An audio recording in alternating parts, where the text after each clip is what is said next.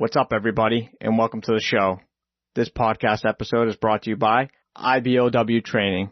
As you know, we talk about training pretty frequently here on the show, and the IBOW has some amazing people that they work with in their network. Are you a designer, rapper, sign maker, or beyond? If you want to invest in your creativity for the future, IBOW Training is the right choice. IBOW is the nation's first training organization to offer training in all aspects of the rap industry, from quoting, design, printing, production, and installation. They offer a variety of training options such as training at your shop, group training classes nationwide, and even private design and print profile training through remote login. With trainers nationwide, IBOW offers support day and night by phone, and many of their trainers are within a day's reach for emergencies. IBOW is growing and will continue to support the industry in a positive manner. For more information, please visit ibowtraining.com. We are also brought to you by We Print Wraps. We Print Wraps is the industry's #1 source for wholesale printed wraps. How easy is it to order wraps? Well, all you have to do is sell the job. Go to WePrintWraps.com, choose your desired film for the installation, upload your design, and if you're not a designer, no problem. They can design one for you and get your wraps delivered right to your door. They offer free nationwide shipping all across the U.S. and Canada on all orders over $500. And for exclusive listeners of the All Wrapped Up podcast, you can get 5% promo code when you type in the word All Wrapped Up at checkout to save on your next order today. Less risk, no overhead, wholesale printing. See why the industry pros love them. To get more information, visit WePrintWraps.com. Okay, folks, I hope you're ready for this one. I honestly couldn't give you a rundown on all the topics we talked about, but we did this one a little unorthodox. What I can say is that I had an amazing time talking with this guest, and I'm happy to call him a friend. Please give it up for the great and powerful Rick Calvin.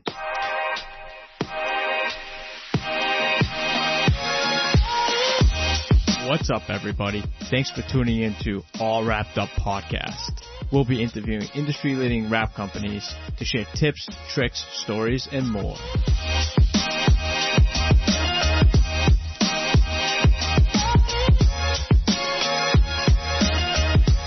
Rick, what's going on, brother? Just trying to unwind from the day, man, listening to my kids terrorize my wife upstairs. Nice.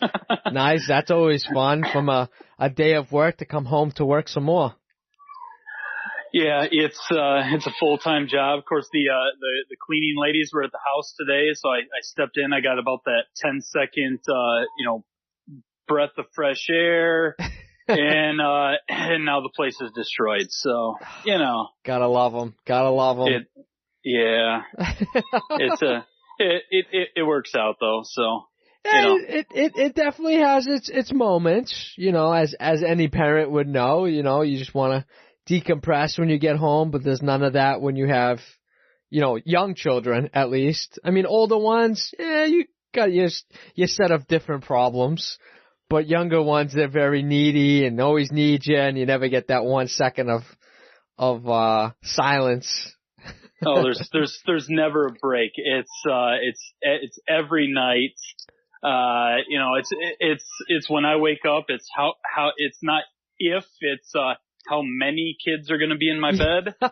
Sometimes there's 5 and the dog. Wow. And then it's every weekend is family member birthday party, a get together, the wife and kids, going to get their hair cut, and oh man, it never stops. It's 24 hours. It's 24 hours. Oh, on top of running your own business, nonetheless. Yeah. But that's why I go into the office so early. It's my only peace and quiet. Yeah. The phone's not ringing. The door is locked. Coffee, music, and just get something done for once. That's it. Just the sound of the printer running is good. Yeah. I love when I hear the printers. When the printers are making that symphony of, that's money. I just think of money. We're printing money right now. Just printing money. And man, if I can find the right type of paper, we might act. You and me both, brother. You and me both. You know though, I heard the trick is after you do it, you got to throw it in the dryer with some poker chips, heat it up. Make it look nice and worn. Well, you know what the trick is I've watched too many Netflix movies and what's that show? Oh, it's gonna escape me now because the new season isn't out. Ozarks, the Ozarks or something. Ozarks. It's a show, okay. And it's about like an investor guy. And he washes money for a bunch of clients. And he's got to pick up his family and move out and go to the Ozarks and build a whole new business. And he's got to launder all this money. So he's got stacks of brand new bills. He puts them in like a dryer bag and puts coins in them. And that's how he gets this thing to get, worn up and used. Yeah. Oh. It's a great movie. If anybody's into Netflix binging, look up the Ozarks. This guy hides millions of dollars in a cabin walls. It's such a good movie. No, I'd be like, I can't place what movie it's on, but they're like Googling how to launder money, and it's like, how sad are we that we have to actually like Google, how to launder money. We wouldn't, I don't have a good poker face. I couldn't be a criminal. So I'll just stick to working my ass off. So yeah, you know what? You reap the benefits doing that, and you feel good, and you lay your head down at night, every night, knowing that you did your best that day. You know what I mean? Yeah. You don't want to go like worrying and you got a lot on the line when you're dealing with shit like that. And, I've seen some people take deposits, never call people back. And it's just like bad business. You can't do that shit,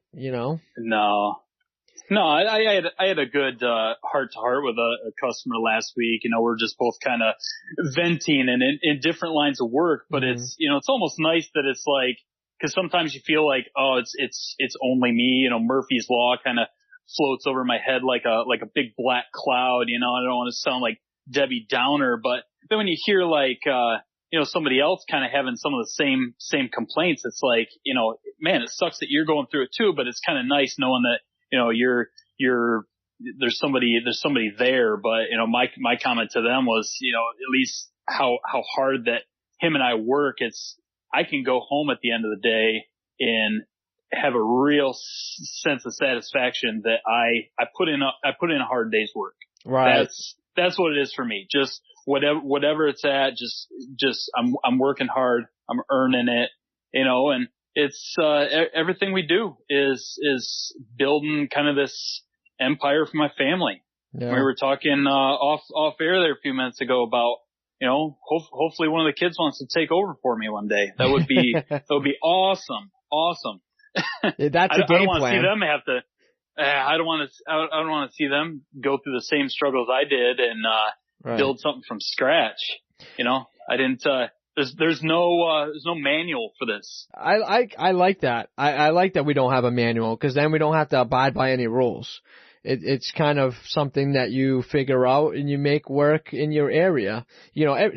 As we know, everybody's in different states and different environments and different scenarios. So it's nice that all of us do the same thing, but we all do it a little bit different. You know what I mean? And right. And given that we don't have a guidebook or anything, does it hurt us? Yeah, maybe. I just finished a great conversation with another Rick, and we talked about how it's unregulated and that our industry is still so in its infancy that there's no regulations, there's no kind of way for people to say, hey, you can't do that, or, point a finger at somebody and shut them down, you know what I mean? Like other businesses can. Right. So that's why we rely on the, Better Business Bureau, and other avenues to kind of people do their due diligence and look around and make sure you're going to a reputable, wrap company and make sure they have reviews, look at them, Right. read them. Nonetheless, don't look at, they have 5 stars, but you know what? It could be that 1 star that, a food truck or something was in there and that's what you want to get done and they had a bad experience. Not, you should always, sometimes those are fictional as well, as some of us know, and, sometimes exaggerated, certain scenarios. Right. But I mean, read what's out there prior to using somebody, because it could be make or break, the way, your experience gets dealt with, No, I want the other side of that. We need a wrap industry blacklist. The absolute pain in the butt customer, they get put on a list. So when, they come from your shop to mine, I'm like, no, I got a heads up. I got to be careful about this guy. Right. He doesn't pay his bills, Yep. So. Been there, yeah. Man. I mean, when you have that relationship, within your area, your network, you guys probably already have, your own blacklists, you know what I mean, of certain contractors or, certain business owners that just like, they're a nightmare. Don't go down that avenue. You're going to regret it, Yeah. Well, it's, just because I've been doing this so long in my area, I'll hear my designer, John, he's talking about, this conversation with a new customer and he's filling it in. And then I got to give him the side note of, what happened, 12 years ago and be like, this guy needs to pay up front or, he hasn't seen this person before. And I come in and we're just chatting it up like we're, old buddies and, it's nice, but that's, I don't know, that's the advantage I have of doing business in a small town. You probably got millions of people around you, so. Yeah, but it's a tight group. It's all word of mouth and really, it's business relationships is what we kind of focus on. It's that old school handshake. That's our motto. And it's always repetitive. It's always somebody knows somebody that we, recommendations. It's a lot of recommendation. Word of mouth gets around for us. And typically when we had a good experience with one client and they're telling another, 9 out of 10 times it goes really, really smooth with a new client. We really don't get unless it's like an inquiry that comes in and we're feeling them out and stuff like that.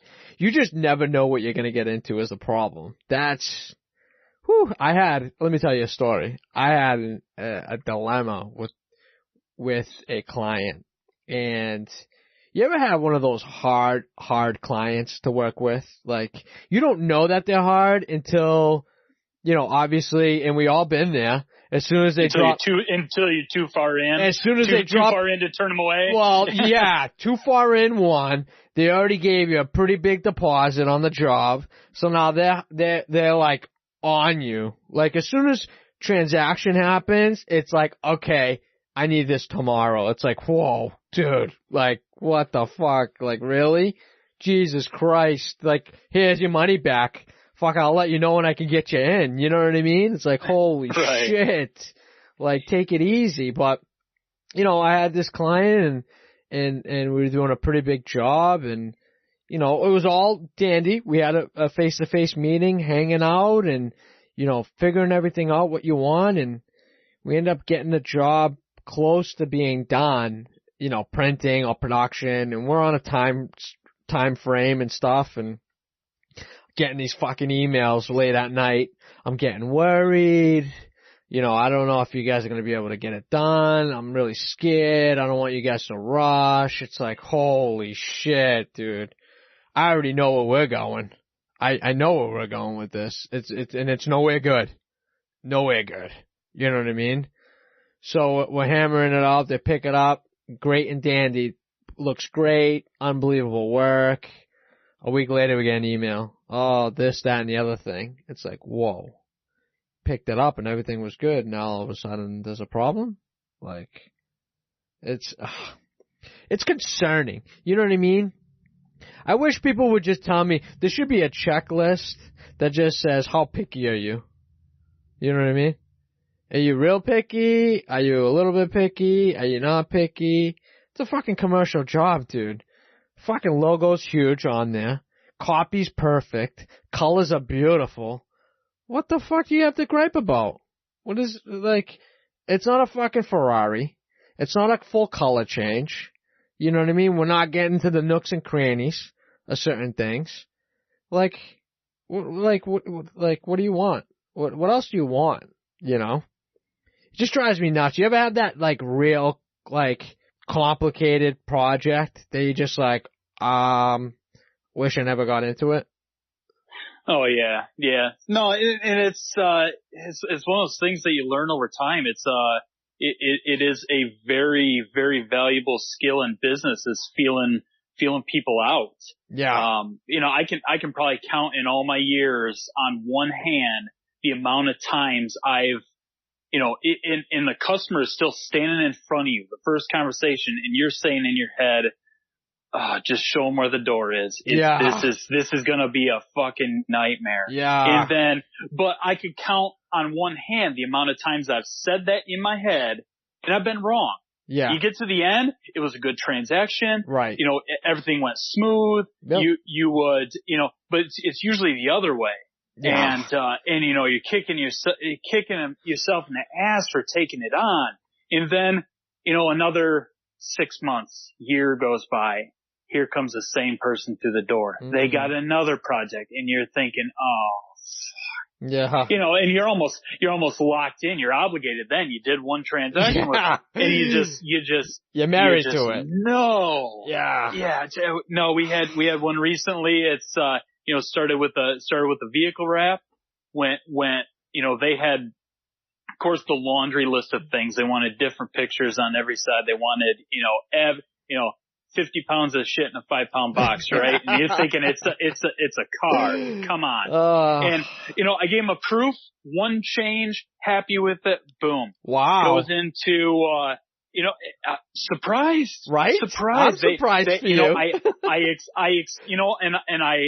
I guess the confidence level I've gained within the last couple of years. I'm not even going to show you what you asked for. I'm going to show you what you need. Right. I'm going to show you. I'm not going to show. I don't even give multiple proofs anymore. I give you one proof of what I want to do. Maybe I'll get the layout and I'll do something different on the passenger or the driver's side. But I rarely go 2 or 3 or 4 completely different concepts. So I just threw something at them. I met with them in person, which might have helped. Mm-hmm. I, in very good detail, I explained as diplomatically as I could why their idea was shit, right? Yep. And why I went my way. Oh, great. They just wanted to change one thing. Boom, done. So then it comes to signs for the building. Thinking, okay, yeah, the car went so good. Oh my goodness. It was an absolute roller coaster, and you're thinking, it's flipped. It's like, wow, this was a really good transaction. This was a nightmare. Right. Oh man, kicking yourself down the road. So I don't know. I guess it goes both ways. So we've all been there. Yeah. We get it. You know what I mean? Whether you're a newbie or you're a veteran in the industry, you get the mixed bag coming through the door all the time. And you have to learn to read people. It's not even like, oh, a new job, great, it's money. It's like, no, you gotta read, the way they're, talking to you, the way they hold their composure, the way they kind of like, when you start explaining stuff, like their mannerisms, you gotta feel that all out, because if you get a bad taste in your mouth, something's just a little bit off, go with your gut. Like, it's better to lose a job, by saying, hey, I might not be the guy for you, but there's somebody, over here that you might want to work with. than taking the job and fighting it the whole way through, because one, your designer's not going to be happy. You're going to explain to him your concerns, and he's going to be like, shit, this ain't going to be a job I'm going to be happy about. Two, if you're the installer, you know, you're going to be like, fucking, I'm making no money. You're squeegeeing, and you're just thinking, I'm making no money off of this shit. I spent too much time. You're thinking about all the negatives. You know what I mean? And it's just, and then, you know, dude, it's just not, I mean, not every single job is a score, and not every single job is like a happy job. Sometimes you got to do jobs just to pay the bills. It's like, yeah, I'm just going to get it done. Whatever. Need to pay rent this month. I need to do this. I need to do that. It's, you take him. You know what I mean? And sometimes those are your nicest clients. You know? Right. Well, it's the point lately where, you know, we've been so busy the past, you know, year and a half that, you know, we've admittedly dropped the ball on some stuff. We turned some small stuff away, but then on the flip side of that, I can trace back, probably one of my earliest clients I have in the computer. I remember, my shop used to be on the other side of town, south side of town. And, this was day and age where the DOT was really hot on people pulling trailers, not being labeled. You gotta have your DOT numbers, you gotta have your city and state on the side of the truck. This guy gets pulled over right up the road from my shop. In the state cop that pulls him over just happens to mention, hey, there's a sign shop just down the street. You can go get some numbers. This guy comes in, you know, I have a phone call with the boss. I grab some scrap black. I cut him some DOT numbers. I walk up the street. I slap his DOT numbers on the truck. Guys, you know, it's just an employee. He's just, you know, well, you know, can you send a bill to the office? Can you have something? No, I'll call the boss. Right. Boss comes in a couple hours later. Hey man, what do I owe you? I just handed him a business card. He says, no, you went out of your way. You know, you did this on the spot for us. We get the truck back on the road. You know, what do I owe you? I just handed him a business card. Said, hey man, next time you need something, just give me a shout. This guy has been one of my most loyal customer for years, wow. Probably 16, 17 years. I've known this guy. Wow. You know, it's actually invited me out to his place to do some hunting. He sends a lot of people our way. Great advocate for us. And it's over what? 50 cents worth of vinyl? Right. 10 minutes of my time. Right. So then when you're absolutely slammed and the customer comes in and just needs a cut vinyl decal and you've got to tell them, no, I don't have time. Like the business, you know, the business side of you that's paying the bills starts to freak the fuck out. And you're like, you know what? Trace that, how much money that customer could send to me over the next 16 years. Right. You know? It's built in somewhere. I just tore up my lotto ticket, you know? Right. But you pick and choose your battles, you know, you do what you can. You know, what are we going to do? You know, double the size of our building again and hire twice as many people? No, I've been there. I don't want to go through that again. So. Yeah, dude. Yeah. You know, the little gestures like that, it's a score sometimes. Cause I was just talking to my boss today about this. We went out and did two quick installs and made a little pit run. And, you know, we were talking about, you know, back in the day when I had my own business and he had his own business, you know, we used to help each other out a lot. I used to go over to his shop, help him, you know, wrap a couple box trucks and stuff, cause he was a 2 to 3 person business, and two of them would be, you know, 1 or 2 of them would be designing and production. Another person would be helping them out a little bit, and I would come in, we'd just slay it. And, you know, I sat back and we reflected on the times that we'd go out and do a couple installs together, and, you know, talking about who you can bump into. You can go to a shop now and, you know, bump into the owner of the business, and like, you know, he doesn't have a clue who you are. You're just there to put a sticker on, and then you get talking to him. He's like, oh, okay, you can wrap a door? All right, let's do a couple more doors. This looks nice. You know what I mean? But you're talking to the source. You're building that relationship. You don't get that when you're stuck at the shop all day long, and, you know, you're not able to go out and kind of network. You know how it is. Oh yeah. It's so hard to get out of the shop sometimes. It's crazy. But you ever been in that mood? You're out on an install. You've got it's usually end of the week, and we try to do our installs. I'm gonna head this side of town, so we just pack the truck and you go do. It's not you're not gonna drive half an hour to do one install. You're gonna make a loop out of it. You're gonna knock out 10 things, and the only goal on your mind for that day is I want to get stuff off my to-do list. Yep. And then you stop at the first client. Oh, hey. Come out back real quick, and you're thinking, paycheck, but shit, I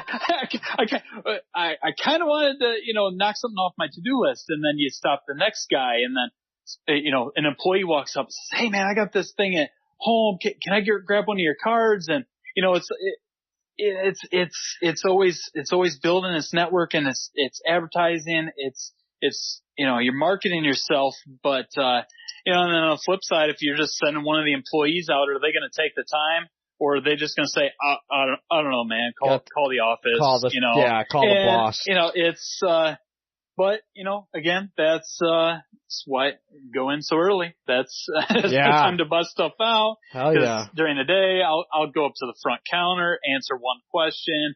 Hour and a half later, I make it back to the shop, and, my brother's standing there, and he's just got his hands up in the air like, dude, what the fuck?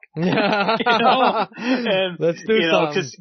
Cause he knows that, hour and a half worth of work, we could have knocked out some serious square footage. Right. And that means that gets bumped to tomorrow, that gets bumped to Friday. So, the course of action is Friday is, carrying around the fire extinguisher. Yep. You got to put out the fires for the weekend. Yep. Monday is, finish up all the stuff that didn't get done Friday. Yep. Light them back up. Tuesday is mildly productive. Wednesday, you start getting the last minute phone calls. Oh shoot. It's the weekend. I forgot. Can I have it by the weekend? Oh, yeah. And she's a vicious cycle. Oh. Vicious cycle.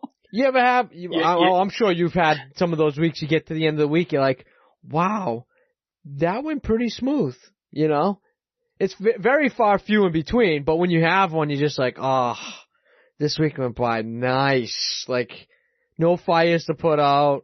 Everything worked out the way it's supposed to. And let's just see what next week brings. Yeah, it is very few and far between. Yeah. You got stuff going wrong. You got, you thought a material was going to show up. It doesn't. This breaks, that breaks. Kids sick. Hopefully we're over that. We're finally getting some warm weather here. The sickness just, man, it leveled us. So hopefully this warmer weather means, no doctor's visits for a little bit. Oh, yeah, man. Let's keep our fingers crossed. Yeah, definitely. I think whatever was going around for the longest time, I don't know if it was a couple bugs circulating around, and I know it wasn't just here in Boston. A couple people that I know, all over the United States were getting sick for 24, 48 hours, just not good stuff floating around. Oh, it was. The flu, oh my God. It leveled. Well, shit, you and I talked, it was probably beginning of last month about doing this, and I said, hey, what's your schedule looking like? And I was, remember I was messaging it back and forth. I'm actually laying on the floor of my daughter's room still with a fever. Said, well, hey, let me get over this bug. That was a week and a half. Wow. I started to feel it over the weekend. Then Monday, I tried toughing it out. And that's when I realized I had a fever. I went in, I just shut my office lights off, and, our dog goes to the office with us, every day. So he's got one of the, damn dog's got a better bed than I do. We've got him one of those nice, I got it from Cabela's, nice, it's got memory foam. Oh, Jesus. We got a 95-pound lab. His bed's in my office. So I shut the lights off. I got a hooded sweatshirt. I actually cinched the pull strings down and I laid down. 3 hours later, I wake up and I am just drenched in sweat. I go into my wife's office. She's got one of the kids' thermometers there.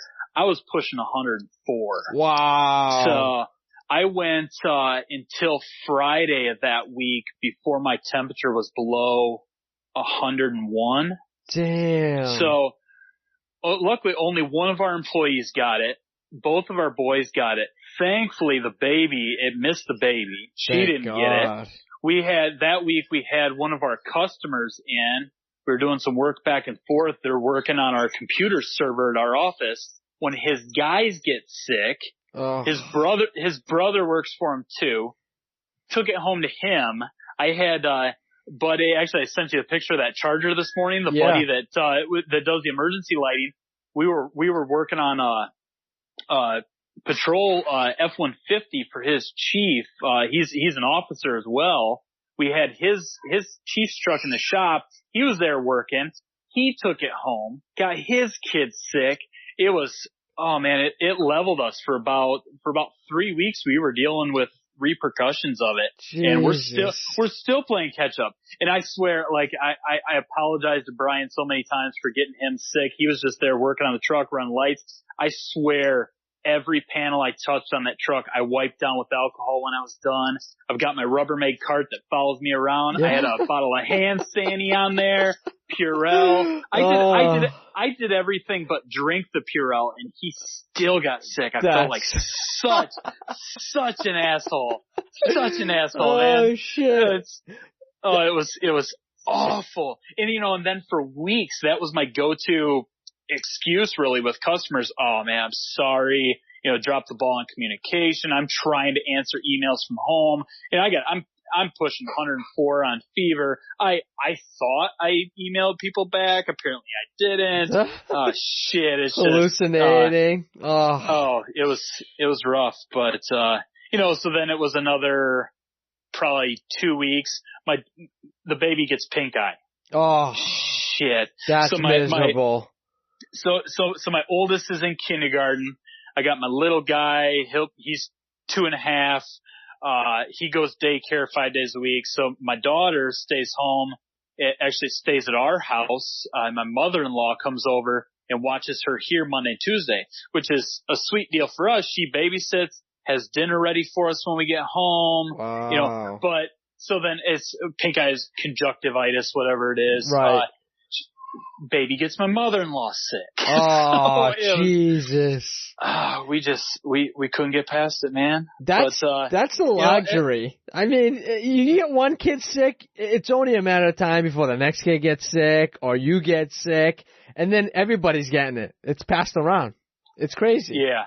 Oh. It's, but I guess that's the beauty of being self-employed. I mean, so many times through this whole sickness season, I've had to, just thank my lucky stars that we're self-employed. Like, what do people do that have a 9-to-5 job? Like, if my employees were calling off sick as much as I've had to go rescue my own kids, I would be firing some people. Yeah. Damn, I mean, I'm understanding, but we got work to do. Yeah.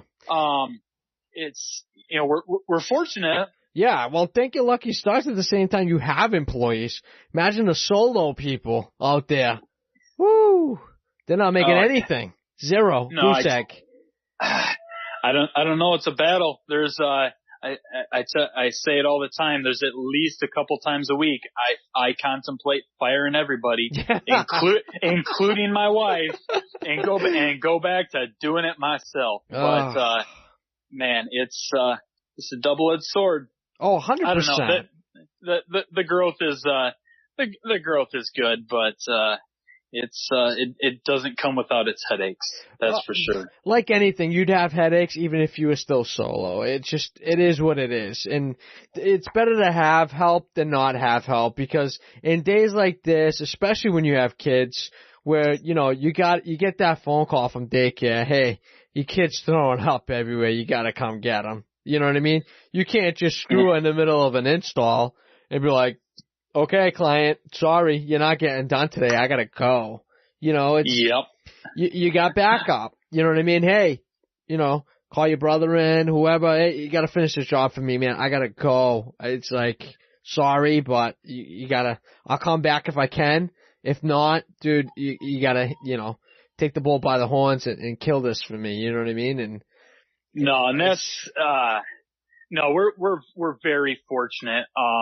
You know, and we've gone through some rapid growth over the past couple of years, and then we're dealing with, learning curve of being parents, but, yeah. you know, I can wholeheartedly say that every one of my people has our best interest in mind. They're very, very team oriented. What's best for us? Go the extra mile. You know, they're there for a paycheck, but, you know, even, you know, so there's 6 of us total, 6 full time, nice. 4 are family. You know, my guy John, we actually stole him from our church. He did graphics for the church. You know, we're both drummers, so, you know, we hit it off, but, you know, and I tried baiting him away for, you know, probably a good year, and then finally the opportunity came up, but, it's been, you know, John, my wife, you know, everything is supposed to go in our shared, Google Calendar. I forget to look at that. So when the wife has, you know, something or another, or, she's off with one kid at a doctor's appointment, and I, oh shit, forgot an appointment with a customer, and I've got the baby, you know, there's so many times, like, you know, John or somebody has just jumped up and grabbed the kid and been like, no, dude, I got this, you know, go. Yeah.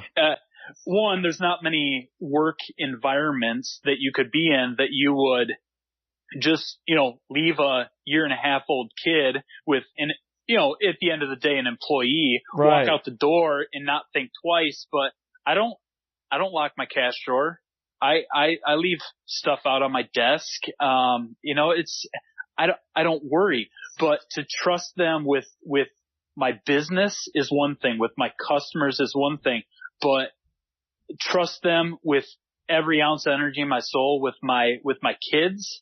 Now that's a good feeling. The team that we've built, and that, you know, at the end of the day, they have our best interest in mind. You know, my daughter's, you know, she's finally walking, and, you know, I've got employees taking videos of her walking, and, you know, just sending home to their wife, like, hey, Hadley's walking, and it's you know, they're employees, but, you know, we're a family. We're a work family, and, man, just, it really chokes you up sometimes thinking about it, about, you know, what we've built and, the team that we have, and just, it makes you proud. It's a good thing. So. Yeah, and that takes time, and that takes years to build up, and it takes a lot of, you know, getting used to as a business owner to allow your employees, whether they're family or not, to take the reins of certain types of avenues and sections of your business where you usually oversee or you usually take care of. It's giving them that opportunity to shine and let them, you know what, you get paid to do this, you do it. Now, this is your job. Like, right. Do it 100%, and everything's going to be great. And it takes a lot to give that responsibility to somebody, because it takes time and years, you know, to gain that trust, to know you can give them something, you know, and slap something on their desk and be like, listen, dude, over anything today, I really need to have this particular project done and finished before you go home today. And they're just like, no problem, I got it. You know what I mean? That's a great feeling, man. When you got people like that. It is, and the hard part of being, you know, business owner, because I imagine so many of us started as one guy, one gal. You know, you scrape up some cash and you buy a 24-inch vinyl cutter, and, you know, and then you build it up, and then, you know, you get to that point where you need a hand, and then, you know, and then it's that battle of that inner struggle of letting go of the reins. Yeah. Which I have, admittedly sucked at, but, I'm getting there, I'm getting there. And, I guess it's nice when, a customer calls or customer comes to pick something up. I might just happen to be up by the front counter and, they're, oh yeah, I'm here to pick up such and such. And, I just give them the blank stare, like, I have no idea who you are. I have no idea what your project is. So I guess it's good that things happen that I have zero hand in. So that's a good feeling, bro. Yeah. That's when you don't know that a client's in and he's already been taken care of and you're there to collect a check or an invoice or whatever. It's just like, whoa. What's going on? That's when you I think that's when you can kind of sit back and be like, okay, that's cool. Like, I've kind of a little bit made it. People are taking responsibility and bringing new business in, not telling me nothing about it, getting it done, and that's it. Like, that in itself, when you can run a business as a business owner, when you can run a business like that, and have just people just step up to the plate. And sometimes not even being asked certain things. They just step up and just take care of something that's not in their lane. They step outside of their lane just to help out with the shop, or somebody's not up front and, so-and-so's got to go up there because there's nobody there, and they take care of it and they seal the deal on a job, which they never do. That's like high-fiving. That's like, yeah, good job, man. Way to freaking step up to the plate and get her done, not have a client be like, oh, yeah, hold on, let me get somebody for you. It's nice when everybody knows a little bit of everybody's position and be able to step up when they need to, That's the next step for us is cross training. I need I need a backup that is not me that can run the printers. If Brian's gone for a day, I need somebody else to know how to sling some vinyl. If my brother's on vacation, it's those things. So yeah, it'll get there. It'll get there. Yeah, well, eventually it will. You know what I mean? You just got to be patient. That's the biggest thing. It won't happen overnight. It's going to take time. What do you like doing the most of, like, in the shop? Do you like slaying vinyl? Do you like doing the business end of things? I don't know. This is constant struggle, and it's good that I mentioned my brother Alex. He's my right hand man. He actually he used to help me out years ago growing up. He's actually a twin. His twin brother Jake is he's in college. Went the college route, computer engineering, gaming, all sorts of stuff. He's kicking ass at that. But Alex tried a year of school and came back to work for us. He worked for us in high school. Would come in after school, sweep floors, kind of help me out with a few things. Came back. He's been it's got to be about 2 years now, solid. So it's one thing to have somebody in the shop you can BS with, but I've got Alex out there, and I try not to air out my dirty laundry in the middle of the shop every day, but it's nice. I had got a problem going on at my house with my roof, and a contractor who's busy. I mean, he's booked out for the whole summer, but he's bending over backwards to get this roof done for me. And one of my other customers, who's also a contractor, who's trying to help me out, he's got one of the big SkyTrack forklifts, with a basket on it. Yeah. And he says, hey, if it would help Dave out, I can take my SkyTrack over there for him to use. Nice. And it's like these two guys that are not only clients, but very good friends, they're literally doing, whatever they can to help me out. And I just, I was just having one of these emotional moments. It was like, it just hit me. I was flooded with, I think my words to Alex were, I just got to tell you this story, man. When we were busy, we didn't have time to stop, but it was like, I am just absolutely flooded with gratitude right now, and I need to tell you this story. So stuff like that, I can share, I can share with my brother. Right. But, I got him there to, lean on. And, so, I'm talking with him a lot lately about the workflow.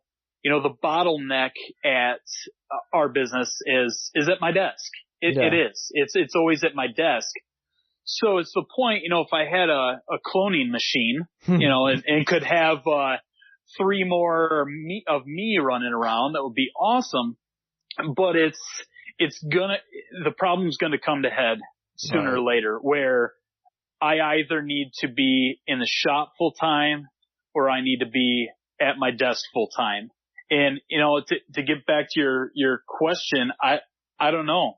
I absolutely love rapping. I absolutely love laying down vinyl. But, on the flip side of it, I love the sales end of it. I got a call today, and we were talking earlier about, referrals and, word of mouth coming down the line. One of our customers, his brother is starting a business, calls me, says, hey, he's the guy to go to, and what was, hey, I just need a quick quote on a 4x8 sign for the side of my building.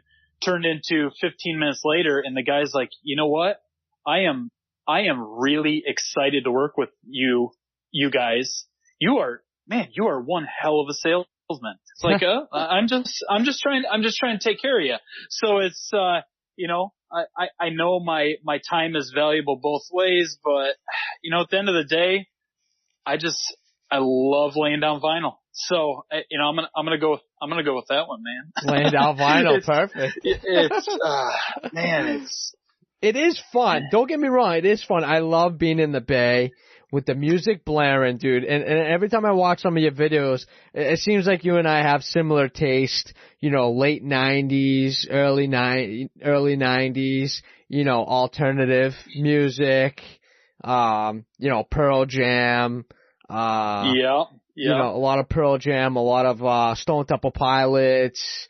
I hear a lot of that, playing in the background. I'm like, man, that's the type of shop I want to be at right there. Like, music blaring, fucking cars everywhere, people just slaying vinyl. It's a good feeling. Because when you're sitting behind a desk, okay, you have a little bit of background music, but you don't have your music blaring because you kind of, you got to focus. You're writing an email. You want to make sure everything's good. But when you're in the garage and you get that overwhelming, like, music, cause that puts me in a good mood. Music for me is like Zen for me. And listen to that stuff, listen to old school hip hop, rap, it just puts me in a fantastic mood. Like, I couldn't even tell you, like, how I feel when I hear good beats playing in the background and I got a squeegee in my hand. I'm good. Life's good. Can't complain. No, that's, I use this description a lot, that some people, everybody has that off day. You got that rough day. Right. Some people just they picture themselves on a beach, flip flops, umbrella drink. Yep.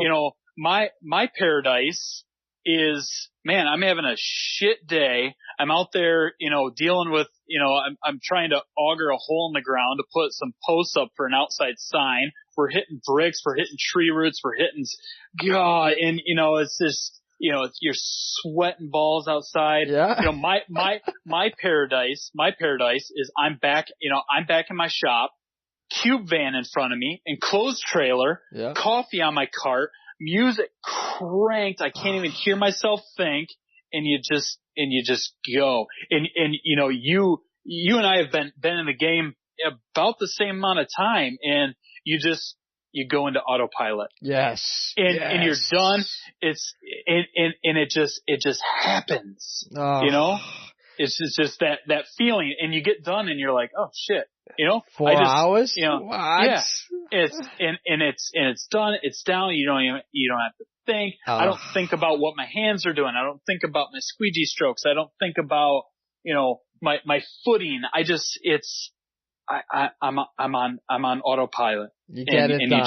you just go. It's, Yes.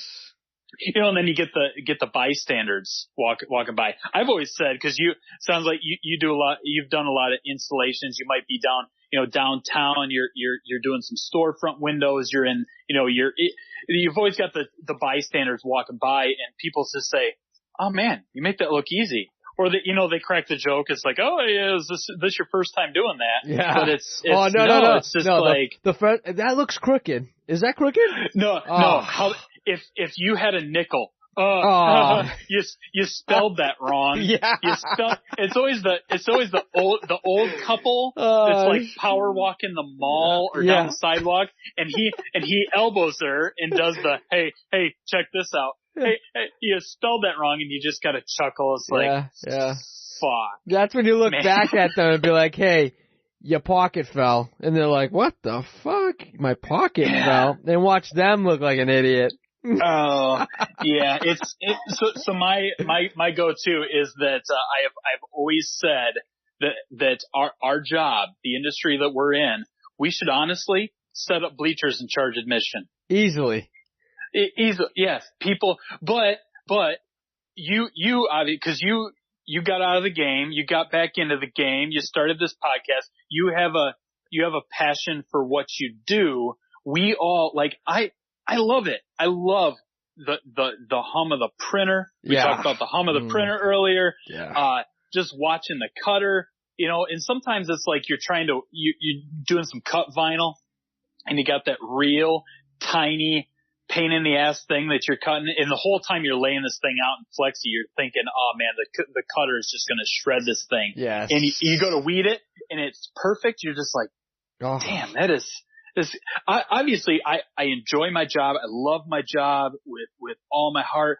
I think it's cool every day. I mean, there are those days, but every day you go into work, we do something cool. So I honestly don't mind when I get the crowd of people around me that's watching, and and and that usually turns in an opportunity to share a little bit of your story, right. Pass out a business card. How many jobs I've got at people's houses just because I'm at their workplace and I'm shooting the shit with them, and pretty soon we're wrapping a wall in the husband's man cave, or we're doing this or that, or lettering up or putting names on Power Wheels for kids' birthday gifts and stuff. It's all money, Right. And at the end of the day, if it's sticking a cut vinyl name on a Power Wheels, or putting a decal on a wall, or doing wrapping a friggin' lighthouse, it's the same thing. It's the satisfaction's the same. Yeah. The process is the same. We've got a cool job, man. We just play with stickers all day. We just play with stickers. It's just it's just crazy. Like, you've seen the technology when you get an alright cutter to cut, and then you get like a brand new one. You're like, damn, man, these new cutters weren't as good as the old ones back then. I used to cut, half an inch. My Roland, I had a Roland, which I still have, and I posted a picture a long time ago of, it was a PNC 24, I think it was. It was an old Roland cutter. It had like maybe 6 buttons going vertically, up, down, left, right, with an enter button, all this shit. And dude, I used to cut letters maybe quarter of an inch. What I mean? Used to cut mint. I paid $250 for that thing, and when I got it, it was already 12 years old when I got it. The guy who had it stuck in the back of his closet forever, and I was like, dude, I'll buy that. How much you want? $250. You got it. Old serial port on it. The thing was a gem. Hooked up Flexi Sign on my laptop, and hooked it up with the serial port, cut the nuts. The thing sounded like a dinosaur when it was cutting. Yep, howling. It was like, oh, dude, that thing wouldn't shut up. But you know what? It was music to my ears, because I thought, okay, cool, whatever. It is what it is. Then I got a Suma, a D140. Suma. I go to cut the same fucking job. No way. It's shredding it. I'm getting a weird fucking edge. It's not cutting it all the way through. I'm like, wow. The little piece of shit one for $250 got me this job, but my $5,000 fucking Suma can't even cut it. It's crazy. No, we've got our big cutter at the shop is a Graph Tech FC8600. And I see posts about this thing all the time on Rap Society that I think everybody in our game has this Graph Tech. Mm-hmm. Man, that thing, anything less than I know so I've got and I sit in my office. We've got my wife's office sits in the center in the hallway, kind of makes like a entire loop around her office, which is great when the kids are there because they're literally running laps. and then the print room. So I got my office door, which is most of the time closed, so I can crank my music. And I got the print room, and Brian's in there. I can tell you when he is cutting or weeding anything less than 3/4 of an inch tall by the amount of curse words coming out of that room.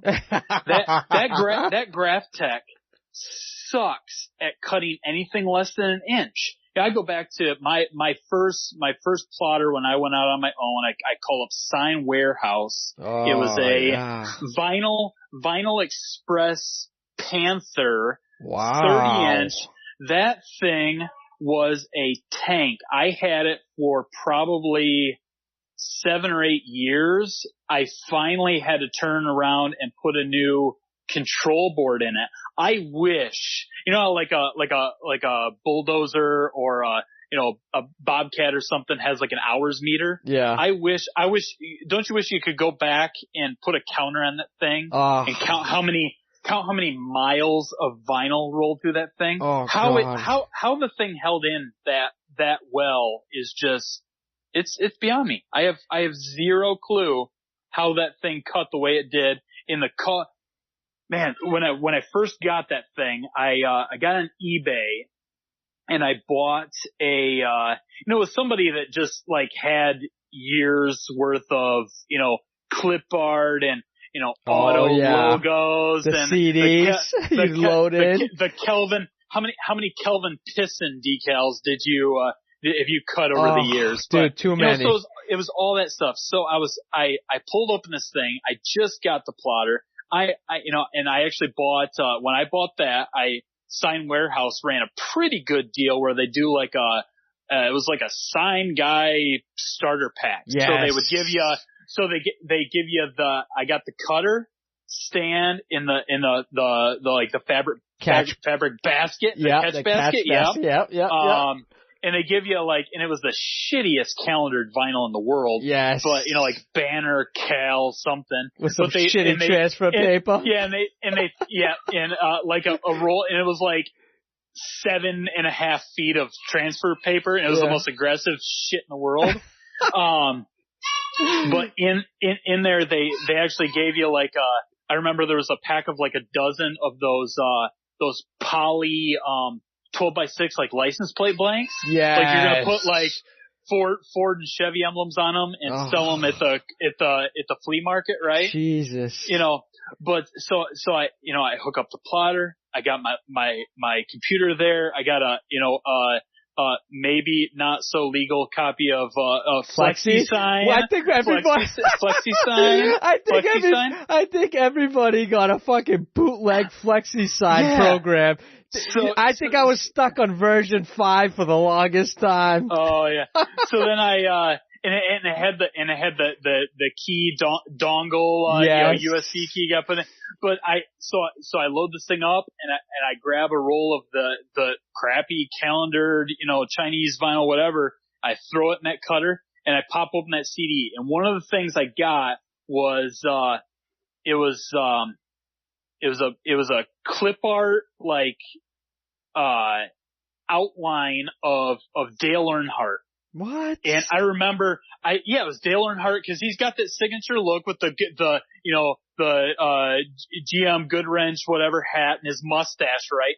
But I remember that the hat, and I'm talking this decal was probably no more than 3 inches tall that I cut. His fucking signature, Dale Earnhardt's signature, was on the side of the ball cap in this decal. I put that thing in, brand new. I did the test cuts, went through the thing and got the circle, force square set just right. I'm not kidding you, man. That signature weeded out perfectly. Wow. And I'm sorry, this thing is less than 1/4 of an inch tall. So now, and that's the image that's been burned in my head for 18 years, is I'm fighting with the fucking Graph Tech to cut a 1/2 inch tall letter. I'm thinking that piece of crap I bought from Sign Warehouse cut Dale Earnhardt's signature. Why in the hell can't you cut it? It's mind-boggling, right? It's just. I think the quality of the machinery isn't up to par like it was back then. Because it was so new, they wanted it to cut the best, and now it's just like, oh, it's a cutter, whatever. You know what I mean? I don't know.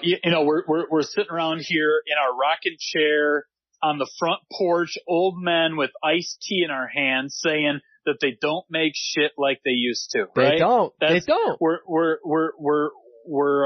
old men, Jeff. We're old men. I'll take it. It's they don't make stuff like they used to. They don't. And we're a byproduct of that. We've been there.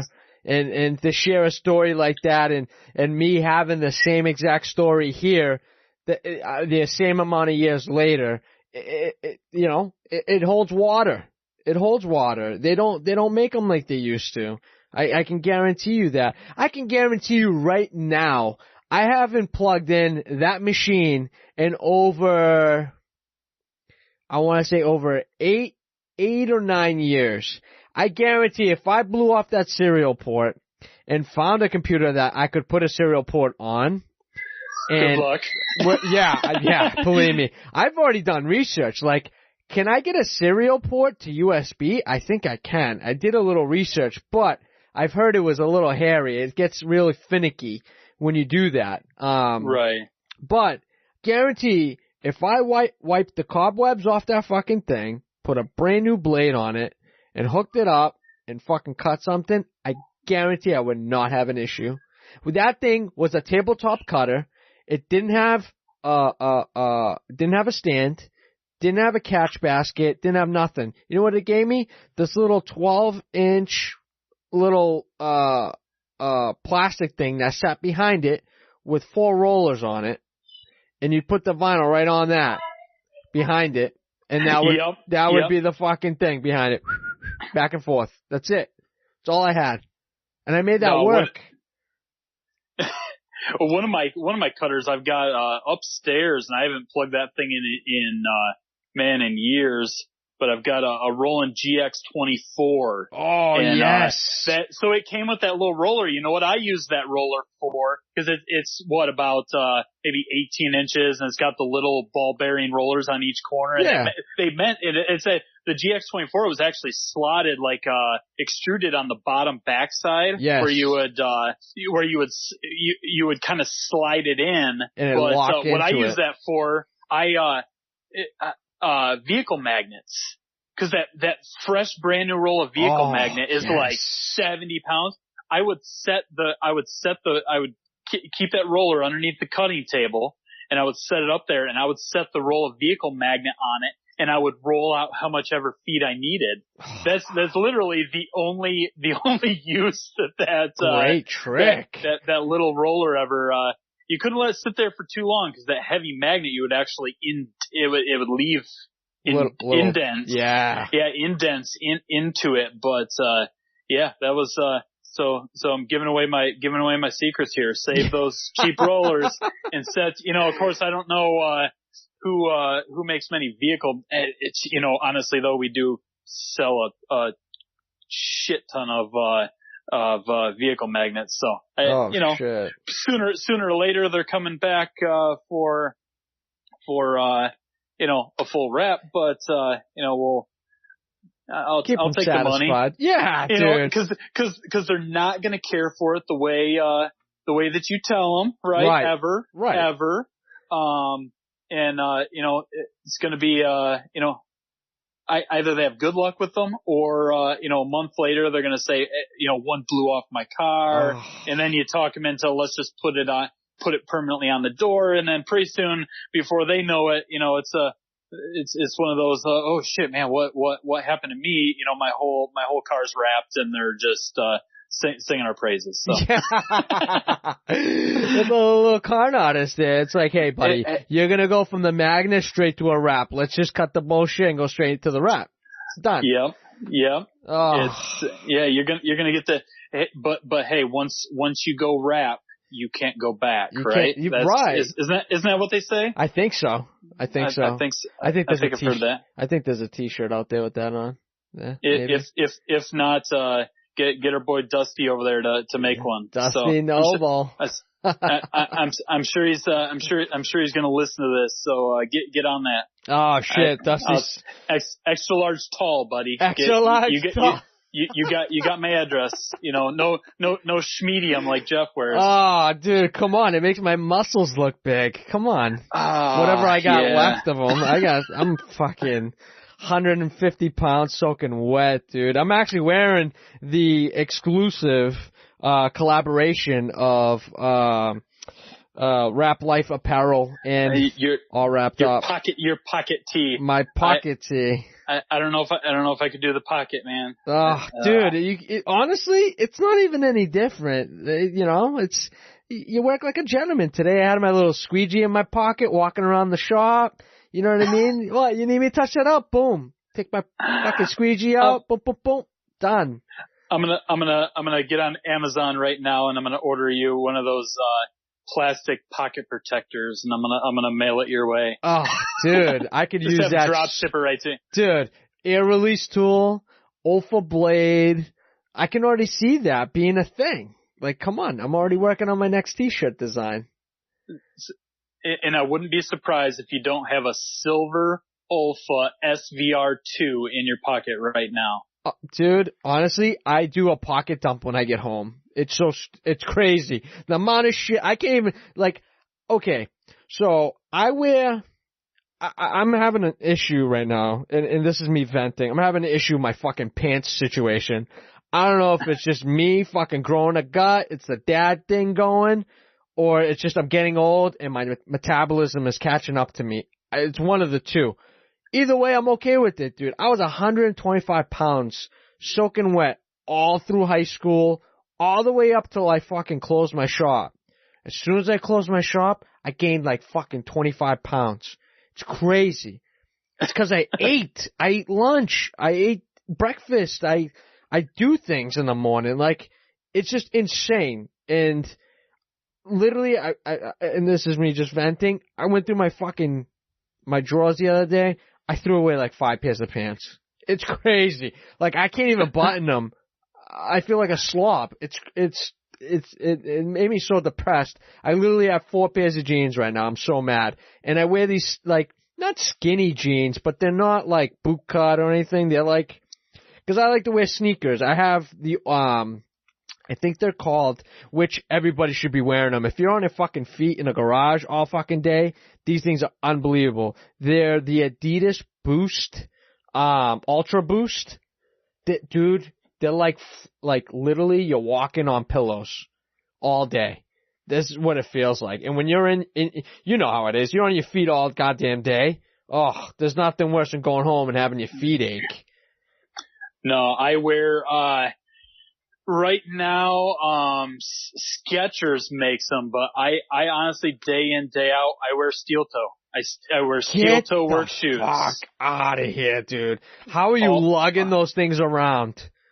Man, it's my calf workout. Every day is leg day. Dude. Every day. Jesus Christ.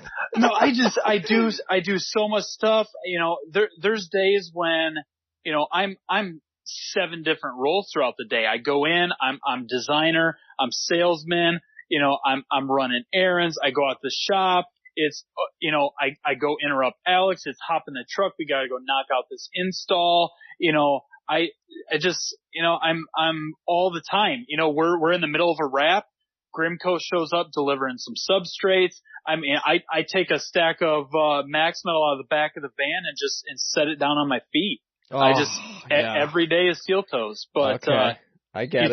You talk Adidas. Not too long ago, I put a post up on my Instagram as a throwback Thursday. It was a picture, of the customer's crotch rocket that I put some graphics on. This was from 2003. I saw that. You were sitting I on got it. the Nextel flip phone. I got like the bead necklace on. You know, my Adidas Sambas. Those things were like fucking slippers. Yes. Oh my God. Sambas. They were like they're flat-footed, right? They kind of look like the shell toes. No arch, and that's probably why I'm dealing with, you know, hip and knee issues now and, you know, all that, but, dude. Man. I am, since I actually didn't buy these, I got these for Christmas. My wife bought them for me, and it was like, you know what it is? I'm not saying that I'm frugal, but I'm not going to go out and pay $180 on fucking sneakers. Like, but I'm like, I tried them on, I'm like, $180. I'm used to wearing, now you're going to laugh, I'm used to wearing Converse. You know, regular Converse, fucking high tops, flat-footed. I got a bunch of different colors. Chuck All-Stars. Yes. Yeah, dude. It's just, that's what I wore all the time. I got fucking blue, white, black. I got every color underneath the sun. I could mix and match whenever. And ever since I got these, dude, I'm just like, oh my God, I want another pair. And, you know, as an installer too, I can't even explain to you how important it is to like take care of your feet. You know, after years, and you don't think about it then. You're just like, I'm just gonna work, whatever. You don't think about your shoes and your health and you know, eating and nurturing yourself. Like, you gotta do that shit because you feel it 15 years later.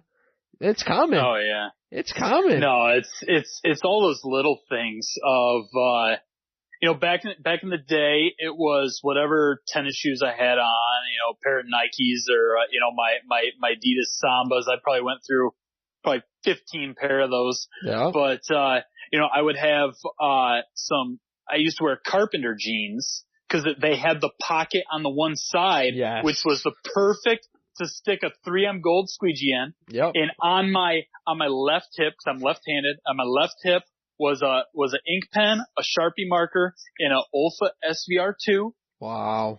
And I love, in the SVR2, you can put the blade in backwards. So I'm left-handed when I just pull it out. It's not like, you know, my NT cutters now, I gotta turn it around every time I click the blade out, I flip it around, you know, the blade, damn right-handed people taking over the world. I'm sorry. No, But now I think for the past like 5 years, I get work pants from Thrive Workwear. They're, kind of like the Blue Stitch brand. Yeah. But they've got permanent sewn in gel knee pads. Yes, I've seen them. They got cargo pant pocket on one side. Yep. And it works out perfect because it's on the left leg. There's 3 pen slots. So constantly in there, I've got a water soluble pen, what's the brand that makes the dry erase, the dry erase pens? Oh, it's escaping me. Yeah, I know, right? You do this all the time on these podcasts. I'm thinking I don't know if you're just, you know, slow or it's you know, you get them at Staples. Yeah, I know. It's like the pack. You get the blue, the yellow, the green, and the red. I know. I can see the label. I just can't read it. It's my dyslexia kicking in. You know, I did say this a long time ago. For me, is that people that forget things very often are usually the smartest people. Don't forget that. All right, Rick? Jesus. Expo. There you go. I just Googled it. Expo. I knew it was something. So I got the, you know, thank you, Justin Pate, for instilling that one in me. I got a Expo black fine tip. Yep. Wet erase marker, not dry erase, wet erase. Yep. I've got, a red Sharpie fine point. And I've got my, you know, I can't get rid of as much as I love my NT cutter, I can't get rid of that Olfa. You know? Yeah. Olfa's a nice dude, but it like, ever since like the NT cutters, man, with the rounded rounded tops, Dude, it's just, oh yeah, the plastic is just so good on the vinyl. It just glides. I feel like I can scratch something with the Olfas. I haven't gone back. I still have my original one from I've had that thing for God knows what. It's so loose now. Like when you click it, it's so loose. Like in the blade, it like I'm afraid to I'm gonna get a miscut now. Yeah. It just stays it stays as a sentimental thing. I'll probably make a shadow box, a lot of my old shit. You know what I mean? Got to put the squeegee that Justin Pate gave you. It's Yes. Rapscon in there, you know.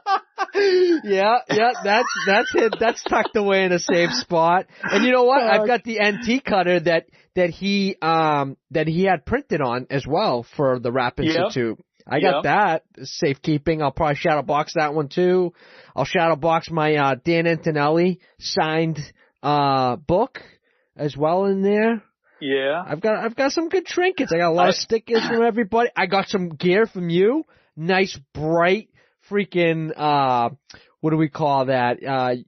What is it? Like, work. I think it's essentially like the safety green one. Yes. I get people looking at me like, "Whoa, that's a bright shirt." Keep you safe while you're jogging at night, right? Well, yeah, keep me safe while I'm rapping. You know what I mean? I'm over here, guys. Don't forget, they turn the lights off. I'm fucking glowing. Oh my God, dude, that's awesome. And thank you so much for the 10 round. Well, actually, we're not supposed to have more than 10 rounds here in Massachusetts. Wink, wink. But yes, the 10 round. Magpul. Yeah, the 10 round with the spacer in it. No, that was a statue. That was artist sculpture. It's not functional anymore. So no, you know, I had to pull the spring out of it. Not that's a big deal. I have a secret stash, but no. So we don't care about this stuff in Michigan. I have a closet full of goodies. So I love it. I love it. And coincidentally enough, next to my podcast studio that I have here in my little nook, my safe is next to me. So I've got my little handful of goodies here as well, which I love and cherish. You know, as a 2A member and NRA member, it's, you know, it's a good thing. You know what? I hate when people are like hating on it. Oh, why do you have to have a gun? Well, why can't you? This is America. I went through a background check. You know what I mean? No, because you know, and I know you're I don't know what they call it out in Massachusetts, CCW or CPL, I guess it is now. Yeah. But you know, I guess, you know, since we just got done talking about pants, is I have to buy my pants because I carry inside the waistband. Yeah. And even though I'm left-handed, I'm right-eye dominant, so I shoot right-handed. Oh. But 24/7, and you get some strange looks when you're on an install and I'm up on a ladder and I'm reaching and my holster is there. You know, I very rarely will carry into a customer's facility. I've got a safe in my, bolted to the floor of my truck. It, nice. It stays locked up. But, even my dress pants are, I wear I'm probably like a 35, 36 waist, but my pants, I feel like a fat ass because I wear 38s because I need that extra 2 inches for my holster. Yes, that's the reason why I threw away my pants, bro. There it is. Yeah. You let the cat out of the bag now. I can't even put my holster in anymore. It drives me nuts. I'm like, I gotta unbutton my top button. I'm just like, oh my God. No, and I've tried the shoulder holster. Doesn't work. I occasionally carry on my ankle, but that's no, tough. I've got a large arsenal here in the basement where I'm sitting. I've got a small one at the office. Actually, a couple weeks ago, I reached under my desk. I've got a safe under my desk with the fingerprint keys. You got to put, you got one key for each of your fingers and you punch in a certain, and I popped that open I had a customer that paid me a deposit in cash and I just threw it in there. And, my wife looks at me, she's like, "You have a safe under your desk?" Been in her office for like 2 years. You don't know. Of course I have a safe under my desk, you know? That's awesome. But, no, it wasn't too long ago. I had a squirrel problem at my house, and I actually went home. I live, I mean, we're, you know, outskirts of town, you know, but I've got neighbors nearby, and I'm out back, firing a 22 off in the backyard, and I thought, you know, I'm gonna, you know, probably get somebody called on me. So I bought an air rifle. So, you know, John comes in my office, and I'm like, I'm screwing the scope on my air rifle in the middle of the office. And, you know, the best thing of it, you know, the whole story, it didn't even faze him. He just like carries on. He's like, oh wow, cool. You know, yeah. It's just, it's crazy, you know, crazy boss, you know, in his office playing with guns, and it doesn't even faze you. So. Oh man, I love that industry. I love everything. I was in the industry for 2.5 years. I loved it. I was creating the same thing you gave me. It was, which was, mag wraps. I was doing that for, Hex Mag. I was a partner with my good friend Eric, and we were the exclusive, Hex Mag decal. We were the only ones in the country that could produce them for Hex Mag, because we had royalties to pay, for every unit we sold, and they would go, to Hex Mag, and they would fight the fight if we found anybody creating the same product or mimicking what we were doing onto their magazines. They would send their lawyers and the people they have as backers to shut them down. Damn. Yeah. We had a really good relationship with them, and this all happened over, you know, a couple pizzas and some beers. You know what I mean? Like just shooting the shit, talking, and you know, we're all gun guys, and we're like, hey, why don't we do some stuff with Hex Mag, and it'd be cool to wrap them. And I'm like, no, it'd be cool to, because the way the Hex Mags are done, they're, you know, they're recessed in hexagons to give you somewhat of a grip. So I created the template from scratch, and I would make a custom design for the whole mag, and you would stick individually each individual hexagon inside that recessed area. And, you could create whatever you wanted. We partnered up with so many companies in the industry, to put branding on them, to sell them for photography photos, for different marketing campaigns. It was really good. And, you know, that we didn't make a ton of money in it, but we would buy a lot of our ammo with it. We'd buy a lot of the stuff we wanted, like, for the industry to have. Like, we needed to buy a couple holsters. We all shared, you know, a couple things, and it was nice. I had a lot of fun. What do you carry mostly when you're out and about? I switch, you know, I switch off and on. I'm a Smith & Wesson guy, nice. M&P. You know, and I'm 6'1", you know, 220, you know, I got a little bit of the dad belly going on. Of course, you know, I got 3 young kids, so I call it the sympathy belly. You know, you can't have the wife being the only one with getting the belly. Yeah. But most of the time I'm rocking just a t-shirt, and being tall and skinny, and I've been carrying for, I mean, gosh, 15, 16 years. Wow. I've been carrying. But I still to this day, I'm slightly self-conscious about it. And I know, like, my gun has shown itself a couple times. Mm-hmm. You know, a shirt slips up, you're self-conscious. So when I'm in t-shirt mode, I carry a smaller gun. I think I've got the Bodyguard 380. Yeah. Got it with the built-in Crimson Trace, Crimson Trace grip in it. Yeah. I went with the green. The green laser is super visible. Yes. But, I've also got the M&P, Smith & Wesson M&P in a 40.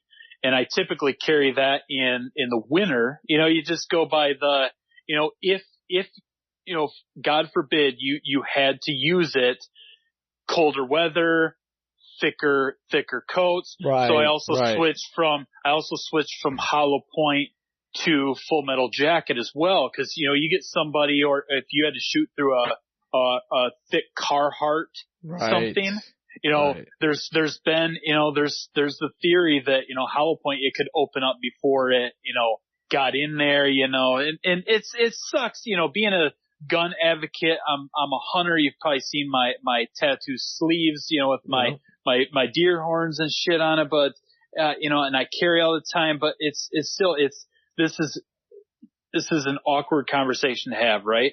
That when the weather turns cold, I have to switch the type of bullets that I carry on my body because the person I might have to use it on might be wearing thicker clothes. That's an awful thing to have to say, but it's protection. I'm prepared.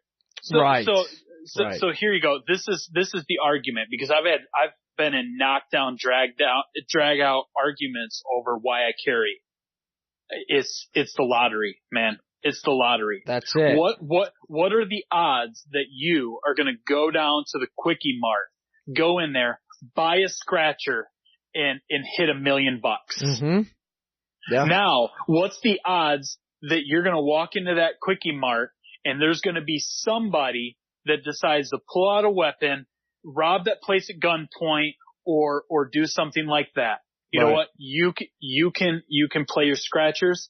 I'm playing the lottery, because the odds in the world that we live in today that somebody is going to try to do something awful that I'm going to be witness of is a hell of a lot more likely than me winning the lottery.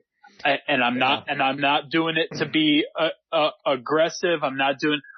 You know what? I'm being prepared. 100%. 13 years in the Boy Scouts. Be prepared. And I'm just being prepared.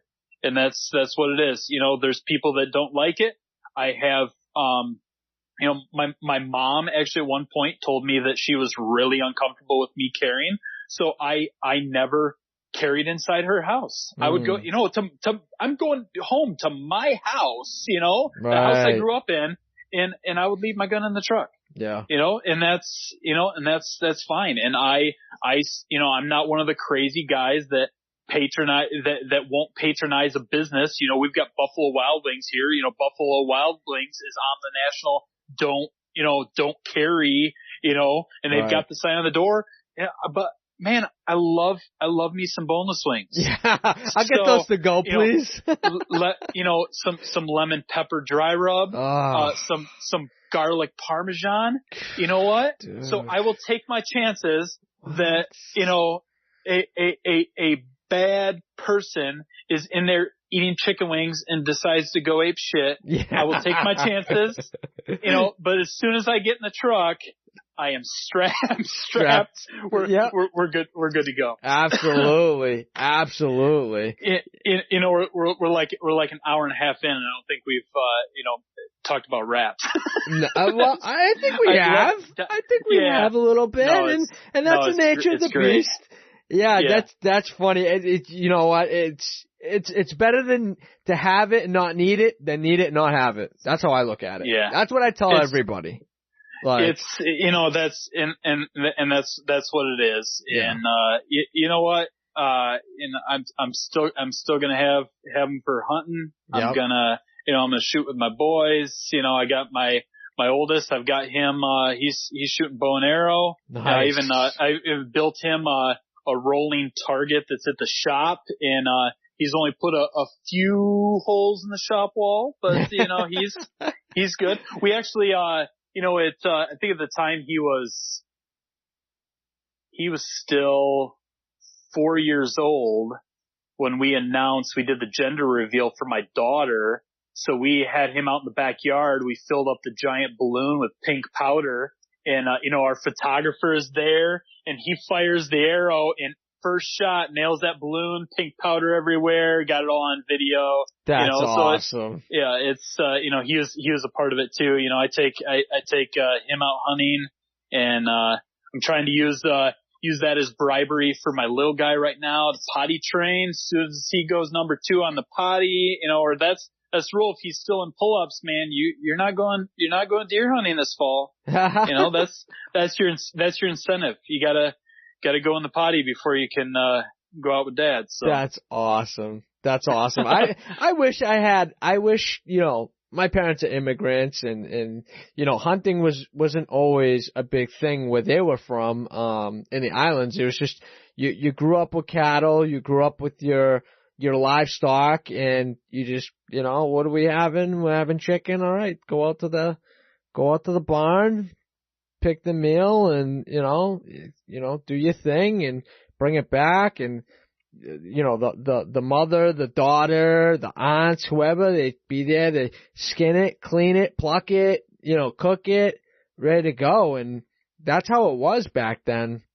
And I grew up there every summer. I'd go there for a month at a time in the summer times. And, I still remember, having, memories of watching the pig getting tied down and getting cut and gutted and cleaned and drained and all that is still instilled in my mind many years later. We're talking almost 20 something years later. I still remember that like it was yesterday. And it's just the cycle of life. Like, they would kill the pig's at its full capacity. You know what I mean? It's 5 years old or whatever the case may be. It's huge.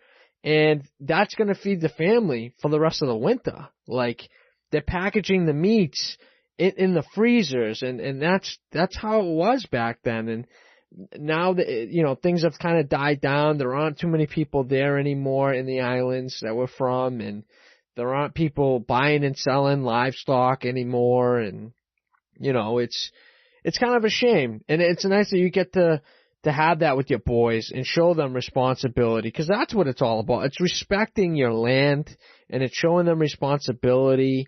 When they grow up, they can kind of remember, yeah, I used to go out with my dad, and now I'm doing that with you. It's just the circle, you know what I mean?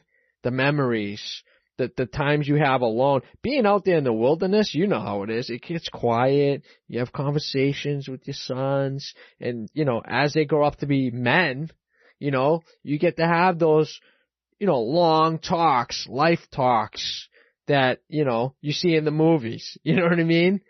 Yeah. And cherish those moments. 'Cause I think as you get older, I've gotten closer to my dad as I've gotten older. Younger, I hated my dad. I just fucking never home.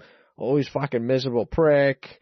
I always felt like he was always angry. He's fucking working all day, whatever. It's just, but at the end of the day, I respected what he did because, he worked his balls off. He's fucking tired. He's working 2 fucking jobs. He's, providing for me. He's fucking buying my first car. You know what I mean? Like, just all that shit. And now as I get older, I'm just like, fuck, man. Like, I was the asshole. Like, I was a dick. I shouldn't have looked at things that way. You know what I mean? It's just, we've gotten a lot closer, which is nice. And especially now since I have kids, it's like, everybody pushes me aside. It's all about my kids now. It's like, damn you. You guys took my childhood away from me. You guys are getting it way better than me. Shit. Oh, they get to enjoy life a little bit better. It's just, it's fun. It's nice. It's nice to get out there with your boys. I'm kind of envious of that. Maybe when I'm up in your neck of the woods, maybe we'll go hunting. Come out this way. It's, actually be that fall. So my son was 4. He was going out hunting with me, as long as the tablet would stay charged. He was hanging in there. And so I went out one Sunday morning by myself. Nice 8-point comes in. Wow. Shoot him. We're good, and I do all my hunting with bow and arrow. I used to shoot competition archery when I was a kid, and all that. And so I called my wife, and it was Grayson up. Yep. And I said, well, you need to get dressed. I'm gonna come get you, and we're oh, did you shoot a deer? Did you shoot a deer? Yeah. So I didn't even track. I mean, I knew my shot. So got home, picked Grayson up, went back out. We're in the blind, hunting in the, elevated enclosed blind, and we're out in front, and I'm, clean pass through, and I'm looking for my arrow, because the last thing I want to do is the next year I'm out there mowing with the tractor, I run over a broadhead with my, pop a tire or something. Yeah. And, and he's off the side, and he says, Dad, yeah? Is this blood? Yeah, buddy, that's blood. He said, which way did he go? And I pointed.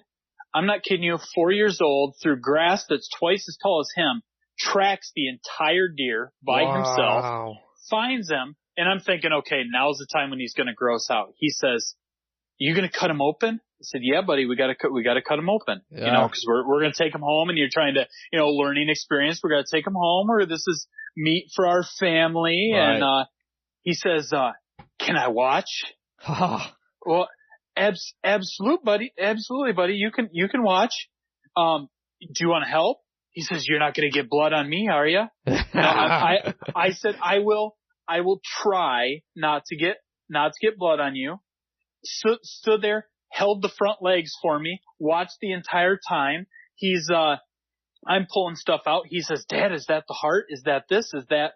Wow. Yep. Loads them up in the sled. I got like a plastic utility sled with a rope on it, and helps me pull it. And he's grunting, and he's, how much, help is a 4-year-old dragging a sled with a dead animal on it. But we get back up to the truck, and he's got the biggest smile on his face. He says, Dad, can we do that again sometime? That's and awesome.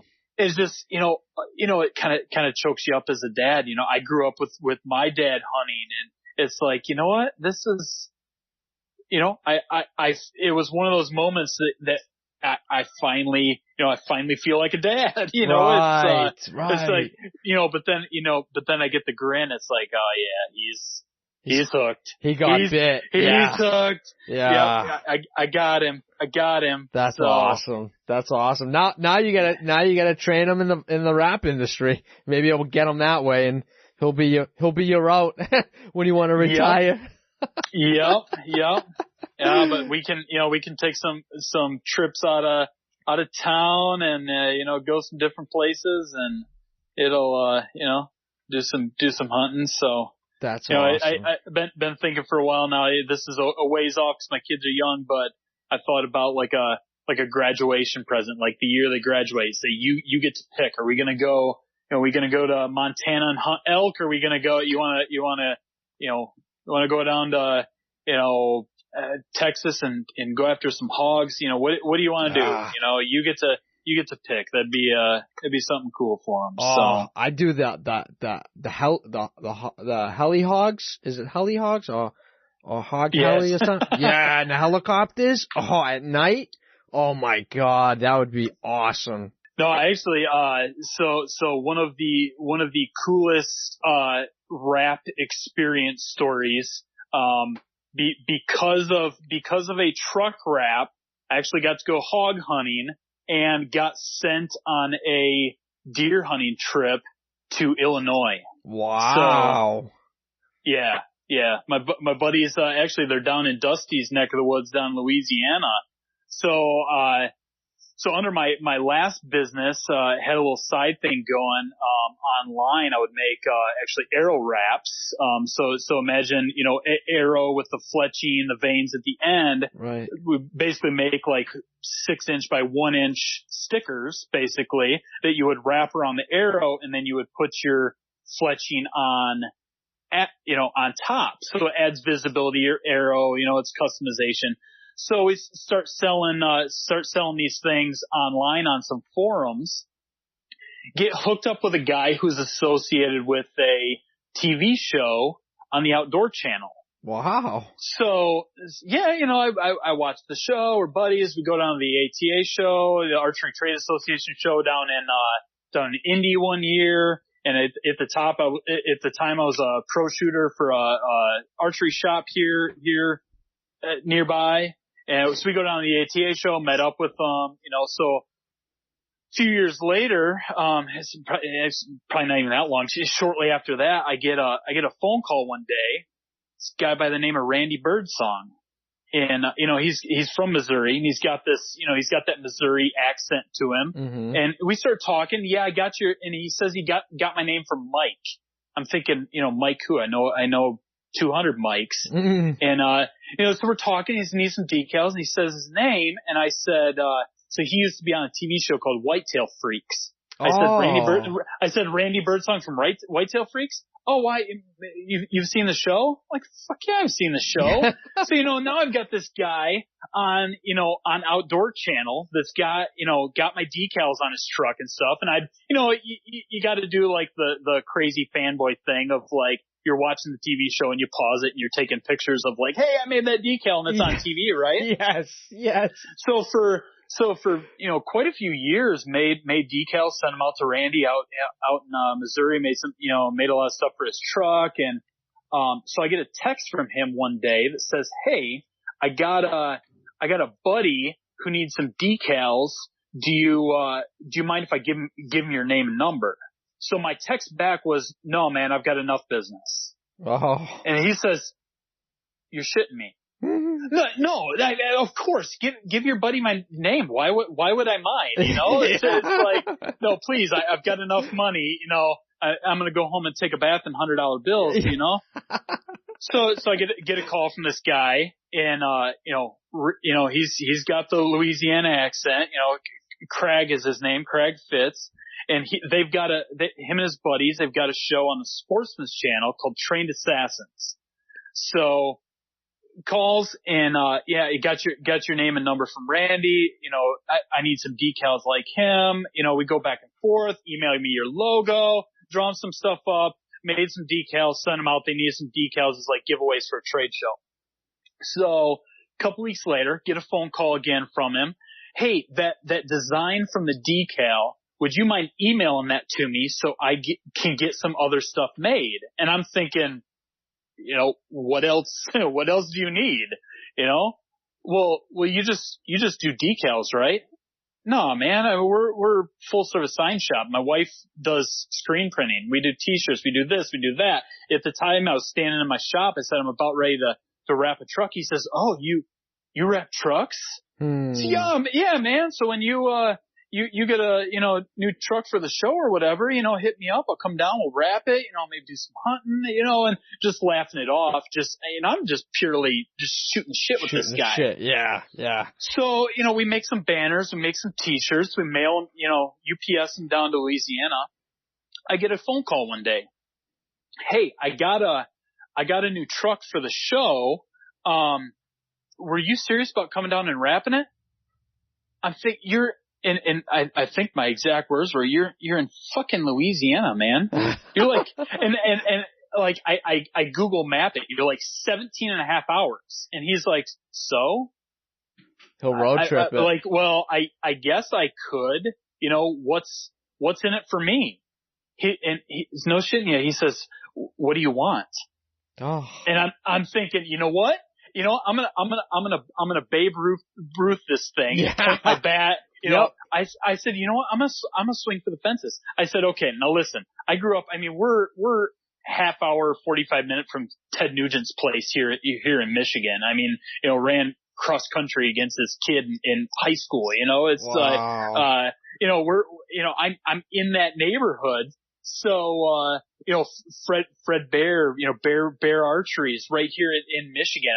Hell, I've got, Fred Bear lyrics from Ted Nugent tattooed on my underarms. But, I said, I grew up watching outdoor television. I grew up shooting competition archery and all this, I watch shows like yours. So what's the first show of every season is like, here's our new sponsor. We're sighting in. We're setting stands. We're doing this. I said, how about I come down, I wrap your truck, you film it, put it on the show. Like, hey, this is our new, our new truck. We're getting ready for the season, blah, blah, blah. I wrap your truck. By the way, I got my bow in the truck. How about we go out and do some hunting? He says, okay, where you want to go? And I like my jaw hit the floor. I was like, no shit. There's no this filter. This is actually working. There's no filter. He'll do whatever you want. I was like, really? So we're shooting the shit about, and obviously they've got a business to run. It's a show. So we're going back and forth. So that was, I basically did a full wrap on their, crew cab F-150. Wow. In trade for being on the show. And, in the episode airs and it's like, 27 seconds on TV, not even that. And, it's my 15 seconds of fame. Yeah. Yeah. But, we're trying to line it up where we're actually going to go to Randy's place in Missouri and go deer hunting, meet there, wrap the truck, go out and do some hunting, film it for the show, yada, yada. So, as it comes to find out, they really wanted to get the truck done for the opening of season. So, first of October, end of September. So, and actually got Randy involved for his trailer for the show. His show is, Headhunters TV on Outdoor Channel. So I hook up the trailer, and this is solo trip. I hook up the trailer. I load my entire shop into the trailer. I drive straight to Missouri. I stop in Missouri. I wrap Randy's enclosed trailer in his driveway at his house. Wow. We shoot the shit. We go out and grab some barbecue for lunch. I hook the trailer back up. We, head down to Louisiana. I wrap their truck, their enclosed trailer, and their Polaris, side by side. And, when you watch the episode on TV, it looks like I take about 9 days to wrap this F-150, but it is so fucking hot that every time I walk into screen, I've got a different color t-shirt on. The day I wrapped the truck, I think it was like 106 degrees. Jesus and I'm in an uninsulated, unlit pole barn on a deer farm in the middle of Louisiana. It's like 9,000% humidity. I am dying. I am pretty sure I wrapped that entire F-150 and I never touched a heat gun. Oh, I was miserable. Twice I had to start over on the roof, go into the cabin, and I'm taking like a horse bath in the sink, splash myself off, dry myself off with towels, put a different color t-shirt on, go wrap another half a panel, go back in, bath in the sink. It was awful. Luckily, day 2, I'm wrapping the trailer. Massive rainstorm comes in. It is, it's humid as all get out, but it was a chill. It was nice, and then we went hog hunting, so it was an awesome trip. It was purely for shits and giggles. I was on TV for probably 20 seconds, but great friends out of the deal. There is something to be said about Southern hospitality. Oh, so you go down there, they're taking care of us. So this is, we went down that year. The next year we went down, I took my wife and my oldest, Grayson, was maybe a year and a half old at the time. He still had a bottle in his hand, so if that tells you anything. We drive down, re-wrapped the truck, re-wrapped the trailer, went out hog hunting, but we went out, they got hooked up with a buddy who has a ranch. It's not fenced in, but it's just a ranch down there. It's like 900 acres. We're out driving around a Polaris Ranger in the middle of the night, hunting hogs with an AR with thermal imaging scope. Oh, my God. It was, the craziest thing though, I don't know if you've ever shot one of those. The craziest thing about it is you have zero depth perception because it is pitch black out there that night. We had this overcast, zero light. I'm tripping, falling in holes in the field and stuff. But you just, it's like you see on TV. It's like you've got a black and white TV in front of you. Right. With this image of the hog, got to shoot my first hog. It was a riot. It was an absolute riot. But, went down, got a couple wraps, we were actually a sponsor for the show that year. So, actually one of my customers, her teenage son is like big, he's hunting, fishing, he's trying to get into like competition, bass fishing and stuff. And, he says, so his name's Cole, and, I'm at her office one day and she says, I was, a couple nights ago, I'm sitting in the kitchen making dinner and Cole comes running in and I mean, he's maybe 10 or 11 at the time. He comes in the kitchen screaming, Mom, Mom, Mom, Mom, Mom, Mr. Rick's on TV. Like, you gotta come check this out. So, it's purely for my own entertainment. But, so they actually try to get me hooked up with another TV show. So their buddies, had a show for a while on A&E that aired right after Duck Dynasty. Really? So they're trying, one of the guys on the show got a new Ford Raptor and wanted it wrapped all in camo and it was going to be on the show and that sort of thing. And so he's trying to hook me up. Hey, my buddies, do this. You want to make a trip down? But this was like super tight deadline. This was, like a Thursday. I needed to be in Louisiana, print everything, be in Louisiana and have this truck done by Wednesday the next week. Jesus Christ. And I'm thinking, you know what? If it gets me on TV after Duck Dynasty on A&E, like I'll do it. I was canceling appointments. Their designer sent me the files. They were Photoshop files that were clipped right to the outline of the truck. Jesus Christ. The fucking thing's cut for you. Wheel wells are cut. Like, you ain't doing me any favors, guys. It was grayscale camo, and they sent me RGB files, and I've got a print on my Roland. Jesus. You've got everything going wrong. No Vaseline, no kiss on the neck. Nothing. Nothing. Dropping what I'm doing, drive 17 hours, redesign, blah, blah, blah. I stayed up, like, pulled all-nighters, like 2 nights in a row. Jeez. I'm redesigning these files from scratch, sending them to them for proof, talking to their design. I'm clearing the schedule. The last minute, I mentioned the guy on the phone about, TV crew, cause all the time I'm assuming that there's going to be some there with the camera, or at least doing a time lapse that's going to end up on the show. Something. No, that wasn't the deal.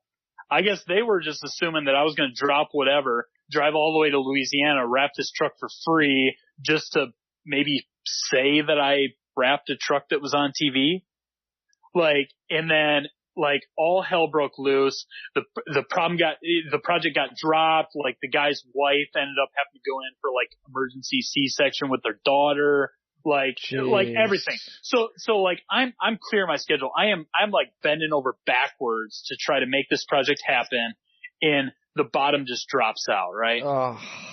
So the next, for the next week, my buddy Craig at Trained Assassins is texting me.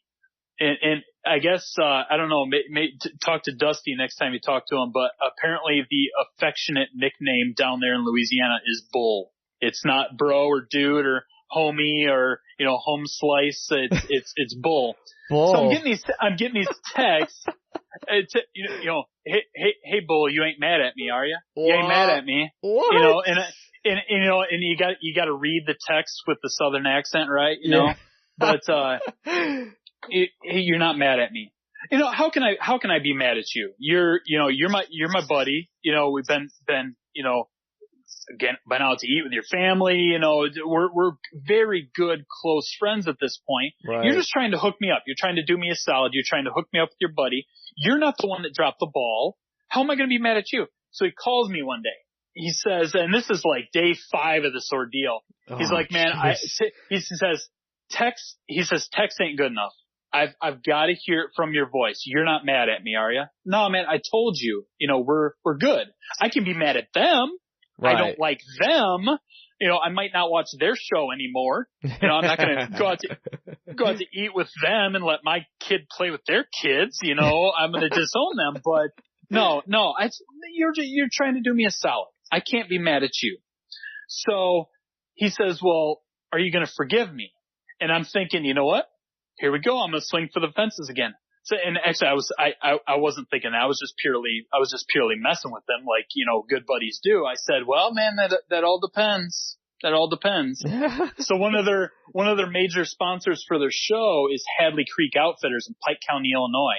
So if anybody listening knows anything about deer hunting, just talk about deer hunting in the U.S., you're either going to Pike County, Illinois, or you're going to Buffalo County, Wisconsin. Wow.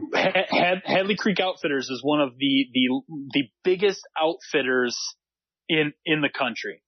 Wow. So they're a major sponsor for the show. Actually, one of their guys owns property in Illinois where they lease, Hadley Creek hunts. Wow.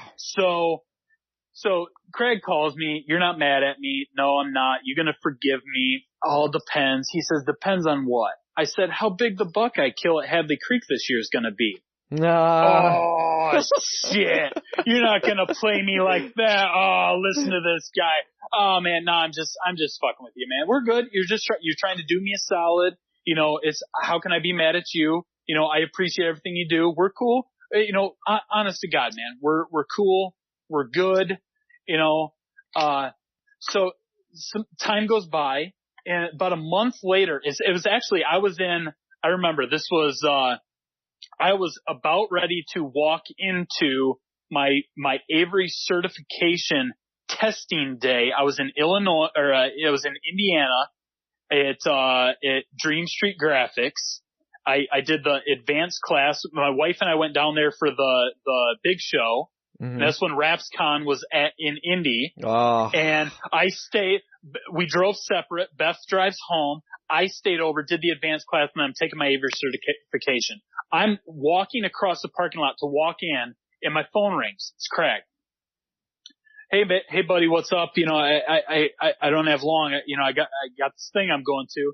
He says, all he says is, first week in October or first week in November. I said, what are you talking about? You got to tell me, first week in October or first week in November. It's like, Craig, I told you, I got this thing I'm going into, like, what the fuck are you talking about? He says, you're hunt at Hadley Creek. When are you going? What? He said, Bull, I got your back. It's on me. Tell me when you're going. I'm like foggy brain. I'm like, what are you talking about? He said, I felt like shit for months. He said, I told you I got your back. You've got to hunt at Hadley Creek. All you've got to do is show up, pay for your tag. I got you. Wow. I'm getting goosebumps now just telling you the story. I'm like, are you kidding me? We're talking a $5,000 deer hunt. Wow. He's like, seriously. So some of his guys were hunting that week. They were filming. I went there I went the first week in November. It turns out I've got a buddy that lives nearby that used to guide for them. So I called him. I said, when's the time to go? I went down there. Actually, that's the buck. If you ever see in my office, because I take like selfies with my kids in my office, the buck that sits right behind my chair that kind of looks like he's got the blind eye, that 8-point that I've got mounted. Yeah. That's the buck. The second night out, I shot that joker at Hadley Creek, had the whole thing, all because, you know, a buddy hooked me up. I mean, I honestly wasn't expecting anything. I was just messing with them, but that's the kind of people these, you know, that's kind of the people these folks are, you know, they sent me on this deer hunt, all because, I mean, if you trace it back, all because I was selling decals on the internet, but because I, you know, wrapped a truck and trailer and, you know, treat these guys right. I mean, they take me hog hunting. They sent me to Illinois on a free deer hunt. I'm like, hell yeah. Damn. You know? Whoever thought what you're doing now, you know what I mean, would get you to, you know, it kind of intertwined, you know, the hunting and all that stuff with the raps got intertwined some way, somehow, and you were able to create this like concoction of just greatness where you're passionate about the raps. It got you to a certain point, and then you ended up meeting this wonderful creature. You know what I mean? That just is like, dude, I'm gonna take care of you. Go out, have fun, get something, and then that's it. You know what I mean? It's a perfect marriage of things where you can take your personal life and your work life and just fucking mesh it together. Just like it was an awesome experience. It's an awesome story. You know, did we get any business because somebody saw my ad on TV? I haven't had any other industry professionals, calling to, I guess if Don and Candy Kiske in Iowa are listening, if you want your truck wrapped, my broadheads are sharp. I will start heading your way. Hint, hint, and anybody knows them personally, hook me up. But no, for me, it was purely shits and giggles. It was, I was on TV. I met these, TV personalities. They're good friends. I've got, I don't name drop them. I'm not the, hey, I met, saw Joe DiMaggio at Dinky Donuts this morning, but, but we in my showroom at my office, we've got because we do all of our time lapse videos and stuff. I'm sure you've seen on my Instagram. I post most of those on my Facebook page, but we've got like a DVD player that just loops that video, and several times a day, they were nice enough to send me the file from the episode. So I've got like the opening 3, 4, 5 minutes of the show playing on, and people I'm talking to people on, a customer at the counter, and they look up like, is that, and that was, before my, time of my big beard and, half my tattoos, but, it was, is that you on TV? Were you actually on TV? So then when you say that I've got, I've been in the business this long, I've wrapped this many vehicles, I know this, part of my credibility, we do all the signage for the local cities and municipalities, the county, the hospital, the this, the that, all the colleges, the universities, the school systems. Also, you start listing this off, and then say I've got clients literally across the country. Right. I've been to Missouri wrapping. We go down, several times. I'm going to try to get back down there this year, to Louisiana, Mississippi, and wrap. And it's like, oh man, you're legit. You're not, cause, and that was, I guess that was the whole, one of my goals behind like getting into our building, because even around you, like I'm pretty sure it's, gotta be the same everywhere. How many people know a vinyl quote unquote sticker guy, decal guy, sign guy, whatever, that's got like that 24-inch ancient, Gerber or whatever in the back room or the basement or the garage, and I didn't want to be that. I wanted to be the legit storefront. I wanted you to feel, I mean, at any point in time, I've probably got, $500,000 worth of vehicles sitting on my property. Is somebody going to come bring a brand new, we do concrete pump trucks that are $500,000 trucks. Are you going to take a $500,000 truck and hand the keys off and drop it off at, in somebody's yard? Right. And then, and I realize we've all been there, but you've told the story about walking clients through your kitchen. So you could, it's so that, the professional showroom, the professional building, my gigantically scary mortgage, and then coupled with, they turn around and see me on TV wrapping a truck. It's, it's, solidifies everything. Yeah. It's, 100%. I don't want to say legitimizes, but, then again too, I've had customers that we've had for, 15, 16 years longer, and they come to my they came to my building when we got settled in there, and they look around and they kind of do that like head bob, like kind of hands up in the air kind of thing, and they're like, dude, you're legit now. And I'm thinking, legit? What? I was fucking off the last 15 years?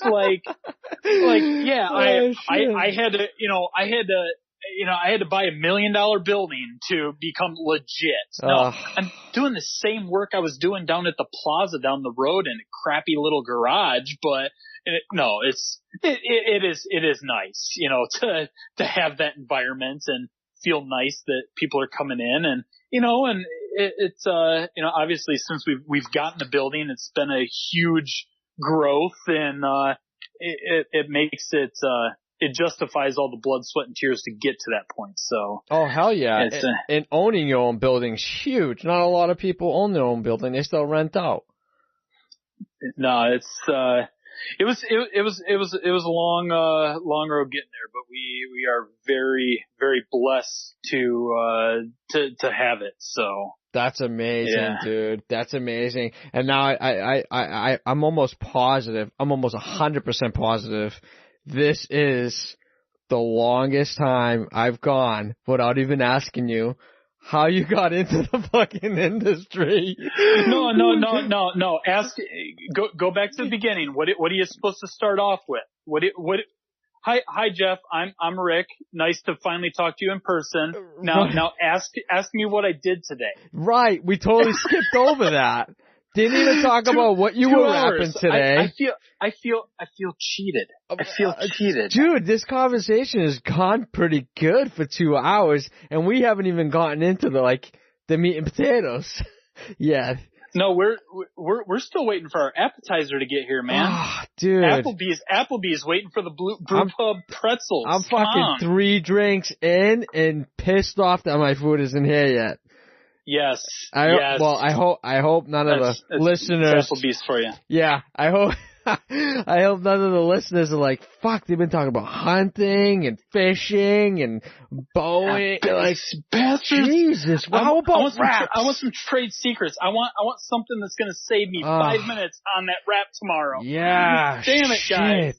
Damn it. Screw this. I'm just going to go listen to Kevin Kemp's episode again for the 18th time, you know. Oh, believe it or not, that thing still comes up number 1, number 2 on my Apple podcast. The ratings. I've probably half a dozen times for myself, man. It's amazing. I love hearing his story, watching him, you know, it's great. But so what do you want? How I got started or what we did today? Come on. No. I'm going to let you steer the ship. All right. Let's go back to the beginning. Let's hear about what you got rapping over there this week. This week, oh man, it's so we're in fire extinguisher season. Nice. Cause all I do is run around putting out fires for people. Hear you on that, brother. A lot of contractors, a lot of trucking companies. I've got a very good client, probably one of my biggest fleets out there. Calls me a couple weeks ago on a Tuesday. Say, hey, you know that Mack truck? And I know because they've only got one Mack truck. And I said, yeah, the one you bought from so-and-so. Yeah. So we repainted it. We're pulling the paper and the tape off. It needs to be on the road next Tuesday morning. When do you want it? Jesus. Fuck. Are you kidding me? I come on, man. It's gotta be on the road. It's gotta be on the road. What can you do? You know what? I don't know. I don't know. Oh, don't give me that bullshit you got, you know, and they're, you know, strong arming me, you know, and jokingly, of course, cause, you know, you get those clients that are real good friends, but, it was, come on, drop it off. So, and I'm gonna go off, you know, and we'll get back to your question, but so, you know, drop it off and I'll get to it when I get to it. So we've got this, they're a paving asphalt excavating company. So we've got this, actually take Avery SW900, gunmetal matte metallic, and we do this kind of roadway that comes off the truck door and kind of goes up and shoots down the side of their trailers. Wow. So I got to freehand wrap the side of this door. I got decals going on top, so we're going to print on 1106 high tech. It's going on top of the mat. You usually want to go the other way, right? Right. So I get this thing done. It's got to be on the road Tuesday morning. I get it done Monday afternoon, and then I got to go run errands. I've actually got to take my van up and drop it off at the mechanic. So I put the van on the trailer. I'm going to go do an install up the lake while I'm there because we're a half hour away. I'm pulling into the mechanic's driveway, and this is probably 25 minutes door to door. My text goes off. It's 3:30 in the afternoon. Text goes off. It's my wife. She says, hey, where, you know, so-and-so's here to pick up the truck. Where are the keys? Oh. And my heart sank. The keys, wait, tell me, Jeff, where are the keys to their Mack truck? In your pocket. Yes. Specifically, they're in my left pocket. So son of a bitch. But no, we're running around like crazy right now. Events are starting. I got, you know, we're going to have commencements coming up here soon, but, we're just running around like crazy. So today, Alex and I knocked out a full print commercial wrap on a Ford Flex. Nice. Got a full print and cut, truck done for, one of our landscape companies. This one, we usually wrap all their trucks burgundy with all their graphics on it. They actually found a burgundy truck. You know, they pay $2,000 for a truck. They're not going to put $3,000 into a wrap. So we just did print and cut, you know, $500 job and throw their logos on, shove them out the door. Yeah. I was actually up at 4 a.m. this morning. I was hanging, you probably saw my post on Instagram. I was hanging a sign on a building, by spotlight of the bucket truck this morning. Oh my God. Had to go back to the mechanic, drop off that truck, pick up the van, back in time to get to the house to take my son to the school bus. Got one wrap done, one truck done, lot of proofs out. Got that Charger, tore down for tomorrow. That's, you know, honestly, I think is our first legit color change ever. Really? Is, the Charger. So I called in reinforcements. Buddy runs he's actually an, police officer, but he runs a side business where he does emergency lighting. So he upfits all the vehicles. Wow. We did the project recently, for his chief. Did a full color change wrap on a F-150 for the police station there for the chief, collabed on that. And, I get in the shop this morning, I'm kind of picking up, and the shop is still a mess. We had, Chad Parrish and Avery was there using our place Thursday and Friday last week for, their full print digital class. Wow. So I lost 2 days. You know, I'm in the busiest season and I lose 2 days of production there, plus, you know, cleaning the shop. So I've still got tables and chairs everywhere. There's shit all over my shop. And I'm kind of straightening up, and we always like stage the vehicle first. Like the floor is clean. You know, you get the taillights out. Even though you washed it, you get the taillights out. There's more dirt behind the taillights than there is on the whole vehicle. Yes. Air hose it off. And I keep glancing over looking at this Charger. And the guy had to bring me a white Charger, right? Obviously. You know, listen to Justin Pate. You know, if it's white, you know, it's 30% more, you know, charge 30% more. And I'm looking at this thing, and all of a sudden it hit me like a ton of bricks. Dude, that thing's a cop car. So I pull up my phone, I snap a picture out, I send it to my buddy Brian. I said, hey, you ever tear one of these down? And I just get like, LOL, are you kidding me? Text back to me. I said, dude, I got a full wrap on this. I said, full wrap on this bitch. You wanna help a brother out? Can you come, tear this thing down for me? 5 minutes later, he said, I'm loaded up. I'm heading your way. Wow. Like, are you kidding me? He gets there. He says, you couldn't have texted me at a better time. He said, I just shut the door to my trailer and I was walking back to get in the truck to leave and head on the job, and you text me. He's like, of course, I got your back. He came in, had that whole Charger tore down, taillights, spoiler, door handles, trim, everything that I needed off that except for the shark fin antenna, had the thing tore down in an hour. Wow. Like, dude, you just saved me. Like, you just saved me. He's like, I mean, that would be like me tearing down a Chevy Express van, you know, in my sleep, autopilot, right? Right. You just saved me like 8 hours of work, man. So we got that coming in tomorrow. You know, and then just, sign fires for the weekend. I got, you know, oh my God, I need the banner by the weekend, all that stuff. So, but yeah, we had that, I was trying to time myself on the flex, but had a boo-boo from my production department labeled, driver as passenger, passenger as driver. We did the roof.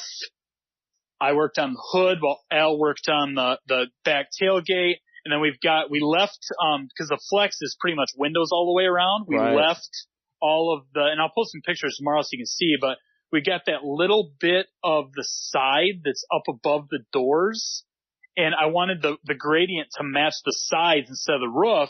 So as we're grabbing pieces, we just see the small roll that was labeled driver. I'm like, dude, just throw that, you know, the thick white goes up to top, because I told Brian not to, you know, everything had bleed, nothing was seamed, just trim it out real quick. they got labeled backwards. Oh. So we threw the top pieces on. We started to unroll the side, and I said, dude, that's the passenger side. He says, it says driver on it, and my heart just sank. I looked at the top, and wrong way. Fuck. Peel them off, reprint. I think hopefully those got laminated before. And then, the customer's blowing up my phone. When can I pick it up? Is it ready? Is it ready? I'm like, dude, I had to reprint a panel. Can you come first thing in the morning? So I guess it's 4 a.m. again tomorrow, knock out, the rest of the Ford Flex. And, I was in anticipation of talking to you. I was like, you know what? I'm a cocky badass. I'm going to time this, and I'm going to say that, him and I together, we knocked out a full wrap in 3 hours. No. And then we got to reprint. Nope. Then we got to reprint. No. And the problem is with that is you got Rollins, man. You got to let them suckers outgas, right? We got her down. You have a love-hate, maybe it's a hate-hate relationship with the Rollins. Yeah. So I finally nailed it down. So for the longest time, I don't like change. We fear change. Yes. So I've been using Avery cut vinyl since it was A8 back in the day. It's for 18 years, unless I needed a specific color or somebody was out of stock, it's been Avery cut vinyl. I don't change. I know how that stuff acts in every weather, every condition, everything. I don't change. People have their brand of choice. More power to them. 61. I stick. 651 over here, Oracal. Oh, kiss my ass. Yeah. No. No, I'm a supercast guy, but we'll probably get to that. But for the longest time, and I'm just like, I'm listening to, who was on Monday? Monday. Was it, this week? Yeah. I'm trying to look back. Alvaro. Alvaro. Yeah. Alva. So you guys were talking about, your first Roland in no print reel, right? Yes. Because at the time, they didn't make them with the automatic print reel. So you had to buy the real pro or the third party. Yes. I kept a folding chair in front, and you tape it onto the core, and every 10 minutes you would go over and hope to God with the Roland that I don't care about touching the floor. I care about ink touching ink. Oh, How many prints have you thrown away? Or when we got the automatic print reel and all of a sudden it hits you like, oh shit, you go running in the print room or your production area, or you turn around, it's like all piled, and you go to peel it apart and it's like, and you just like, you might as well just take your wallet and throw it in the paper shredder. Dude, but you know what? There was sometimes where you kind of just give it that quick snap. Like and you get and it saves it. Dude, you get like a little bit, you're like, fuck, I can get away with that. Like, that's okay. Or just so happens that one white spot where the ink came out falls in the window. Bro, you're like, oh. Not even that. How about if there's a little bit of white, right? And it folds over and you get a little bit of white on it and you're fucking sitting over there trying to clean it before you laminate it. I've done that plenty of times. Getting the fucking Rapid Tack fucking shit on there to get it off, the orange shit. I'm getting it off the bottle before I throw it through the laminator. Oh, yeah. Shit. No, but outgassing,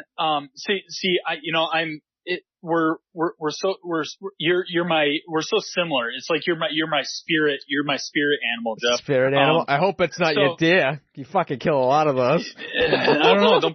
Don't piss me off, buddy. Great. Now if you end up in a ditch somewhere, they're gonna come after me. Yeah.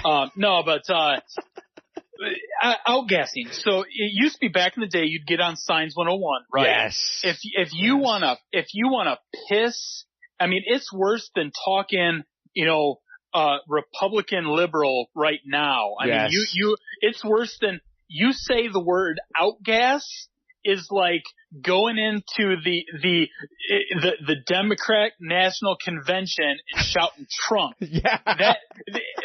Even worse is saying outgas outgas to a sign guy. So, but I am telling you from firsthand experience, one of the biggest jumps in quality, speed, ease of installation was when I pulled my head out of my ass and unrolled that tight. I would run an entire 50-yard roll and have that thing rolled up on the core, and I would just lean it in the corner, and the next day I would shove it through the laminator, and it was aggressive as hell. Mm-hmm. I mean, and probably because I was using Oracal at the time, but aggressive, and I couldn't get past it.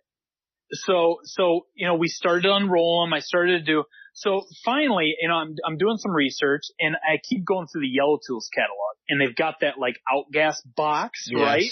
Yes. That is like $1,200 ridiculous.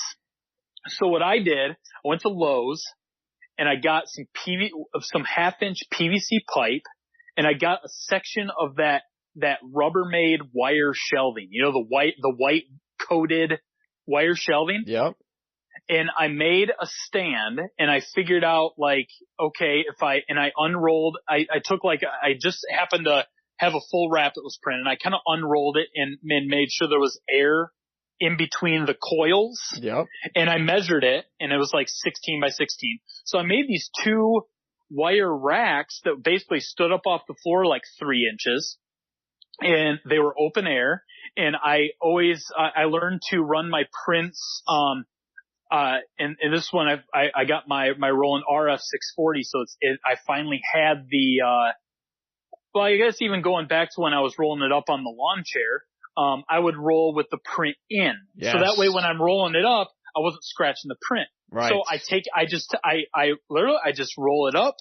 I sheet cut it off the machine. I go over, I stand it up in this rack, and I do this kind of like circular motion with my hand in the cardboard core. I just uncoil it.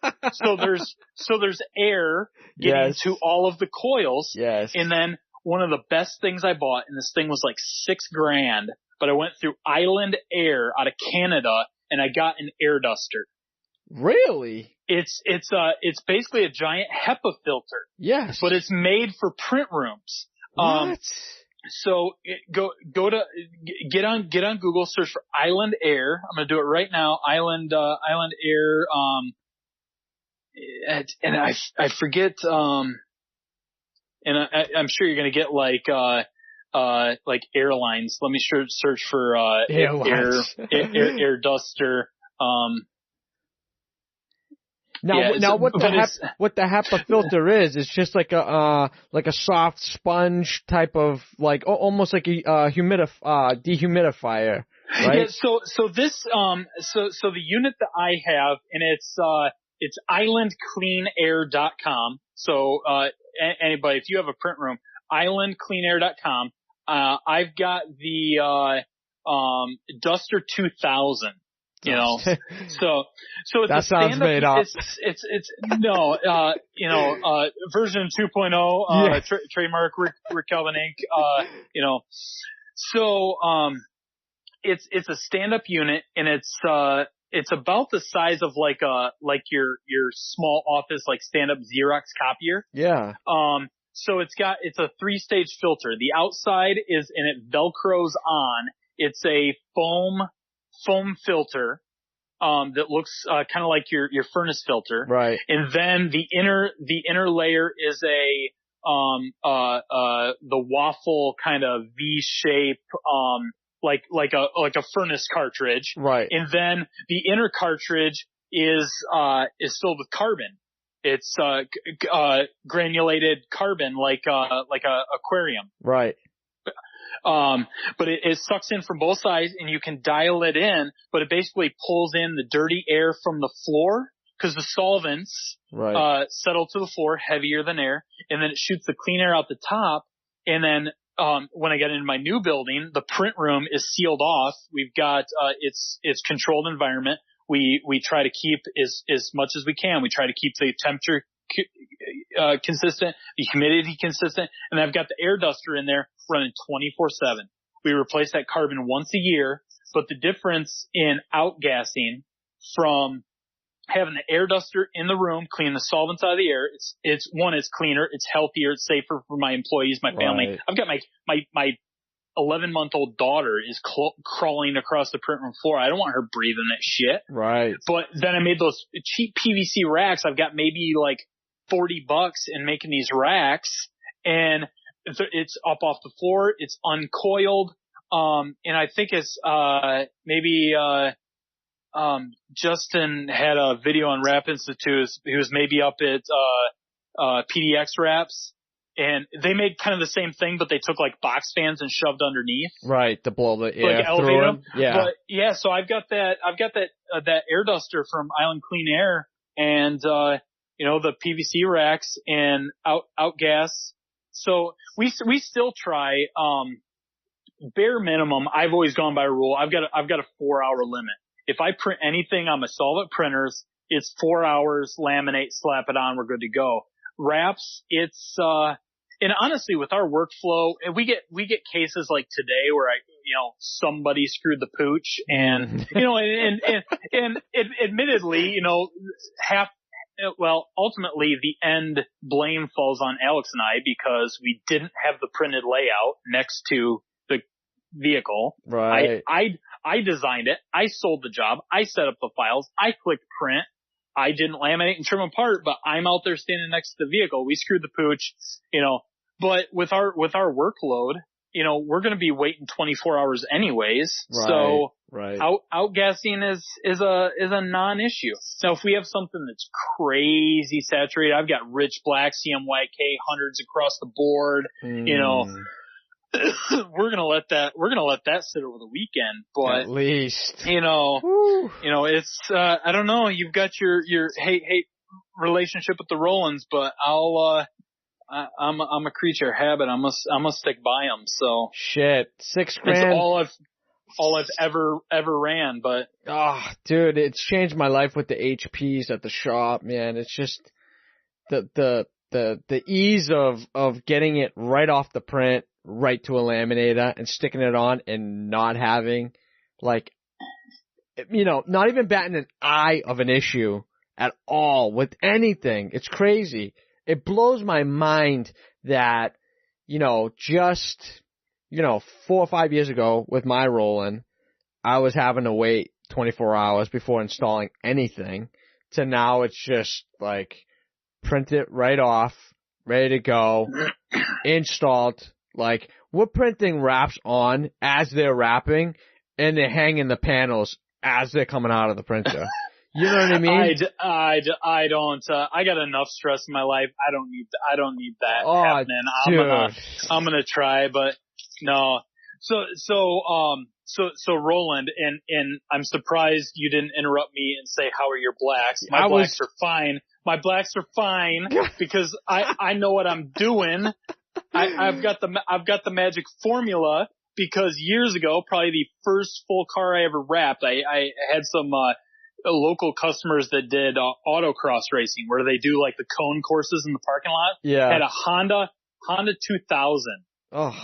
And we wrapped this thing in like grayscale urban digital camo. Jesus.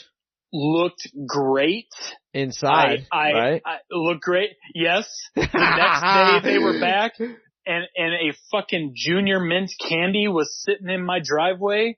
That stuff, the second I pulled it out of the shop, it was green as green could be. It looked old and moldy. Yes. I made the call to my supplier, and he gave me the magic formula that has changed my life with that Roland. Oh my God. What's the magic formula? Cause I could never figure it out. I mean, if you do, I posted some screenshots of setup in VersaWorks, on Wrap Institute not too long ago, but you've got to go under your quality tab. Yep. You go down to the bottom on your presets. Yes.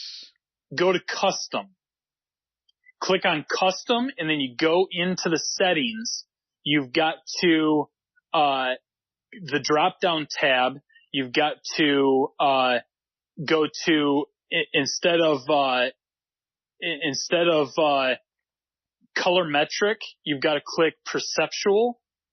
and then there's some boxes at the bottom. You've got to click preserve primary colors. Jesus. And that will instantly change the way your grays and your blacks look on those roll-in solvent printers. If you're in VersaWorks, perceptual preserve primary colors under that quality tab. I don't know what it does. That's what I was told.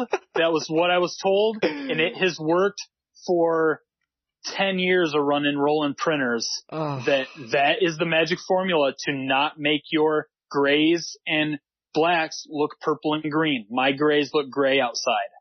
Perceptual preserve primary colors. Keyword. There you go.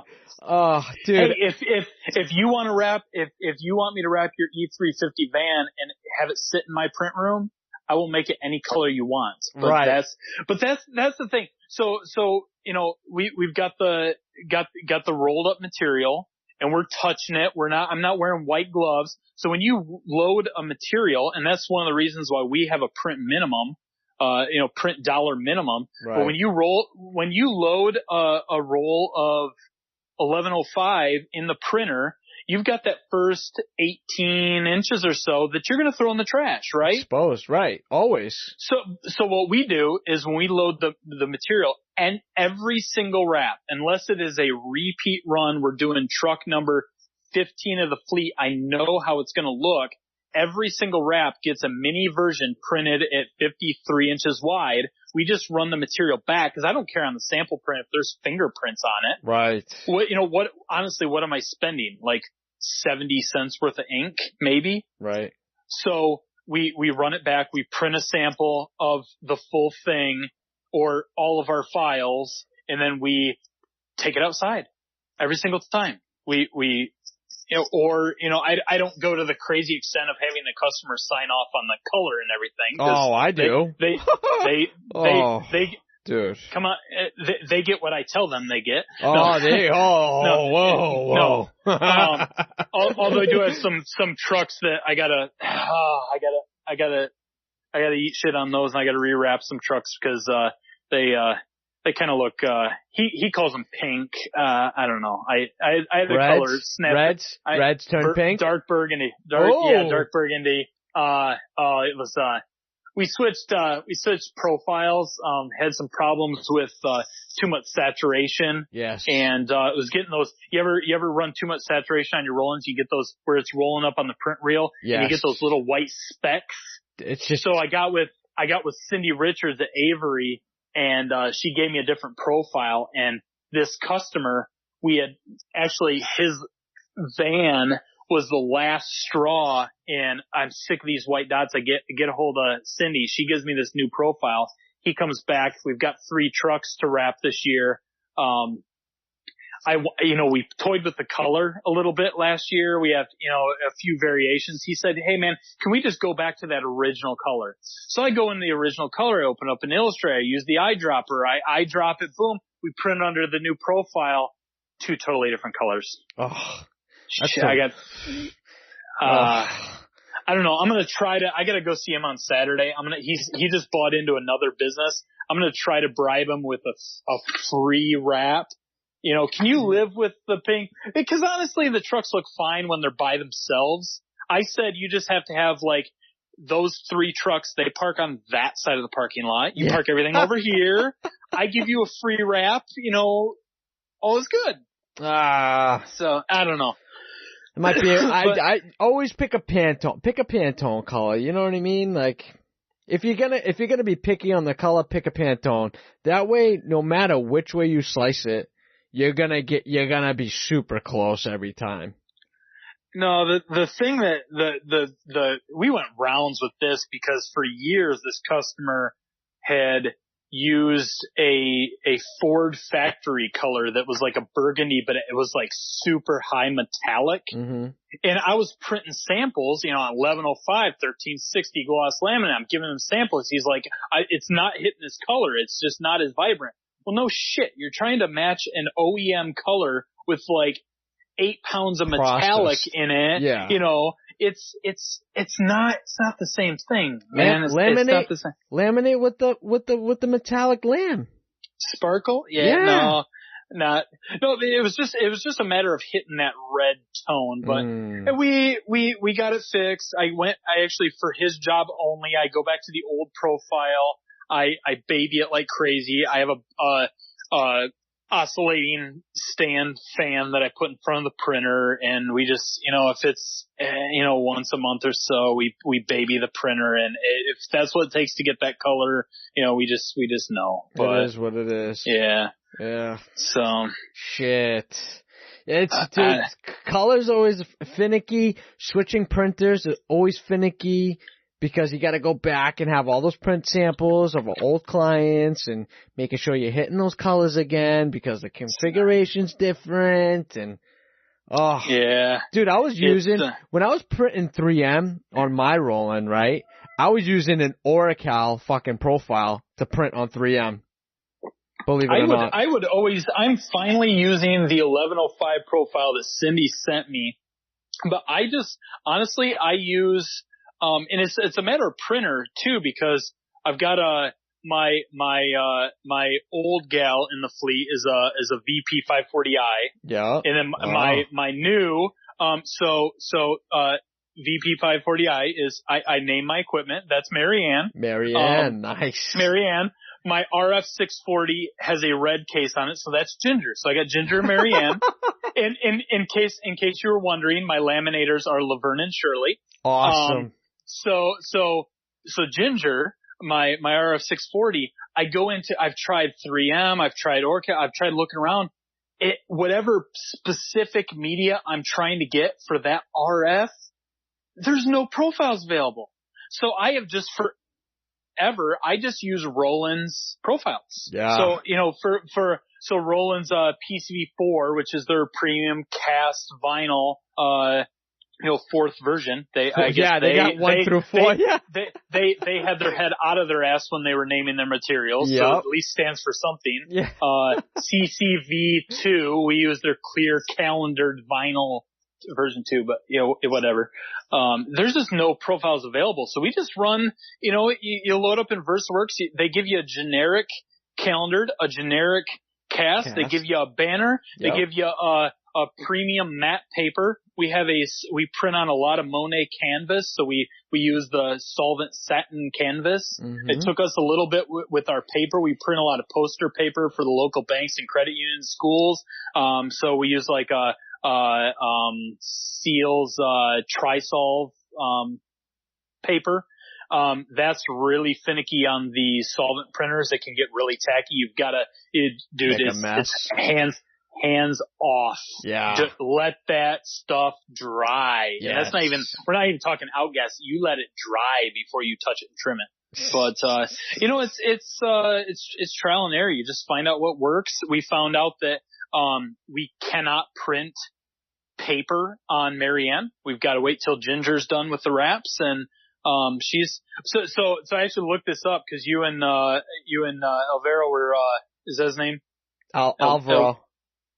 Alvaro. Okay. I'm horrible with names, but so you were talking about printers and print heads and stuff. So, Marianne is, we have had her for 7 years, and she was a almost 3-year-old refurbished machine when I bought her. Wow. Repurposed her. So repurposed. That was going to the graveyard. That was my business partner at the time who was in charge of the books. He's like, well, we're gonna buy this refurb machine. I don't care. Just get me a 54-inch Roland and let me go to work. So, my suppliers always said that the expected life expectancy on the Rolands, if you go into the service mode, you can print a history report. Yes. You can see how many times a head is fired. Yes. So, how many hours she's run? Yep. How many head strikes, and it just makes you cringe. Oh, I think the one was like 300 and some times. Oh my God. What are you fucking hitting with that thing? Get your fingers out of there, will you? I know. Well, that's, people, I had somebody ask me one time, if I did my own tattoos, and I said, well, yeah, that printer right there in my old shop, my printer sat right in front of the customer counter. So I said, yeah, I just stick my arm in the printer. They're like, really? Oh my God, people. No, so gullible.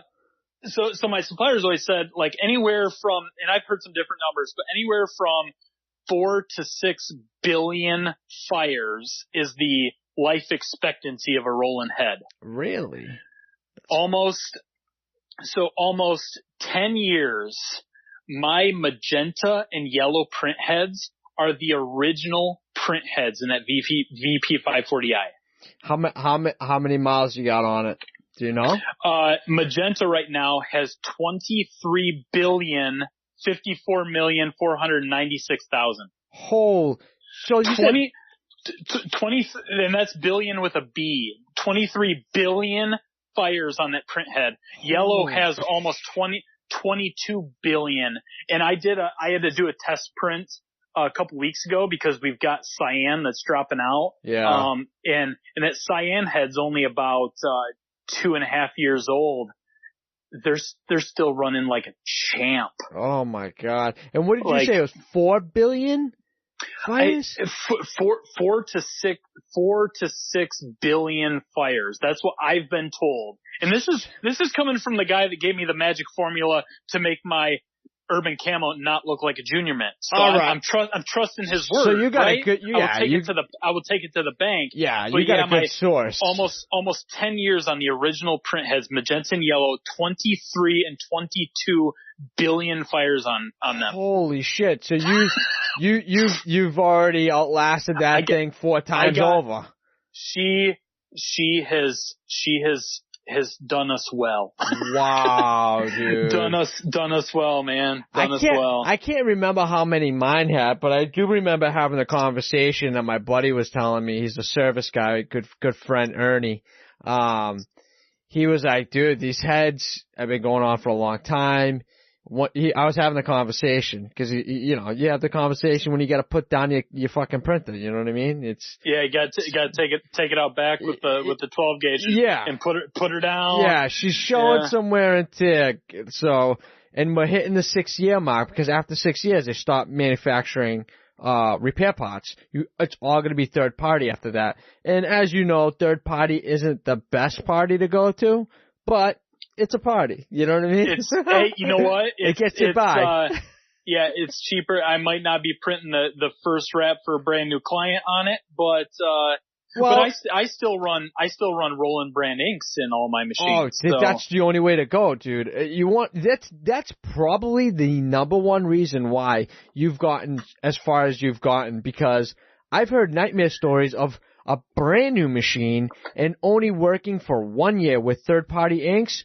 All the heads blown, get gummed up, everything, and then it's a nightmare to do a service call on it. It's like, hey guys, I need this to be covered, and it's like, oh no, you know, they always find a fucking angle. Find an angle. That's that was always my go-to. The second you have a warranty issue, you're going to go to, who are you going to go to first? You're going to go to 3M, right? Right. And they're going to say, okay, what do you got? You say, I got some 1080, I'm using the V3. I got some Arlon laminate on there, and I print, whoa. Right. No, that's a laminate issue. That's Arlon. Right. And they're going to say, or they say, I got some 1105. I got 1360 on there from Avery. It was printed on my Roland. Man, this has got to be a Roland issue. So then you go to Roland. They're going to blame it on Avery. Avery's going to blame it on Roland. Then they're going to say, okay, somebody at some point is going to ask you what inks are in that machine. Right. And you're going to say third party, and they're going to go tell you to pound sand. Yep. 100%. So you know what? I might be able to save 15%, but I'm not going to do it. Void your warranty right away. Oh, and I don't care how much that salesman from whoever tells you that third party ink will back up your warranty. Bullshit. Yeah. Yep.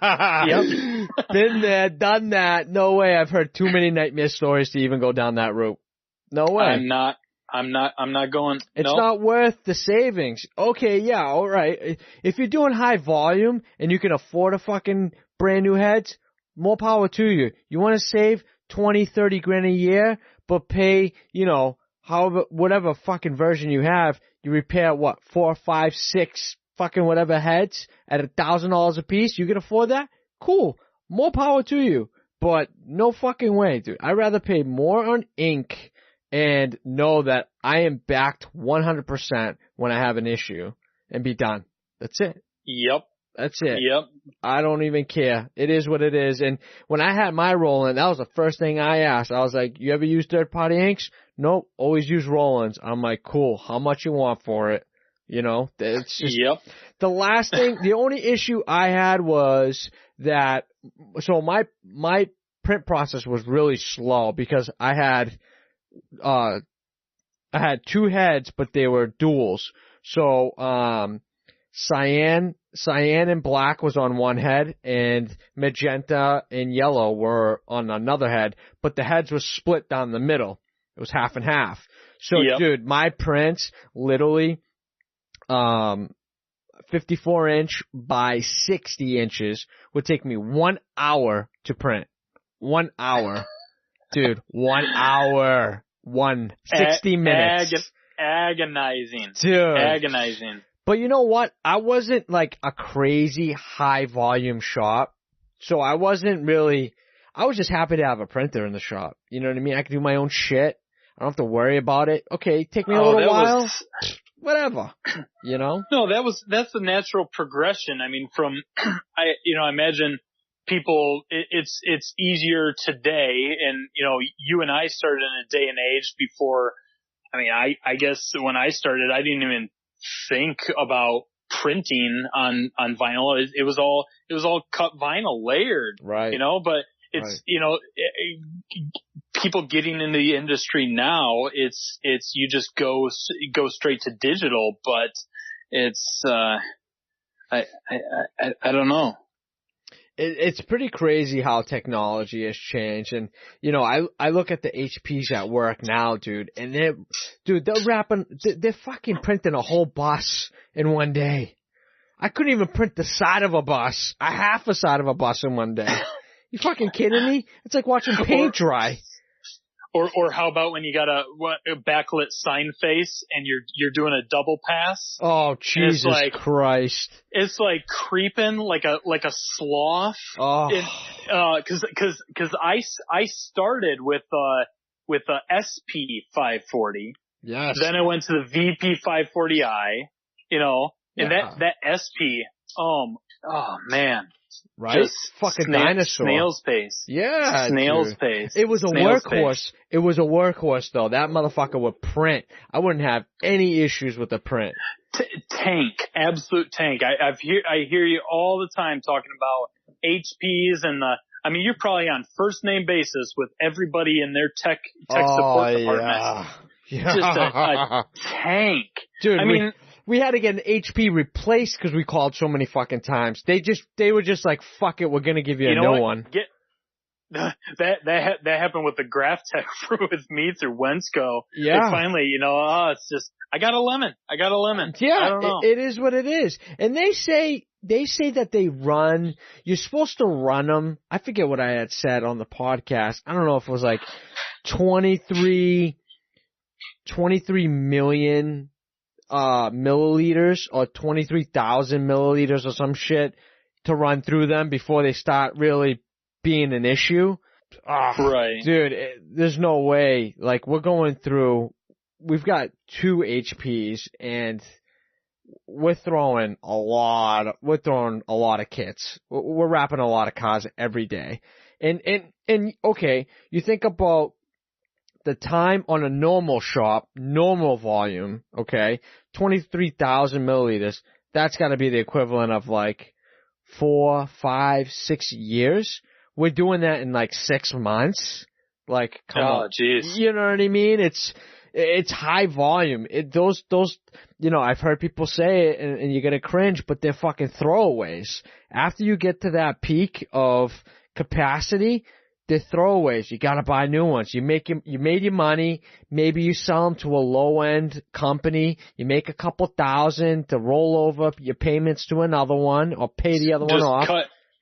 Cut bait and get out. That's it. That's it, dude. It is what it is. And it's like, for a high volume, there's no real good printer out there for a high volume. You know, you're either going to go really big with the, what's that huge one? A ViewTech? You got to go really big with something like that for production where you can print 2 jobs at the same time on a ViewTech, like 100-something inch ViewTech. Yeah, no thanks. Yeah, where the fuck are you going to fit that? Like, you need a forklift to load the thing. Yeah, and nobody's got the fucking shop for that. Like, no, you got to cut a hole in the fucking side of the building to get the thing in, you know? It's a cool machine. For high volume, that's huge. You could print fucking billboards on the thing, you know? But that's got to be what? $250,000? $500,000 machine?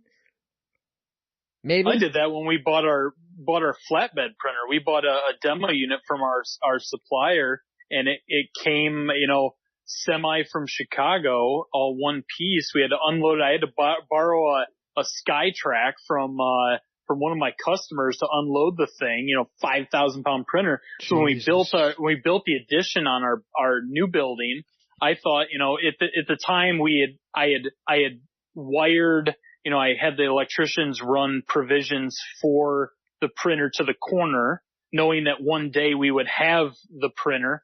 And, so I thought, you know, I'm going to put in a 6-foot commercial double entry door, right? The double swing door. Yeah. In the print room. We took everything off that printer that we could. It took us 4.5 hours to get it through the door. Jesus Christ. It was a nightmare. If honestly, if I ever upgrade that printer, I'm either going to have to build on another edition, build around it, or I'm gonna end up with a giant skylight. I'm gonna chainsaw a hole in the roof, and we're gonna have to crane it out. Oh my god! She is not going back out that door in one piece. No, it was all fun. Yeah. Oh my god! You got a lot of machinery, huh? You got what? Two printers, a flatbed.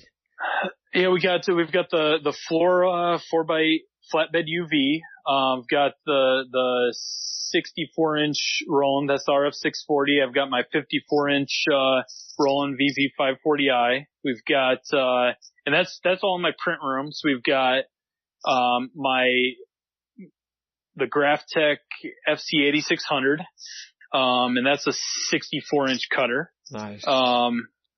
We've got, I still keep my Dinosaur Roland, GX300 cutter in there. I prefer that. You know, is a little bit better on the smaller scale cutting than the Graphtec is. We got two laminators. Got a 64-inch and then a 54-inch. We typically keep like, cast loaded up on one, calendar loaded up on another. You know, we've got some stand-up racks in the print room for foam core, Coro, stuff like that, and then my drying racks, air duster, 5x10 cutting table, and that's all crammed in our print room. So wow, we're playing in the building now, and I had the whole print room. I even got on, like, before we bought the printers and stuff, because at the time when we just started the planning for our building, we only had we only had Marianne, you know, so it was, just one printer, one laminator, and that VP540i print and cut. So I had those two, and I had my Roland 30-inch cutter. Wow. So, you know, so I'm researching these, and I'm getting the footprint from the manufacturer. And I've got the whole building laid out in flexi, right? So I've got squares on the floor and rectangles drawn up. This is my cutting table. This is the desk. These are where the printers are. Oh, dude. And by the time we got in the building, it's full, and then 3-4 months later, we buy the flatbed, and, I mean, it's a 4x8 flatbed. So you think 4x8. No, that thing is almost 16 feet long. You've got to have it 3 feet away from the wall so you can get around the backside. Right. And I had to cram it in the corner so far that, and I don't know why when Flora built this thing, the power switch and all the circuit breakers are on the side. So depending on where the gantry stops, you've actually got to get down on your hands and knees and crawl into the corner to turn the air valve on, because it's got the media guides that so we've got airline running to it, and then the breakers and stuff. Jesus. So you go down this, we went down a 2.5 year long road to get into this new building, and, magically 3 months later, it's, shoot, we're out of space, man. Wow. It's, I don't know. I call it a goldfish bowl. You always need the next size bigger, right? Always. You can never go wrong going a little bit bigger. Yeah. Yeah. It's, I don't know. We just, we went with the max that we could afford, and, took me a good long number of years to get to that point, but, we're dealing with what we have. We got into that building, 2 years ago, January. Wow. That first year, and my wife's sitting next to me, Beth, that first year, how much growth did we have when we got in the new building? It was, yeah, we had like a 30-40% growth that first year of being in the new building. We doubled our staff. At the time when we were building that building, it was just Beth and myself and my guy Brian. We had one girl who did a summer internship she was doing graphic design in college. So we knew her from church. So she came and hung out with us for the summer, but that's it's crazy. a good. So we were in a plaza with my old business partners, and we went from, little over, just a touch over 3,000 square feet in our building now with our production room upstairs. So we've got a second story above our office. We're 9,500 square feet. Holy cow. And that's huge. And most of the time it is not enough space. It usually isn't. But the good thing about that is that, given that you went from a 3,000 to a 9,000, the stresses of, oh my God, we got to fill it up. Oh my God, we got to get more business. How is this all going to happen? We got to make this move. If we don't, we can lose the building. I had said this, a few podcasts back, or my guest had said it. When you build it, they will come, and it's very hard to explain that to somebody in confidence, knowing that, don't worry about it. You're gonna have the business. You're gonna need it. Believe me, you're gonna think that it's not enough a few months later or a year down the road. You're gonna think it's not big enough. You know what I mean? It's a big nut. It's a big stress. But at the end of the day, you'll find a way. Every time I see pictures, your shop's full. Every time, cars everywhere. It is. It's packed, and I do those, I do that thing on Instagram. I call it Full House Friday. Yeah. I walk around, and out in the shop, it is myself and Alex. We are the only installers, and occasionally I'll have Brian come out and slap on a decal or two on a truck or knock something out in the parking lot. But that's you. Me and Alex. Wow. That's us, and it keeps us on our toes. There's not a time I'm out in the shop that not sweating. So that's insane. And those are the best shops. Small, you know what I mean? Everybody's approachable. Everybody gets along. Shit's getting done. You got a great team, and just everybody comes in, does their best for the day, and then that's it. We'll see you guys tomorrow. Yeah. We're going to kill it tomorrow again. Do you guys stay off of working on the weekends as well? Or do you guys only work Monday through Friday? I don't know. I'm 7 days a week. Wow. Most of the time unless we got family function or something, I am almost always in there on Saturday. Mm-hmm. That's my day to keep the phone off. I keep the door locked. Most of the time I hide my truck. And if I got room inside, I'll put my truck inside, or I'll hide it behind a trailer or something. So, if people see truck's pretty recognizable. If people see it there, they're stopping and knocking on the door, and that's, that goes back to paradise, right? The music is cranked. I got my coffee, I got some, I got some porcupine tree blaring on the stereo. Trying to channel my inner Dan Antonelli there. So that's awesome. Yeah, him and I have chatted a couple times about into the British prog music. So but you got some tunes blaring, and it's it's actual productive time. It's catch up. Throw down some square footage and just do it without getting interrupted. Because today Alex and I had just started on the roof on that flex. We always go just in pay. You start at the hardest part. Yep. We start at the rear, working around the antenna, oh. getting that and then you got the spoiler on the back with the raised nozzle for the windshield washer. And so we're starting there, and customer stops to talk to me.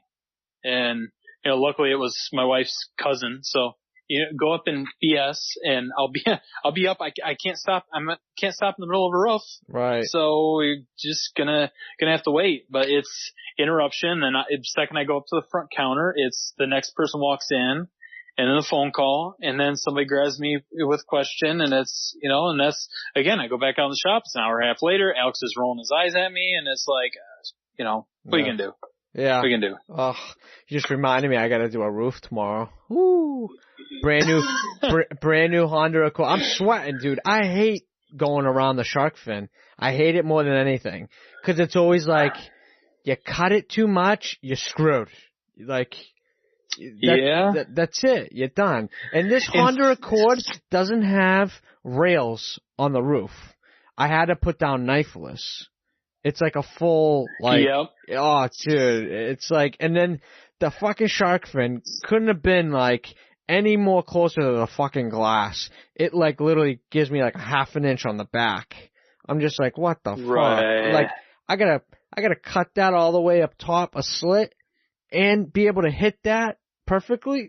Come on. Everything's working against me tomorrow morning. I'm trying to pregame it before I get in tomorrow. I'm gonna get a large coffee. Up. Yeah, get a large coffee tomorrow. Pep talk. Yeah. No, that's that charger, because some of the antennas have that little rubber seal around the bottom. This one doesn't have it. And I haven't got. Yeah, but that charger, it's like the base. It's not flush with the roof. There's almost like a gap. 16th of an inch gap. Yes. And it's white, and it's going Avery SW900 gloss dark gray. Oh. You had to bring me a white car. Yeah. Black car. Leave a quarter inch around that thing. Mold and hold that sucker. Yeah, something. Something. I know. I got the Honda's white tomorrow, and black gloss roof on it. I'm gonna love it every second. I'll let you know if I have to do it again twice. Do you template off or make a trace of that antenna beforehand, or you just masking tape and pre-stretch and put your fist to the backside? Yep, masking tape. It's already done. I laid the knifeless today before I left. All nice, and I taped the antenna up, put a couple extra pieces at the top, so when I cut it, it's just, I don't know. Yeah. Usually I do a little eye, you know what I mean? A capital I. I'll do a slit, then a slit across the top, slit across the bottom. Round off that slit. Yeah. Round it off, Yeah. Oh yeah. Get that nice rip.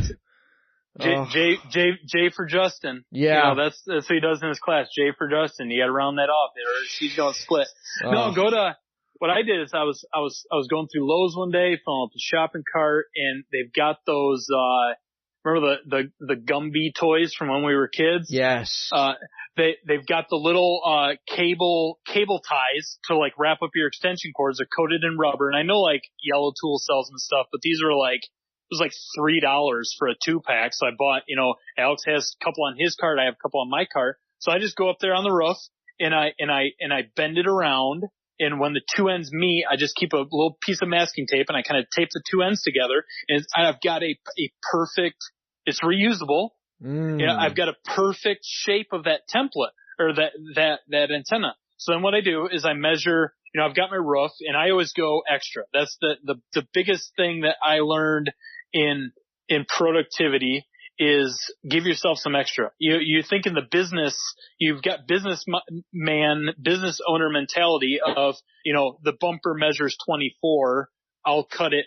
If I go 30, I can split it in half and get both bumpers out. No, 36. Give yourself a 36-inch piece. You're not fighting it. Right. But so my roof, if the roof measures, let's just say, 70 inches, I'm going to go 78. I'm going to go 80. Yeah. So you've got your bleed, but then what I'll do is I've got that perfect trace of that perfect form of that antenna, and I just measure from the back of the glass or the front of the glass or wherever to the start of that. I lay it. We've got a 4x8 cutting table that it's on casters. It rolls around the shop. So we usually have that sitting right next to the vehicle. I unroll the roof. I mark center.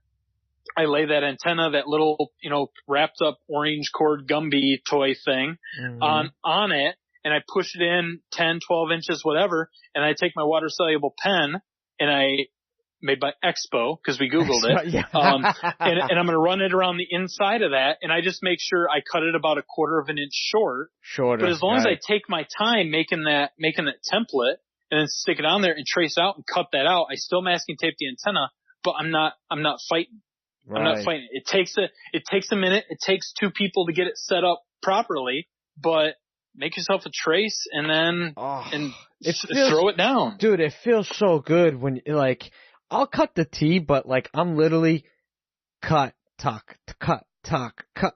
I'm cutting and little. You cut a little more, and you cut a little more, and you cut a little more, and then oh shit, you cut a little too much. Yeah. And then you're getting out the molten hole to cover your boo-boo. Yeah, no, I'm not working like an asshole. I like your little way there. I haven't bought, I wanted to buy into the Yellow Tools tool, but there is a Home Depot on my way to work tomorrow. I might have to stop in and grab that. Yes, you're gonna have to text me what that is again, and I should look into. I'll take a picture of it, but I would imagine if you're going down Home Depot, it's probably in the electrician the section where they have the tool bags and the totes and stuff. Yeah. Or go down the electrical cord aisle. I think I found it at Lowe's. It was in the aisle they've got the kiosk where they cut the keys for you. Yes. And you've usually got impulse items at the checkout at the grocery store. I think it was sitting right there. It was on a rack, and I was like, oh man, and it's plenty long enough to do. I've traced door handles with it. I've traced antennas,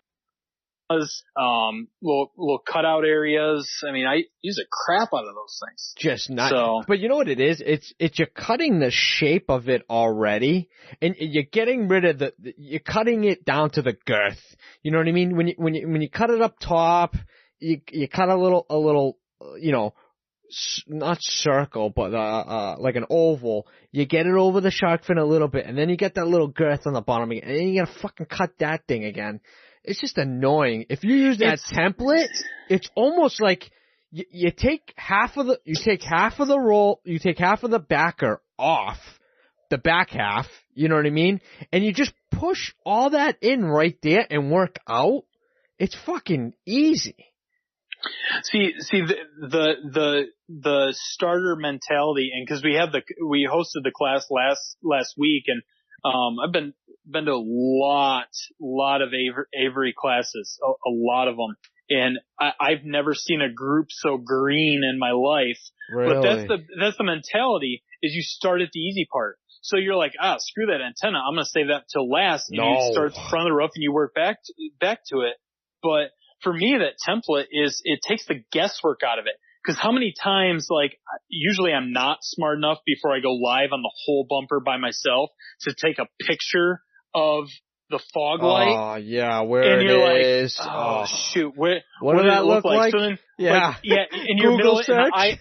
and you got the bumper pull in your hand, and you got the IR lamp that's fake in the back of your neck, and you're Google searching a 2010 whatever to try to see what the cutout looks like. But it takes the guesswork out, because once you go live and you've got a solid sheet over top of that shark fin, I can't remember what the base of that thing looks like. Right.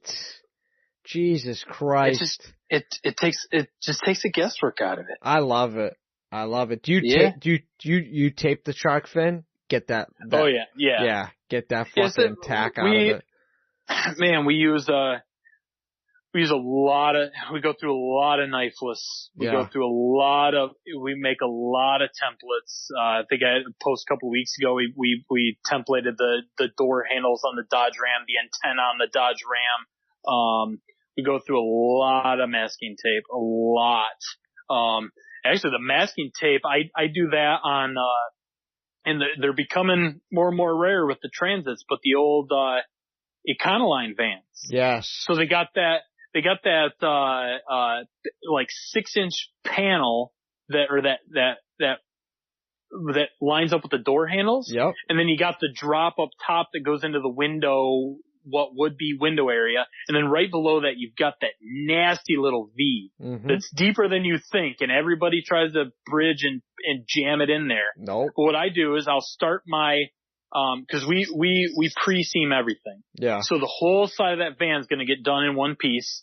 We do temporary hinge with the magnets, stud magnets. Yeah. We go all in on the side, and I start on that 6-inch, middle panel between those two drops. And usually I'll start up top first. I tackle that inset area. And then when I work down, what I'll do is I flip the whole thing up, because now I got my permanent hinge. I take, and the backing's still on the bottom. Right. And we back sheet cutter. I'll flip that whole thing up, but I'll take masking tape about, 2 inches wide, and I tape the bottom. So you're coming from the top, you got the ridge, it goes in, it comes back out of the V, and then it drops back down onto the flat part. I'll masking tape that whole ridge all the way down the entire side of the van.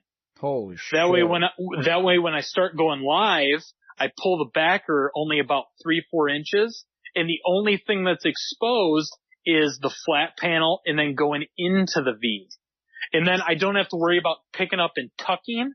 I just take my squeegee and I do this kind of like saw motion where the back edge is, I'm kind of working left to right. The back edge kind of stays down, and I just kind of like do this chopping motion. Yeah. And because the masking tape's right there, it slips right in, zero tension, zero resistance. The backing paper's still there. I flip it back up, tack a couple magnets to hold it. I rip the masking tape off, and then when I pull down, I'm pulling out. I just got to get it up and over that last ridge, and she's game on all the way to the bottom. Wow. A little bit of setup and 20 feet of masking tape, and you're not fighting it.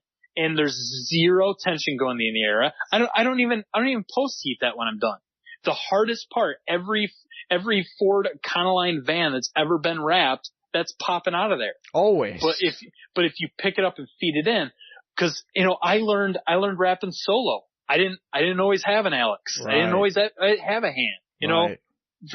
I've had my kids hold wrap and stuff before, but you learn those tricks to do it solo. How do you do it solo? You can't hold the whole thing live. You're not going to peel the whole backer off. Dude. I've screwed the pooch and pulled the whole backer off, and then every bit of dust on that floor is clinging to the back of it. Yep. Thank God it's a 10-year-old van that I had to scrape concrete off the bottom of the door. It's not, it's not a 2019 Scat Pack that I'm wrapping tomorrow. Right. It's a little bit of masking tape and feed it in there. I love the pregame. Getting everything all dialed in together, one panel, ready to go. I've never done it, and I'm eager to do it because I want to see how fast something would go with multiple installers like we have, to install a whole box truck or something to that nature instead of registering everything piece by piece, how fast that would go. It's a game changer. Oh, I believe it. I mean, years ago, there was a video on Wrap Institute of them, they were down at Car Wrap City and they were paneling something, and it escaped me. And then I saw a post on, Kaylee Connor. Yes. Posted a video on Wrap Society of her doing it was like a NASCAR, like transport thing. Yep. and it was all pre-seamed, and people asked her. So she posted up like the next day on her Instagram, like a video of her pre-seaming. And I just happened to have an enclosed trailer coming in the next day. Like, you know what? I'm going to try it. 14-foot enclosed trailer. It was all clean. I took all the screws out. I took the lights off. She's ready to rock, clean, ready to go. Wow. I did the entire side of the trailer solo. 15 minutes. It was trimmed. Everything was in the trash. I was moving on to the next side. Get the fuck out of here. I wrapped and finished the passenger side. Alex was over on the driver's side. He comes around the back. He says, "Do you need a hand?" And I said, "With what?" And his jaw hit the floor. It's like, how in the hell did you do that so fast? It's game changer. Oh my like God. our Chevy Express vans, because we do horizontal seam. Right. I'll do a seam down at the bottom. Yep. But the problem is that runs into your wheel wells, and those wheel wells on the Chevy Express son of a bitch. Yeah, you gotta. The son of a bitch. You gotta tuck them in. Everyone's popping out. You gotta tuck them in the bed, dude. You can't tent that. No, I'll come back to that one in a minute. But no, if you put that bottom panel on first, it's fine. You feed it in and out of there, you're fine. Right. Now go live with that giant 53-inch panel on top. Yep. Now try to line it up and register, but now you're trying to register inside that cave. That cave in around those wheel wells. Yep. It sucks. Yep. But pre-seam that thing, I can do solo. I can do the side of an express van in 30 minutes, start to finish. Yeah, dude, you can literally get the whole side from tail light to the front door in like 10 minutes, full peel. If you want to waste some material, fucking print the fender, but you don't need to. You can register the fender, no problem. Do that by itself. You'll always wait. I do it all one piece. I even do my pickup trucks. We do the whole cab, the door, if it's a crew cab, you're doing both doors and fender all at the same time. But so real quick, the Chevy vans, Justin actually has a video of mine up on the Rap Institute. So, it's magnet template for Chevy van fenders. So what I did was I took a trace of that raised, and this was all put together from, listening to podcasts and stuff. And I actually listened to, Son Simon's, interview with, Knifeless Phil. He was talking about using, the backing paper is like, kind of like on the rubber, on the glass.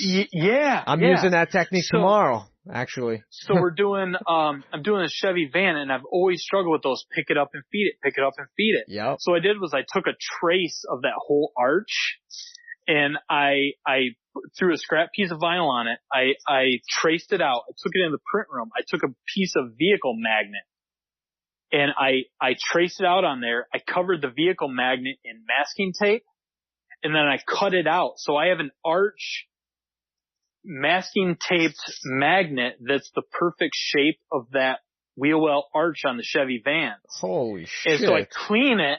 I stick it on there first, and I stick it just past the ridge. I go live with the whole panel.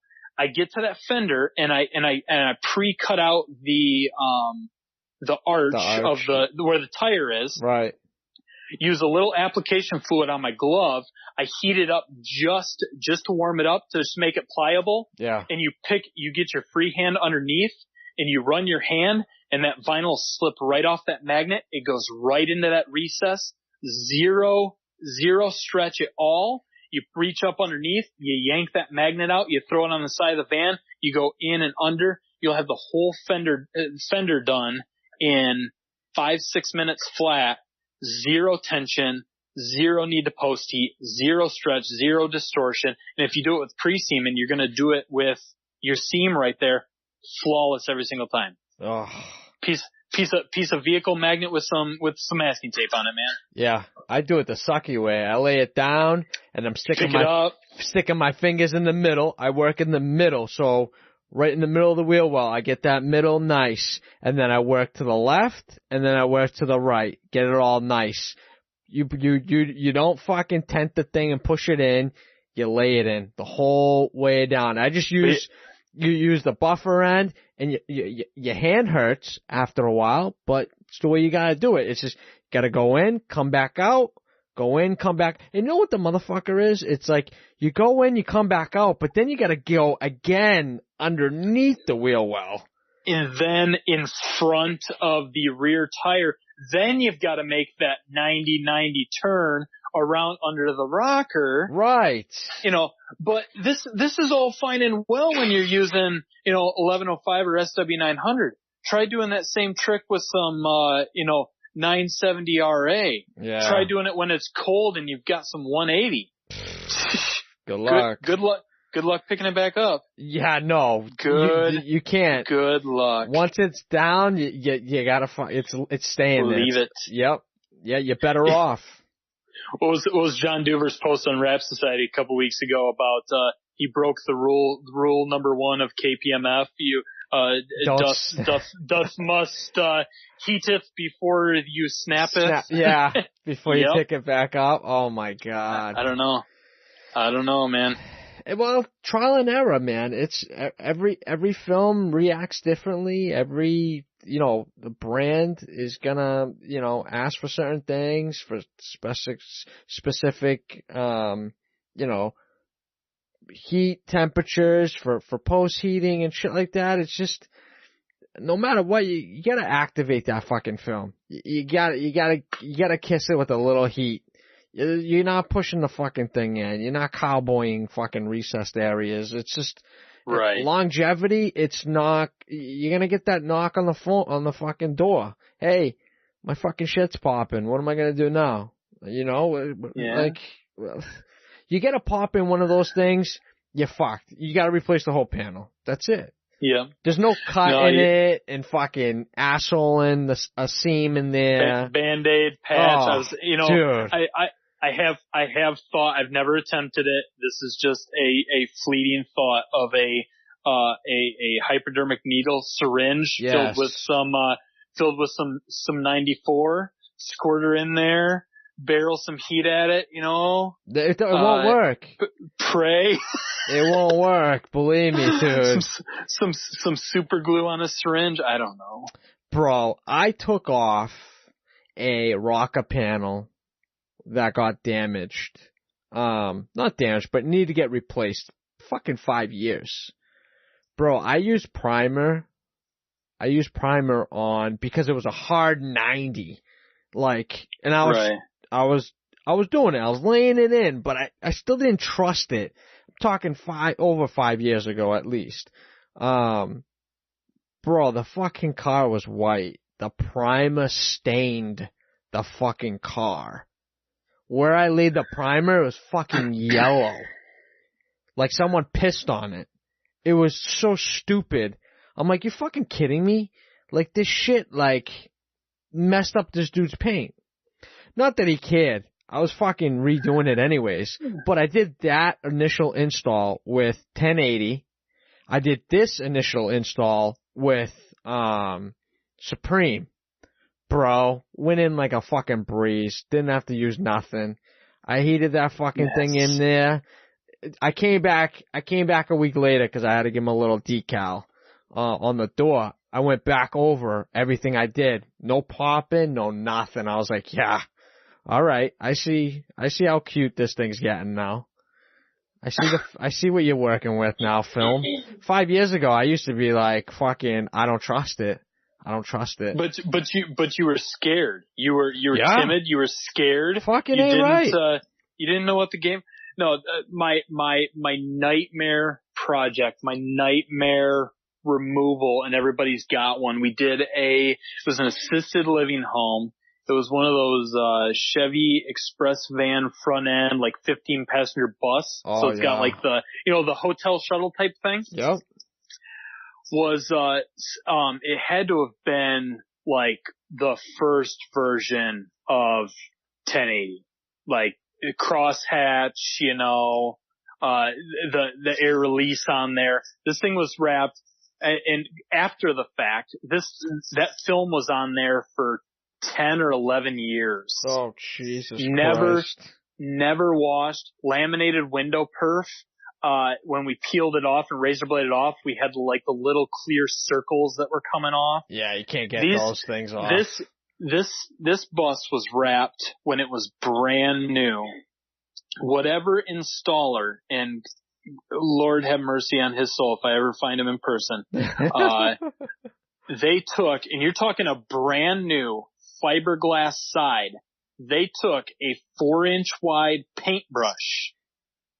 Jeez. And I'm assuming, and you know where I'm heading with this, and I'm assuming a 5-gallon bucket of 94, and they painted around every single edge. I'm talking a seamless fiberglass side with an RV window in it, painted around. Not even inside, with caulking?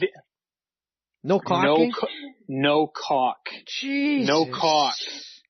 Primer. You've got that where the fiberglass, like you got the side and then it kind of does like where it meets the cab, and you got that round it, and you got that like little raised 1 inch by 1 inch. Yes. Both sides of it.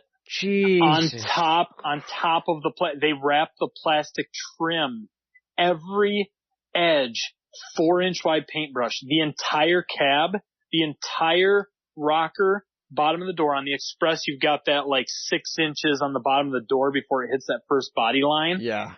From there down, the entire fender was painted with Primer 94. Fuck. Me and another guy, eraser wheel, MBX eraser wheel, plastic razor blades, rapid remover, 3M remover. How many gallons? Lacquer thinner. We had probably 50 hours Jesus in, Christ. Collectively, right. 50 hours and getting that wrap off. God. I almost didn't continue with the job and turn around and put the new wrap on because I was so sick of looking at that thing. Yeah. It was, who in the right mind I mean, I can see, I'm guilty. I used to paint some primer in those fenders on the Express, that V little body line on the Econolines, but not a flat fiberglass side against an RV window.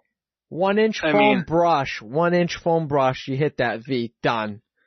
You know what I mean? No, I use the cleaning swabs, my rolling cleaning swabs. Oh, you could use that too. Yep. The big Q-tips. Yep. It gets a little soggy. The 94 likes to eat it. Yeah. It likes to eat it. Yep. But go back to 3M. In their defense, look at the can. They make no guarantees that stuff will come off in the future. Right. They're saying this will hold it down, but you are on your own. I'm pretty sure it says that on the can. Good luck, you're on your own. Good luck, it's fine print. It's written in white. Look very hard. Yes.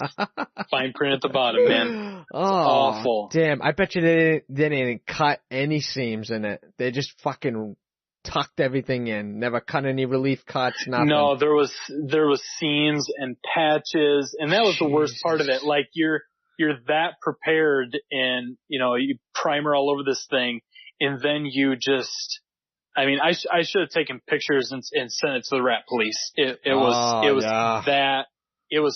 awful. Jeez. And way beyond its prime, so much staining on that thing. It needed a wrap when it was done. It was awful, but she looks good now, so it was worth it. I lost my ass on the removal, but it's a good client now, so we'll deal with it. What do you do in an instance like that? You say, hey, listen, I don't know what I'm dealing with. I got to charge you hourly with the max of many hours.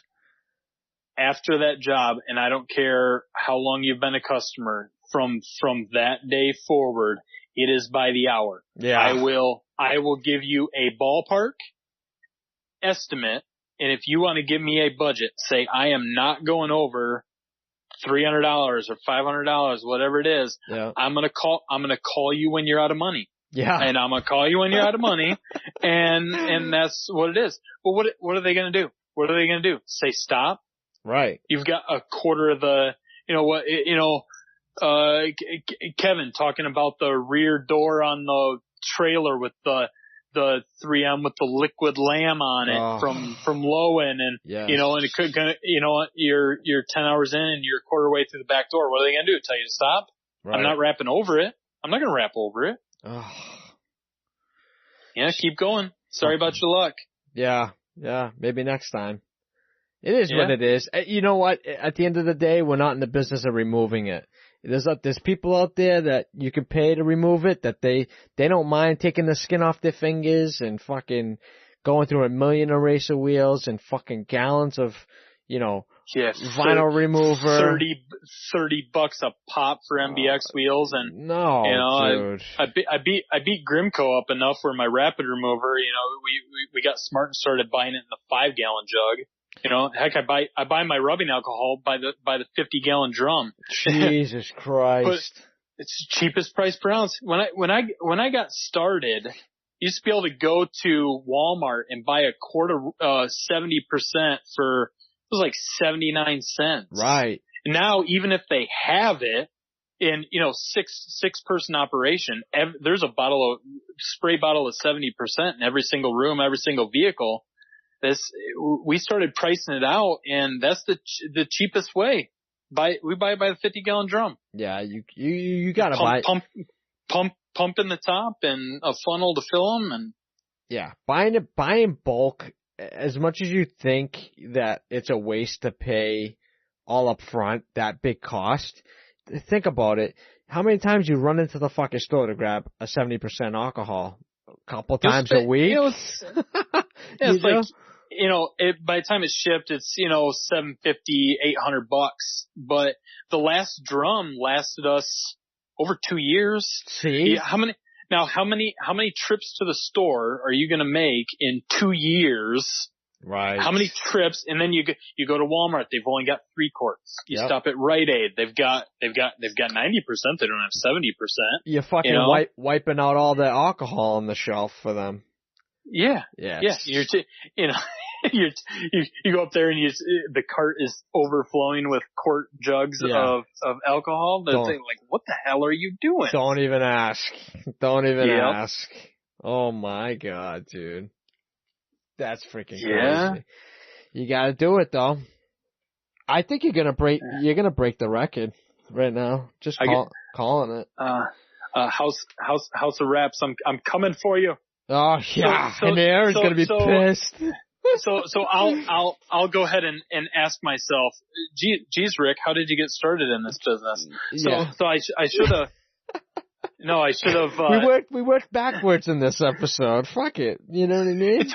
It took you what 2 hours to ask me what I had going on in the shop today. Yeah, I know, and we're an hour and a half past that already.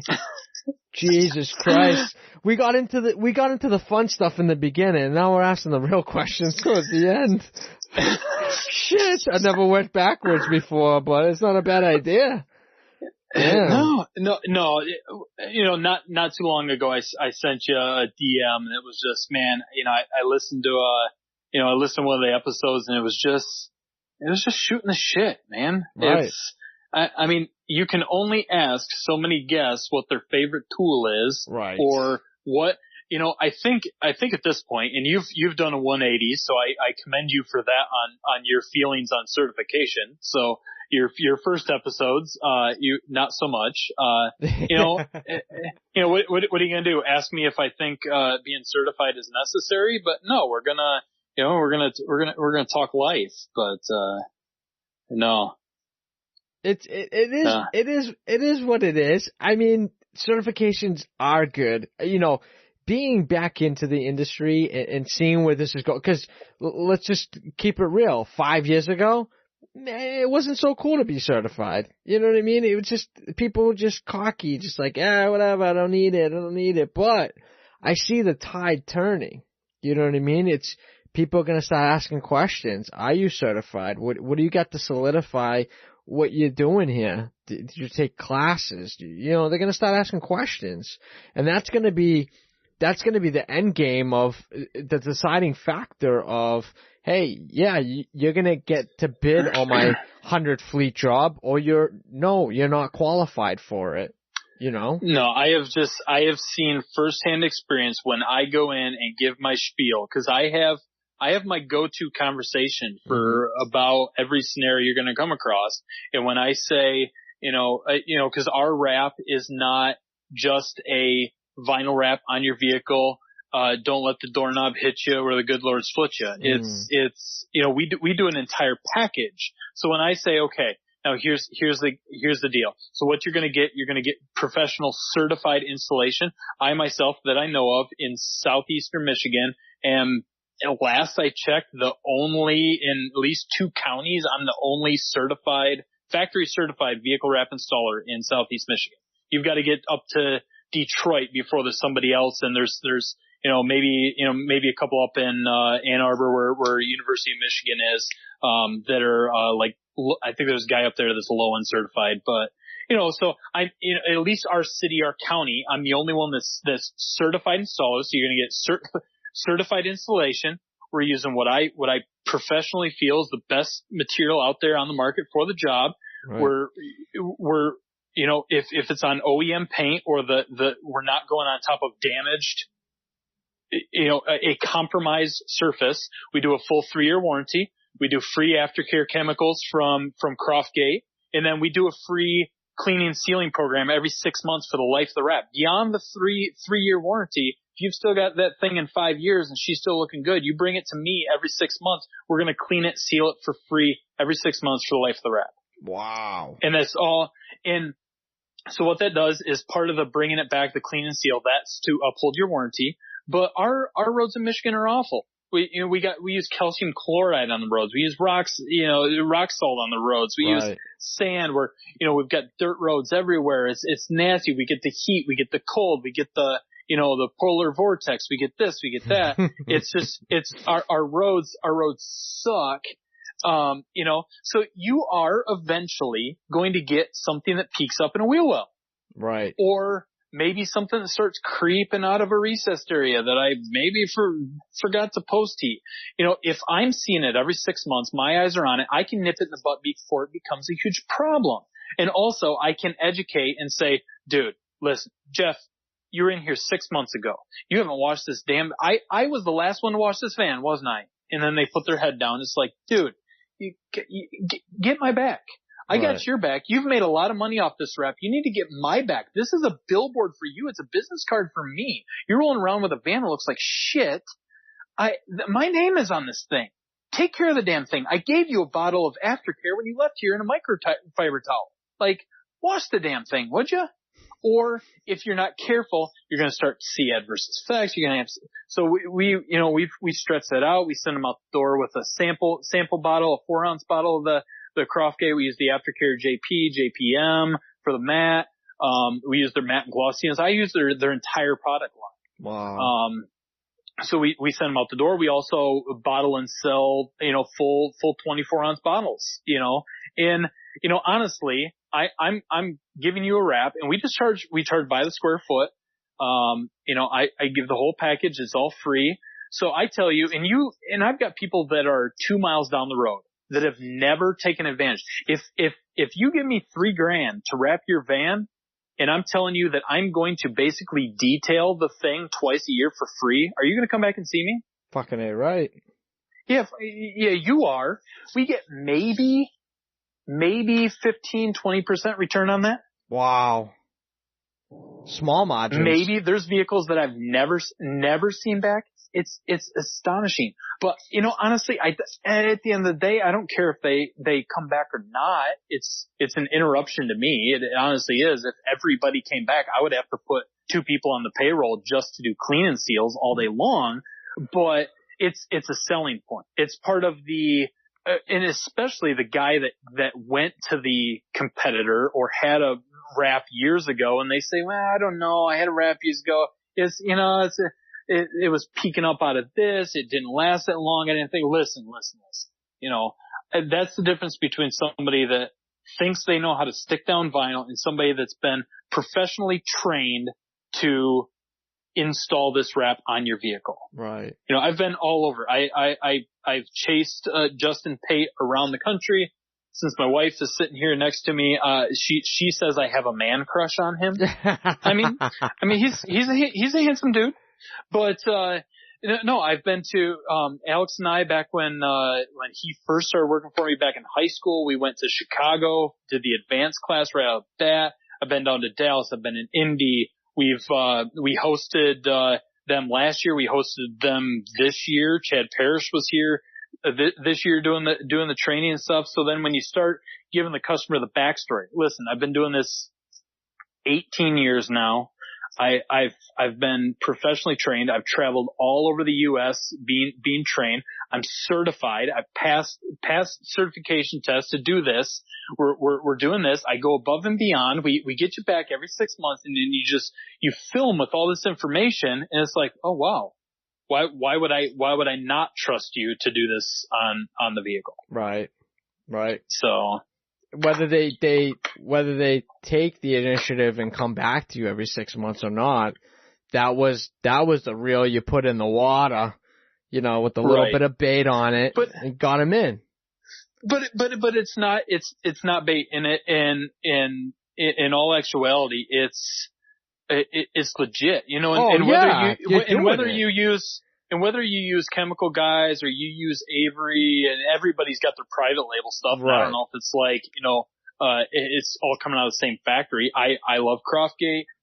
Talk personally with the owner of the company. They're great people. I love them. None of their products, no listed hazardous chemicals, no petroleum byproducts, no VOCs. Could probably drink it if you wanted to. My son uses it to wipe down his Power Wheels, and I don't hesitate handing him the bottle of the stuff. You know, half the crap that we use, I don't hand him a bottle of rubbing alcohol. Right. I don't want him breathing that stuff. I give him the Croftgate though. But we have seen personal firsthand experience of the longevity increase, the luster. I've taken 5-year-old wraps that we didn't do and probably have never been washed and threw some aftercare at it, and it brings the shine back. It really is legit. You've got to take care of it. Oh, dude. You've got, and most people, and at least in our area, nobody comes into my shop that has any experience with having vinyl on their vehicles from somebody else's shop. Nobody comes in educated that, oh, what, you mean I have to wash it? Right. Oh, there's steps, there's this, there's that. No, dude, you know, it's, you've got to take care of it. 100%. It's not just soap and water anymore. You got to throw some stuff. I mean, they have the ceramic coating now, so it's all up to par. You can use it. It's fine. You know, it's funny. You just brought up a quick story. So that rocker panel job I just fixed, I did some graphics 5 years ago. Same time I did the rocker panels, big graphic on the door. And it's like a Jimi Hendrix design. It's like kind of like a water painting type print. It's in a matte finish on the gloss, white car, Mini Cooper. It's the, what's that version they have? Something man. I forget the name. I don't know. Whatever. It's a higher end Mini Cooper, and he's like, "Hey man, this thing's looking Countryman." Countryman, yes. Yep. Countryman. So he's like, "Hey man, this thing's looking a little weathered. What can I do to clean it?" And I'm like, "I don't know, wax it, you know, give it something." But yeah, I mean, it's got 5 years on it, dude. I don't know. He texted me at like 6 o'clock in the morning. He's like, "Dude, you'll never guess what I did." I'm like, "What?" He's like, "Dude, I took a Mr. Clean fucking eraser. Magic eraser. Dude, and he said it cleaned the fuck out of it." I'm like, "No way. Send me a picture." Because he had sent me a picture earlier that day of it looking like shit. He took the same exact picture. I'm like, "There's no fucking way that's the same picture. You didn't use that." He goes, "Yeah, dude, I cleaned the shit out of it. And it got all the grime and like haziness out of it." I'm like, "Holy shit, I gotta find a way to bring that into the podcast some way, somehow." And this was it. This was last week. Oh, that is great. Honestly, I haven't done it, and I'm not saying recommend it, but, you know, proof's in the pudding in the photos. I'm like, holy shit. No, I was actually doing dishes last night in my kitchen. I was wondering what in the hell they put in that magic eraser. I know. We send our daughter to daycare with her bottles, and I don't know, the daycare's, it's weird rule, like the people aren't allowed to mix bottles. Yeah. Like we have to send them pre-mixed. So we send her with like 4 little 4-ounce bottles. Well, we write her name and the date on the side of the plastic, because we use the bottles with the drop-in changeable liners. Yeah.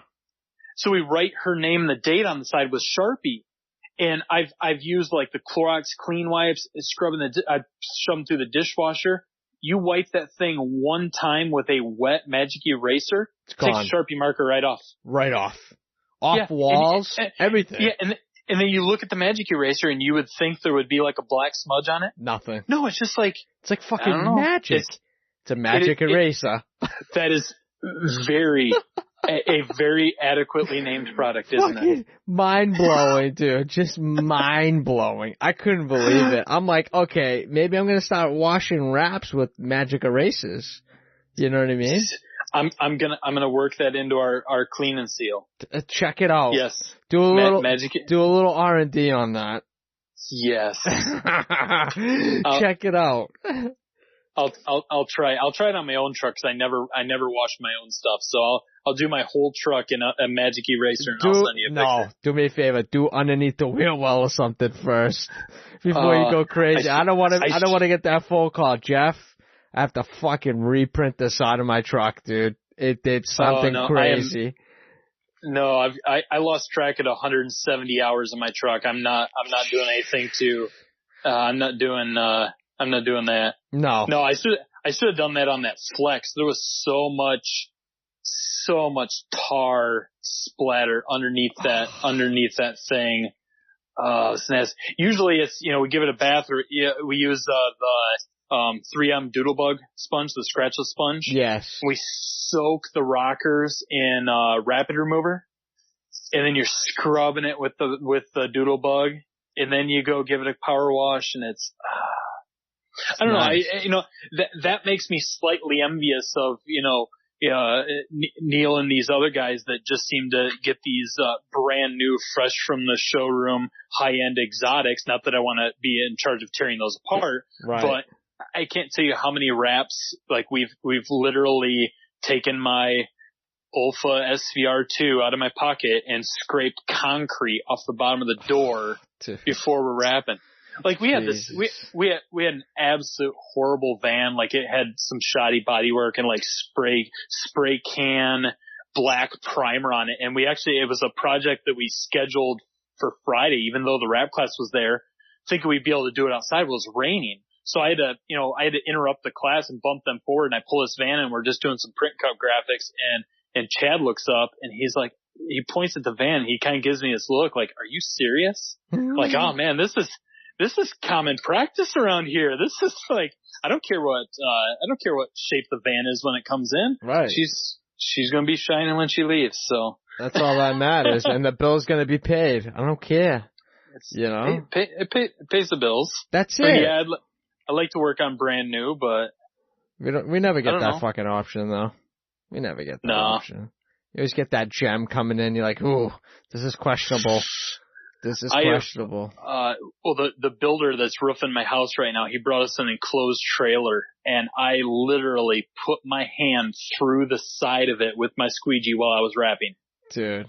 And I'm pretty sure that the wrap is holding that thing together now. But he was just awesome. using it because the city was kind of being a pain in the ass about signage. Yeah. So he just had us wrap it, and he parks out in front of his building. It's a little 12-foot billboard. Yeah. So it's right there. It's removable. It can roll around. Can't say boo about it. Yep. It's his office. Yep. You know what gets me scared is the old fiberglass fucking box trucks. You wipe your hand on it and you get that chalky white. Dude. Like there's no way a wrap sticking to that. You know how many times you got to clean that box to even for it to be somewhat of a question? not a question, but somewhat of a questionable fucking install. And you better not have to pick it back up. No, it's hang and bang and don't even look back. I've heard acid wash on that. You could, I guess, and get the heavy shit off, but send out and get it buffed. I don't know. That's one of those can of worms scenarios, man. You send that thing out to get buffed, and then it's just you start telling the customer that's going to bring you that type of van. You start telling them that course of action. You're not seeing them back. Oh, and how about and that's just a wrap. Imagine when you're doing print cuts and you're taking the fucking transfer paper off and it's just white on the transfer paper. It's like, ooh, these graphics is just floating on this shit. Or even the print and cut, your masking tape won't even stick. You gotta go grab some gorilla tape. Yeah, you're not fucking taking the masking tape off and on to take measurements. No fucking way. No way. Nope. Dude, I had an old friend, a good friend, and he had a construction company, he had an old box. He rolled the fucking thing with like automotive paint. He rolled the box. And I'm like, I don't know about that, dude. I don't know. I'm like, you gotta let it dry for like 2 weeks before I put anything on it. And I'm just like, older truck, whatever. I was like, you gotta give me something to bite. So he thought rolling it with automotive paint, it was like this special paint you can roll it on, I guess, whatever. So I'm like, whatever, I'll do it. So I did this little partial wrap on it. Bro, he called me literally 10 days later. He's like, dude, I was driving on the highway and both fucking sides were flapping off the truck. I'm like, no fucking way. He's like, absolutely. Dude, half of the house on the partial was fucking gone. I'm like, dude, I'm sorry, but I'm not giving you your money back. I told you. It wasn't gonna fucking work. You know? We did a food truck like that, and that was before I was too dumb to investigate in person. But they rollered it with what turned out to be latex house paint. Oh my god, dude, we just did one. We literally just did one, and it left fucking bumps all over the fucking wrap. Yeah, It was. I had and that was vertical panels. It was like an old bread truck, like it was Aunt Millie's little Debbie bread truck with a sliding door like a UPS. Yep. So vertical seams, and it wouldn't even stick good enough. We had because I always I Rolly Pro, or I use my wrap glove, and I always post heat the overlaps. Yep. But even post heating, it wasn't sticking good enough. That water was getting in there, shooting down that little baby overlap on my seams, and it was pooling up at the bottom. I had what looked like water balloons hanging off the bottom of this wrap. Jesus Christ. Awful. I fucking hate food trucks too, by the way. Yeah. Kenny Raps can have them. She seems to have them down. So she's good. She's good. She's got them down for sure. I don't know. My comfort zone is Chevy Express van and some enclosed contractor trailers. That's it. Just good. Some money. Fucking Transit 250s. Fucking Transit Connects. No. You can keep the Transits. Oh, dude, I don't mind them. We do them all the time. My problem is, I'm OCD. So the mid-roof, high-roof Transits are all right. That low-roof Transit looks like a wedge of cheese. How many times have you been in the parking lot with the customer trying to justify why it's not crooked? What you lined it up off of? Which body line did you pick, sir? Which one? You know what? I'll tell you what we do. You use a laser, don't you? We use the laser. I seen it. We use the laser. I go off the top of the gray molding, but you got to use the laser because you get that little 2.5 foot piece of that molding behind the rear tire. Yeah. If you look straight down that thing, that piece starts kicking upwards. Up, yeah, it dips down in the front. Yep. Mm-hmm. So Do you do what Justin does? Tape the fucking wheels and try to center the wheels and all that bullshit, get that all zeroed in and then work off of that line? You ever see him do that little trick? I forget what it was. I don't know if he uses like a piece of tape or something. He measures the center wheel to wheel, and then you can work off of that, or you can zero out your laser to that. Right. Some shit. Yeah.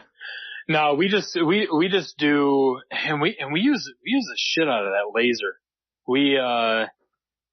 I mean, pretty much every vehicle. I'll do it for print and cuts just so I don't have to think about it. Yeah. But I mean, how many times you've been poking you got your tape measure and you're trying to feel the bottom of the door and you're hooking it on, you measure over here, you measure over there, and pretty soon you've gouged holes in the wrap because you've got to go back 17 times to try to feel through the bottom of the door. Yeah. And God forbid you poke a little thing and you got to come up. Oh, dude, forget about it. Yeah. Thank God it's way down low, but still, it's not fun. So you use the laser and yes, cut and drop every time without question. I don't even ask them. I don't tell them what I'm doing. Yep. I will talk my way out of it in the end, but I have never, but when it's done, I don't care what color it is, I've never had a customer say, why is that white showing there? Yeah. It's always, jaw on the ground, like, man, the logo is huge, and this, nobody cares. No. And it's bulletproof. Absolutely bulletproof. Never coming back. Nope. Love it. Yeah. Love working like a gentleman, dude. Why work like an asshole? Fucking tuck that thing in. What are you trying to show me how big those walls are over there? You know what I mean? Who cares? Yeah. I don't know. Somebody posted a while ago on Raps to say somebody posted a picture of some door handles that they did with like a brushed metallic, and the post was something about here's my entry for the penis measuring contest, and it's like, well, they look great. I am personally going to do everything I can to talk the customer out of brushed metallic, but no, we're in a unique market where we're pretty much the only guys around wrapping. Right. I mean, there's a few guys here and there, but we have been, up until this point, we have been able to dictate the market. We've been able to train the market. The wraps around here are done the way that we want them to be done. I've never had a customer come in and say, I want this in one piece. I want this. I want that. We're going to tell them and explain to them, and I can give them example after example of, why it works that way in success stories. Right.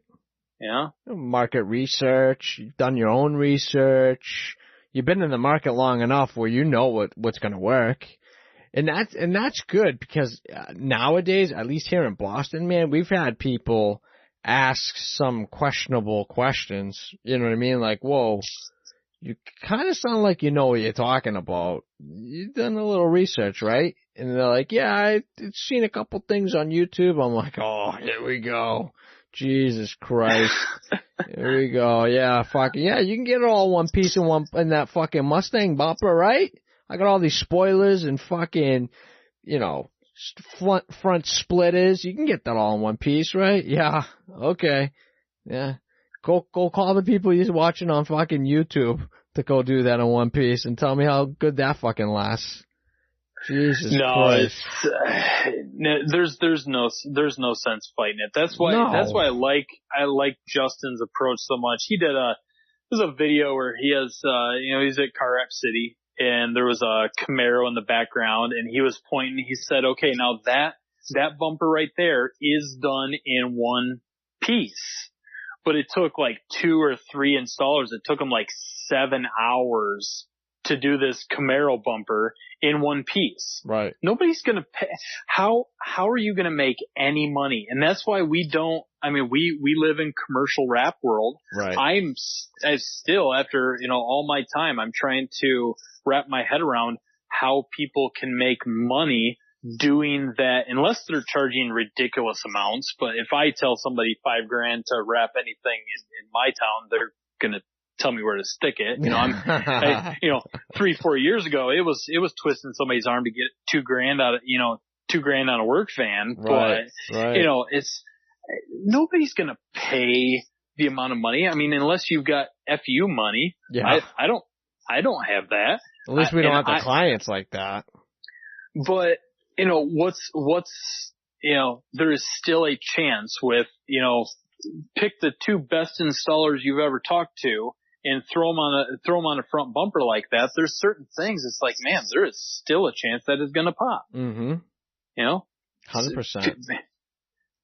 Piece it in, some seams. I mean, as long as it's, you're not hacking your seams and your overlaps, do it, plan it ahead of time. That Charger we're doing tomorrow, it's got the back bumper's got these real deep recess and these vents that come up behind the rear tire, the front fog lamps, so I already told him going in, I said, I've got to put a piece in there. I've got to put, and he didn't ask, but he's, known him forever. So, I can be honest with him. It's like, I can't do this in one piece. So what I'm going to do is, he's like, oh, you'll just like put some gray in there ahead of time.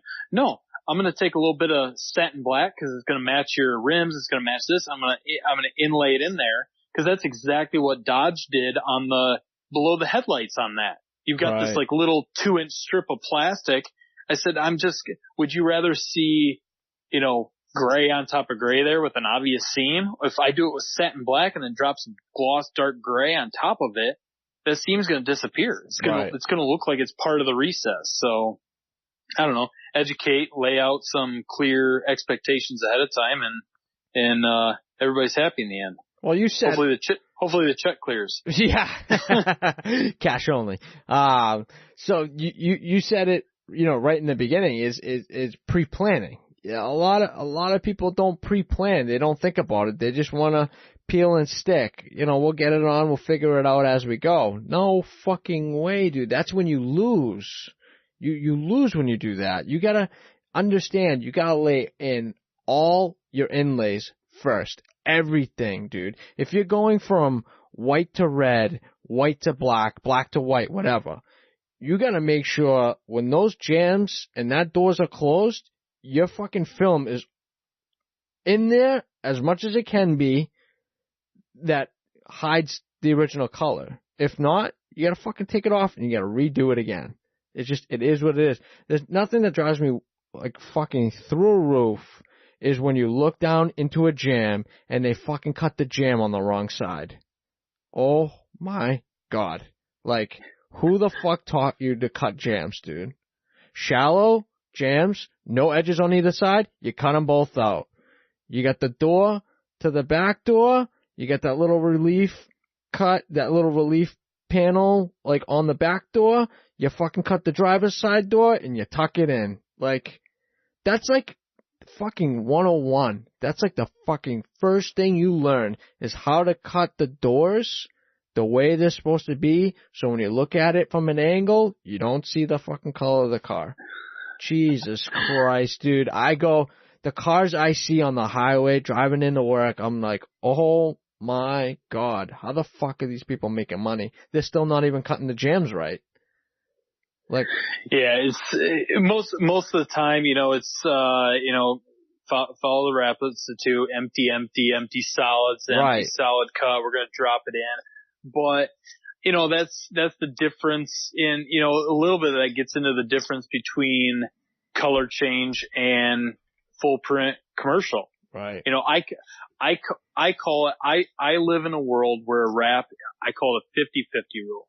50 feet away and 50 mile an hour, that sucker is going to be a giant logo. I'm not doing the roofier Econoline van. No. You're not fooling anybody. It's a white commercial van. You've got a ladder rack on it. Nobody's going to climb up there and clean it properly, So if at the end of the day, if you see a white in the door jamb or what, but I just want to see a clean cut. Clean cut. Yes. That's key. Yeah. Oh my God. It's always that one, you should have clicked the blade. Oh. And it starts to get that chatter, and it's like, there's no saving it now. Yeah, we're making hills out of this fucking cut now. Oh, yeah. Not fun. Not fun. Holy shit, dude. 4 hours, 10 minutes.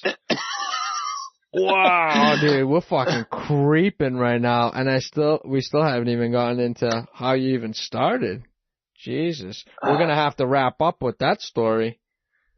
Well, I think I'm the first guest ever that got into the sign industry because he played drums in a band.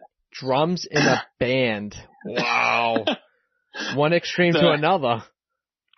No, yeah, and I know you've had an insane amount. It seems like, I don't know what it is about rappers and drummers, but we seem to be, it's a magnet. But no, I used to play drums in a band with a guy that used to own a sign company in town. Wow. We had our practices at his shop.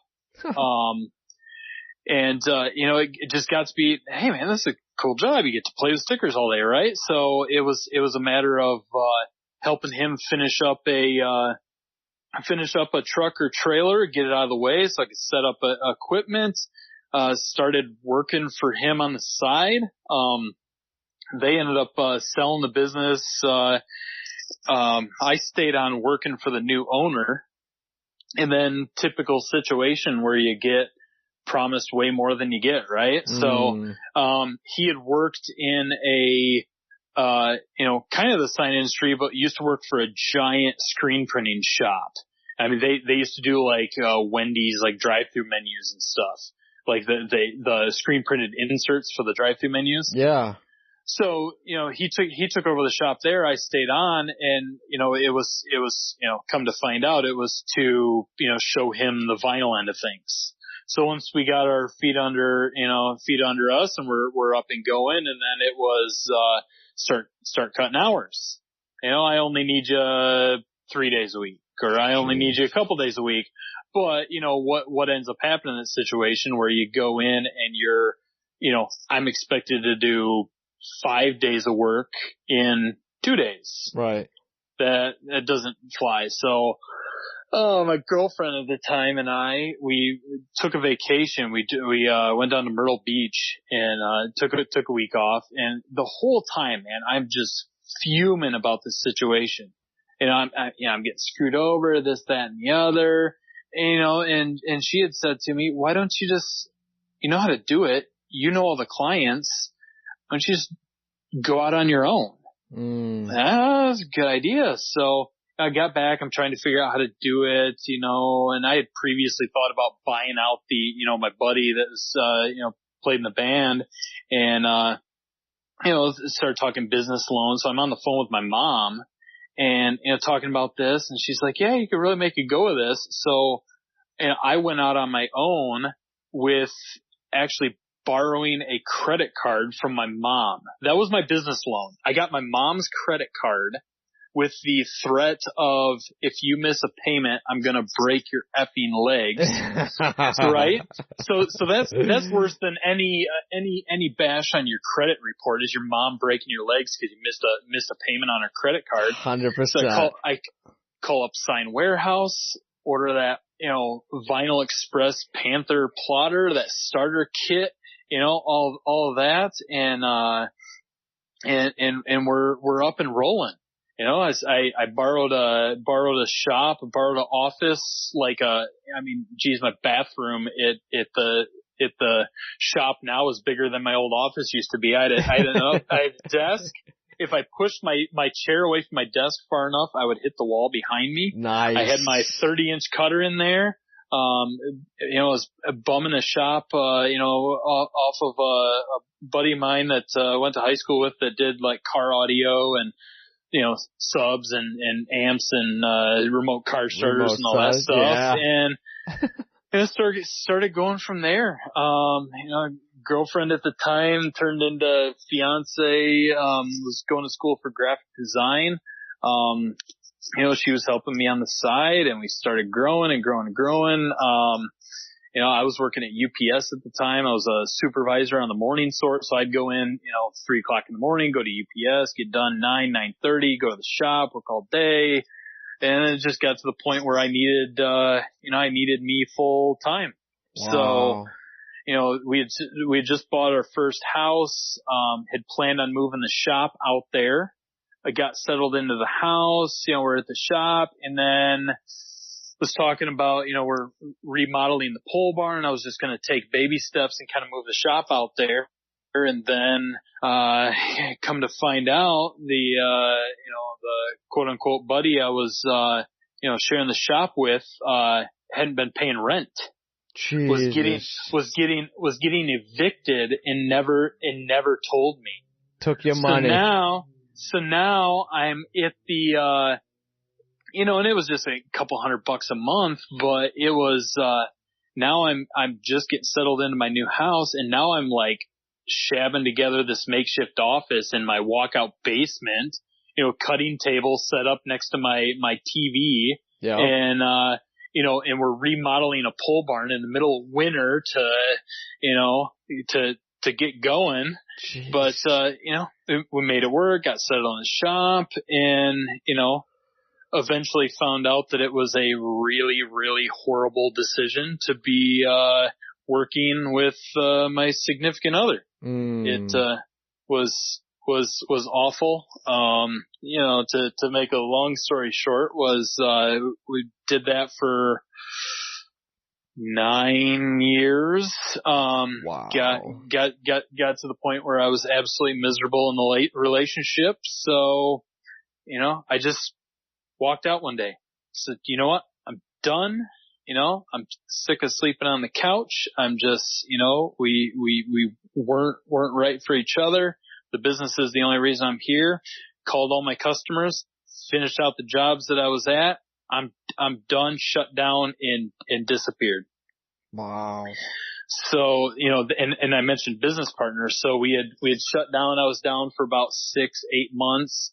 Had some family friends of mine, previous customers. They had got into doing a screen printing shop and kept asking me, hey, when are you getting back in the sign business? When are you getting back into signs? Because I shut down. Apparently there was a lack of reliable, options to go to, and they started asking me and approached me one day and said, hey, why don't you come in and talk to me? And said, hey, why don't you get us a shop going? And, so, well, I don't really want to, kind of want to leave the previous life behind. Yeah. Started, was, engaged to my wife at the time, and, her and I moved in together, and, relationship's going good, life's going good, got this opportunity in front of me. So I walked in, I gave him a list of equipment. This is the stuff I need. I'll work on commission basis. This is how much I need to make. I can come and go as I please. And, not even a year later, back up and running. Wow. When I split with my ex, I went back, got my old job back at UPS. So, I've done two tours of duty there, Wow. Got two shops going, working morning shift at UPS on both of them, health insurance, all that, 9 yards. I got the safety net to fall back on. Yep. And then, but eventually, it was, I guess as soon as I got back into it, I realized that this is where I need to be, right? This is, I love it. This is the industry I'm made for. So, fast forward, wife and I are married. She's, pregnant with our son now, my first kid. Grayson's born, and man, I'm working like an asshole. I'm Yep. I'm morning shift at UPS. I'm up at 2 a.m. every day. I go to the shop. I come home. I see my wife and kid for about 20 minutes while we're eating dinner at the coffee table, and I am face down in my plate, asleep. Get 2-3 hours of sleep. Get up, do it again. So I approached my partners at the time of, well, it's either I go full time at UPS or I go full time here. Had the discussion with them. I approached the wife first, and the husband comes in and says, Dawn says you wanna buy us out. So yeah, he says, well, why should I care? It's your shop anyways. I go, okay. So we took account on inventory. I bought them out, and not 6 months later, we're starting to search for our new shop, and the rest is history. Got into our new building, and wife works with me. She runs our screen printing, embroidery end of things, the apparel. She runs our office, does all our bookkeeping, payroll, handles all the taxes, all that. So we got a full-time designer, full-time production guy, full-time Alex out in the shop. Alex's fiance Kendra is my wife's right-hand man. She actually runs our whole embroidery operation, helps her in the office. Kids are there every day terrorizing the place, tearing it apart, and my dog's there to apparently provide me a bed to sleep on when I get the flu. So, yeah. Oh, shit. Long story, long road to get there, but I'm starting 18 years and been through it all, seen it all. Rewind back to the early 2000s. If you told me I was going to be taking fully digitally printed film and laying it into cinder block walls and getting it to stay, I would have told you were nuts. Yeah, no shit, right?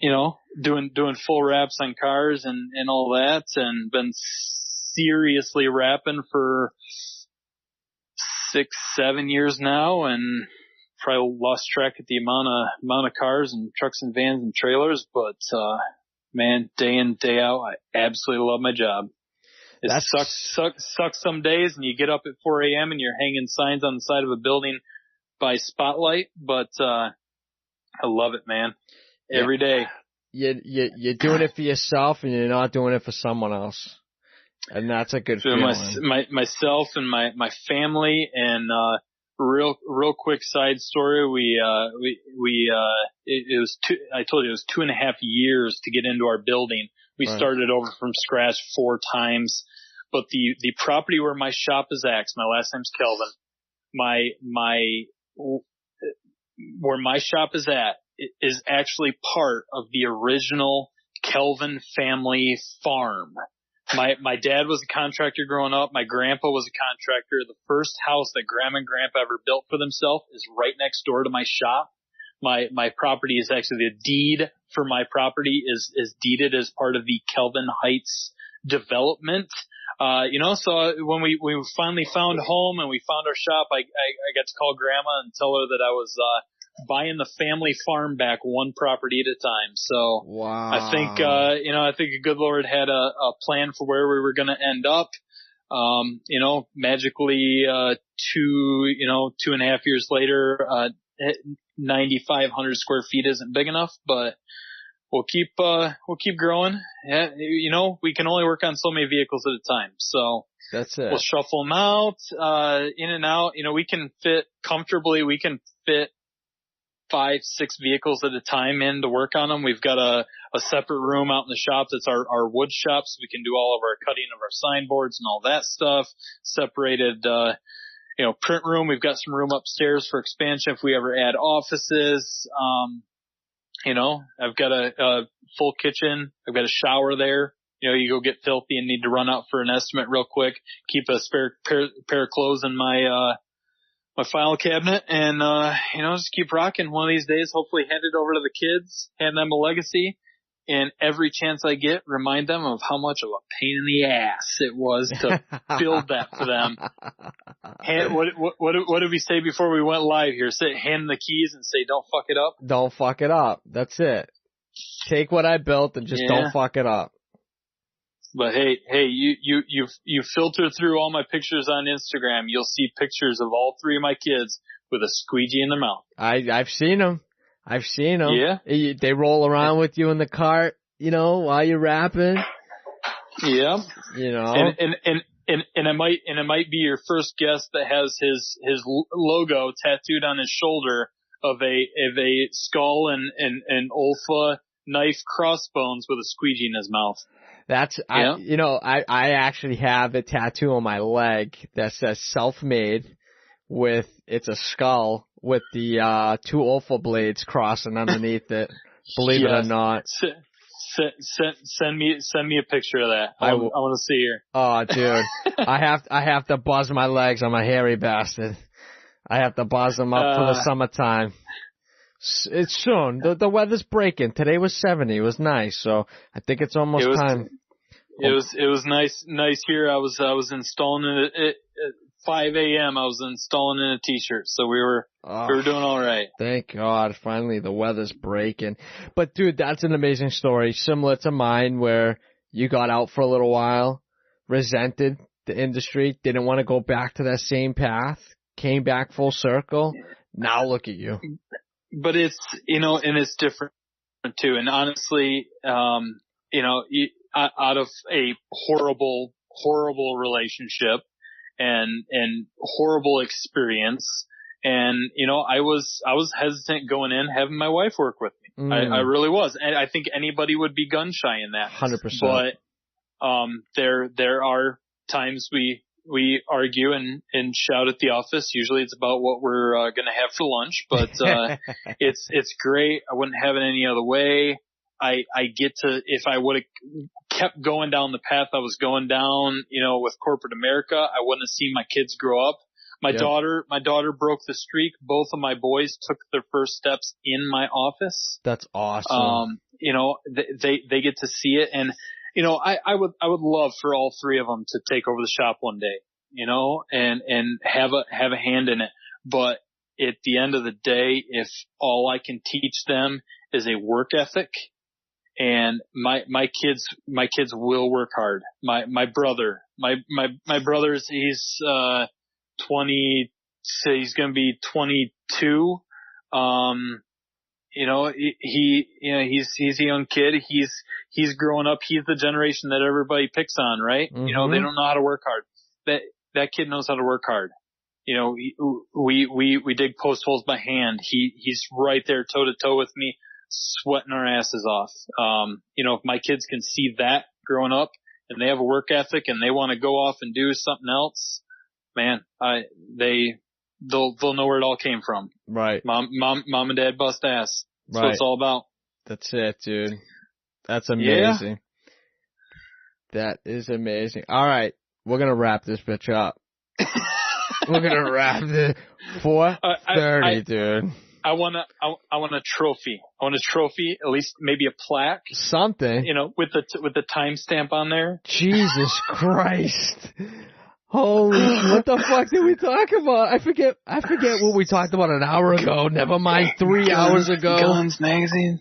I don't know. When you do the follow up and we'll have to stick to a script because I got some things I'd like to say about the industry because all we did was talk about life and guns and shit. But real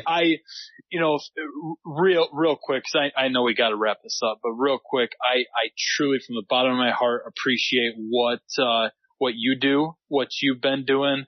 I have gotten so many tips and tricks and tidbits just from listening to the stories and listening to people and sharing their experience. And, just I had a customer that did the same thing to me. That sucks. I'm not alone. And that's, why I sent you the shirt in the magazine. It's just, a little bit of, hey, if I can show you a little bit of gratitude, but man, keep doing what you're doing. The industry needed something like this. We all need to band together. We need to be colleagues, not competition. There's no reason out there that we shouldn't be working together, networking together. If I run out of material, I'm going to call you. Your printer breaks, you call me. I gotta go down this winter for hip surgery. I found that out Monday. I gotta go down. I'm gonna be down 4 to 6 weeks. I gotta call. I'm gonna be calling. I'm probably gonna be hitting up some local people. Man, if Alex needs a hand on a wrap, I need somebody to back me up. So we all need to work together. And I think you're spearheading that one. So appreciate everything you do, man. Appreciate it. Oh man, it's all about you guys. At the end of the day, it's all the guests, everybody I have on, everyone in my network, that I'm building slowly but surely, and it's all about you guys at the end of the day, and I appreciate the kind words, man. And at the end of, at the end of all this, if anybody can take any type of info from it, because, you're going back 15, 18 years, man. We didn't have none of this when you and I were rapping. We had Signs 101. That was it. And that was tough to keep up with. You ask a question, you might not get an answer for 2-3 days. You know what I mean? And we talked about the Avery class, getting going, networking, talking to people and all that. My guy Brian came to work for us from another sign shop. They just shut down this past year. He was second, I think maybe even third generation sign guy. Wow. Him and I worked in the same town. Our town is 26,000 people. My high school, I had 64 kids in my graduating class. Jeez. I mean, we're a small community. Work side by side. Never once said a word in person to that man. Wow. Never once. You get sign guy, you ask a sign guy a question down the street, he's going to flip you off. Yeah. We have a community here between, Instagram and networking and you and what you're doing and the Rap Society. Like, where else are you going to go and ask a sign guy how to do this, how to do that? Screw that. You're taking money out of my pocket. Right. No. We're building something here, man. So we just need to keep the momentum going. That's it, bro. That's it. Every day, little by little, just baby steps. And, eventually you get there. You know what I mean? Just takes time. Be patient. That's all it is. That's all it is. It'll get there. It'll get there. Yeah, educate the customer, keep the hacks from destroying too many cars, and put out good work hard, and we'll all make some money. That's it. Yeah. Don't leave that out. We'll all be taking baths in $100 bills, right? Hopefully. Damn, I'd like to. I don't know. Let me know when you find the secret. I don't know, and you let me know when you figure out how to squeeze more hours in the day, because tomorrow's gonna suck. Yeah, for you and me. We'll have to. Yeah. You'll have to send me progress pictures, and I'll send you progress pictures tomorrow. Yeah. Figure it out together. You know what I mean? I got a little VW Bug convertible in the shop. We're working on something special on, so I'm gonna shoot you some preview pictures. The owner of the car doesn't even know what I'm doing to it, but it's gonna be a cool project. Might very well possibly be my Replica King entry for this year. So I ain't pushing her to the last minute like I did with my truck last year. That sucked. Top secret. I like top secret, and I'm gonna be in a little loop. Ooh, yeah, I like that. A little preview. I like that. A little peekaboo into the back scenes. Yep. Fuck, I'm always in the dock with a lot of the shit. Everyone's like, I got something going on. It's like, perks of the job. I guess. You wait till I see it. You wait till you see it when I reveal it on Instagram. Yeah. No, in 6 months. I'll send you a little sneak peek. Yeah. Oh shit. All right. We're getting deep before we run down another rabbit hole. Your hand's been on the door handle for an hour. Now we got to go talk in the parking lot, right? Oh my God! Did we talk about that on air? Or did we talk about that off air? I think that might have been off air. So that's the Midwestern goodbye. Dude, you're inching towards the door. Yeah. And then, but then you got to make sure what you do. I call it the second goodbye. What you do is. So customers' trucks in the shop, and you just say, you know what, you might as well come out here. I'll let you drive it out. So you say goodbye, and then you open the garage door for them, and they're backing out. And before you shut the garage door, you got to make eye contact and wave one last time. Hey. That's the second goodbye. You always got to wave as you're closing the door. Oh shit, that's awesome. Then you don't even. Oh, dude, and then how many times have you had him? Okay, I forgot to ask him a question. He parks. He comes back into the front. You're like, fuck, Jesus Christ, dude. You quick. That's when you grab the phone and act like you're on a phone call now. Yeah. Just lock the door. lock the front door, turn the sign, we're closed, in the bathroom. That's why I gave myself the office that's in the back, and I have an escape door, so I can go from the hallway into my office, or I can go from my office right out into the shop. And I got the security cameras on my TV right above my monitor. So I look up, I see the customers, coming. I can hide. I can jet out the back door if I need to. Before they open the door, you just got to shout, "I'm not here," Oh, that's awesome. I love Run that. and hide, man. You Run and hide, man. You got to do what you got to do. Got to do what you got to do. Awesome. Rick, it's been an absolute pleasure, dude. 4 hours, 35 minutes. Unfucking real. You are the king. You are the all wrapped up king right now. No, and we officially went 4.5, and I don't think we ever said my business name.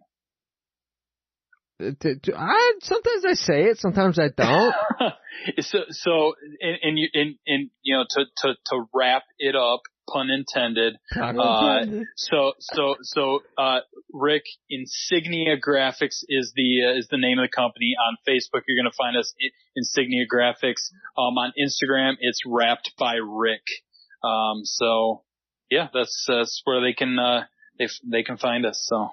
Oh, you went right into it. I didn't even have to ask. You know what the deal is, unlike some people I know.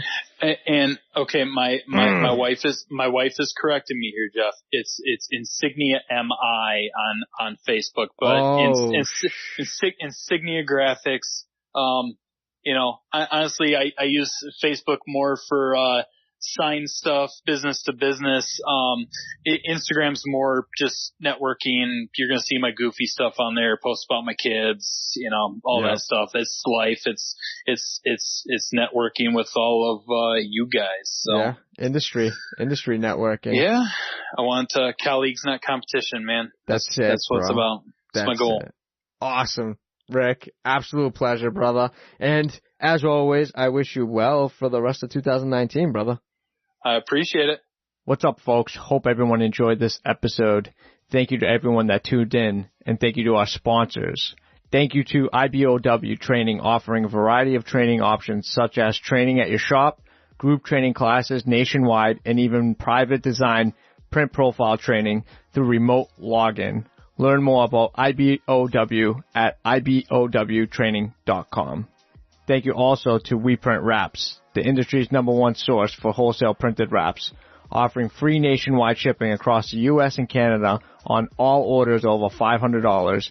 And don't forget, exclusive listeners of this podcast save 5% on your next order when you use promo code ALLWRAPPEDUP at checkout. See why industry pros love them and visit WePrintWraps.com. Till next time, folks, that's a wrap.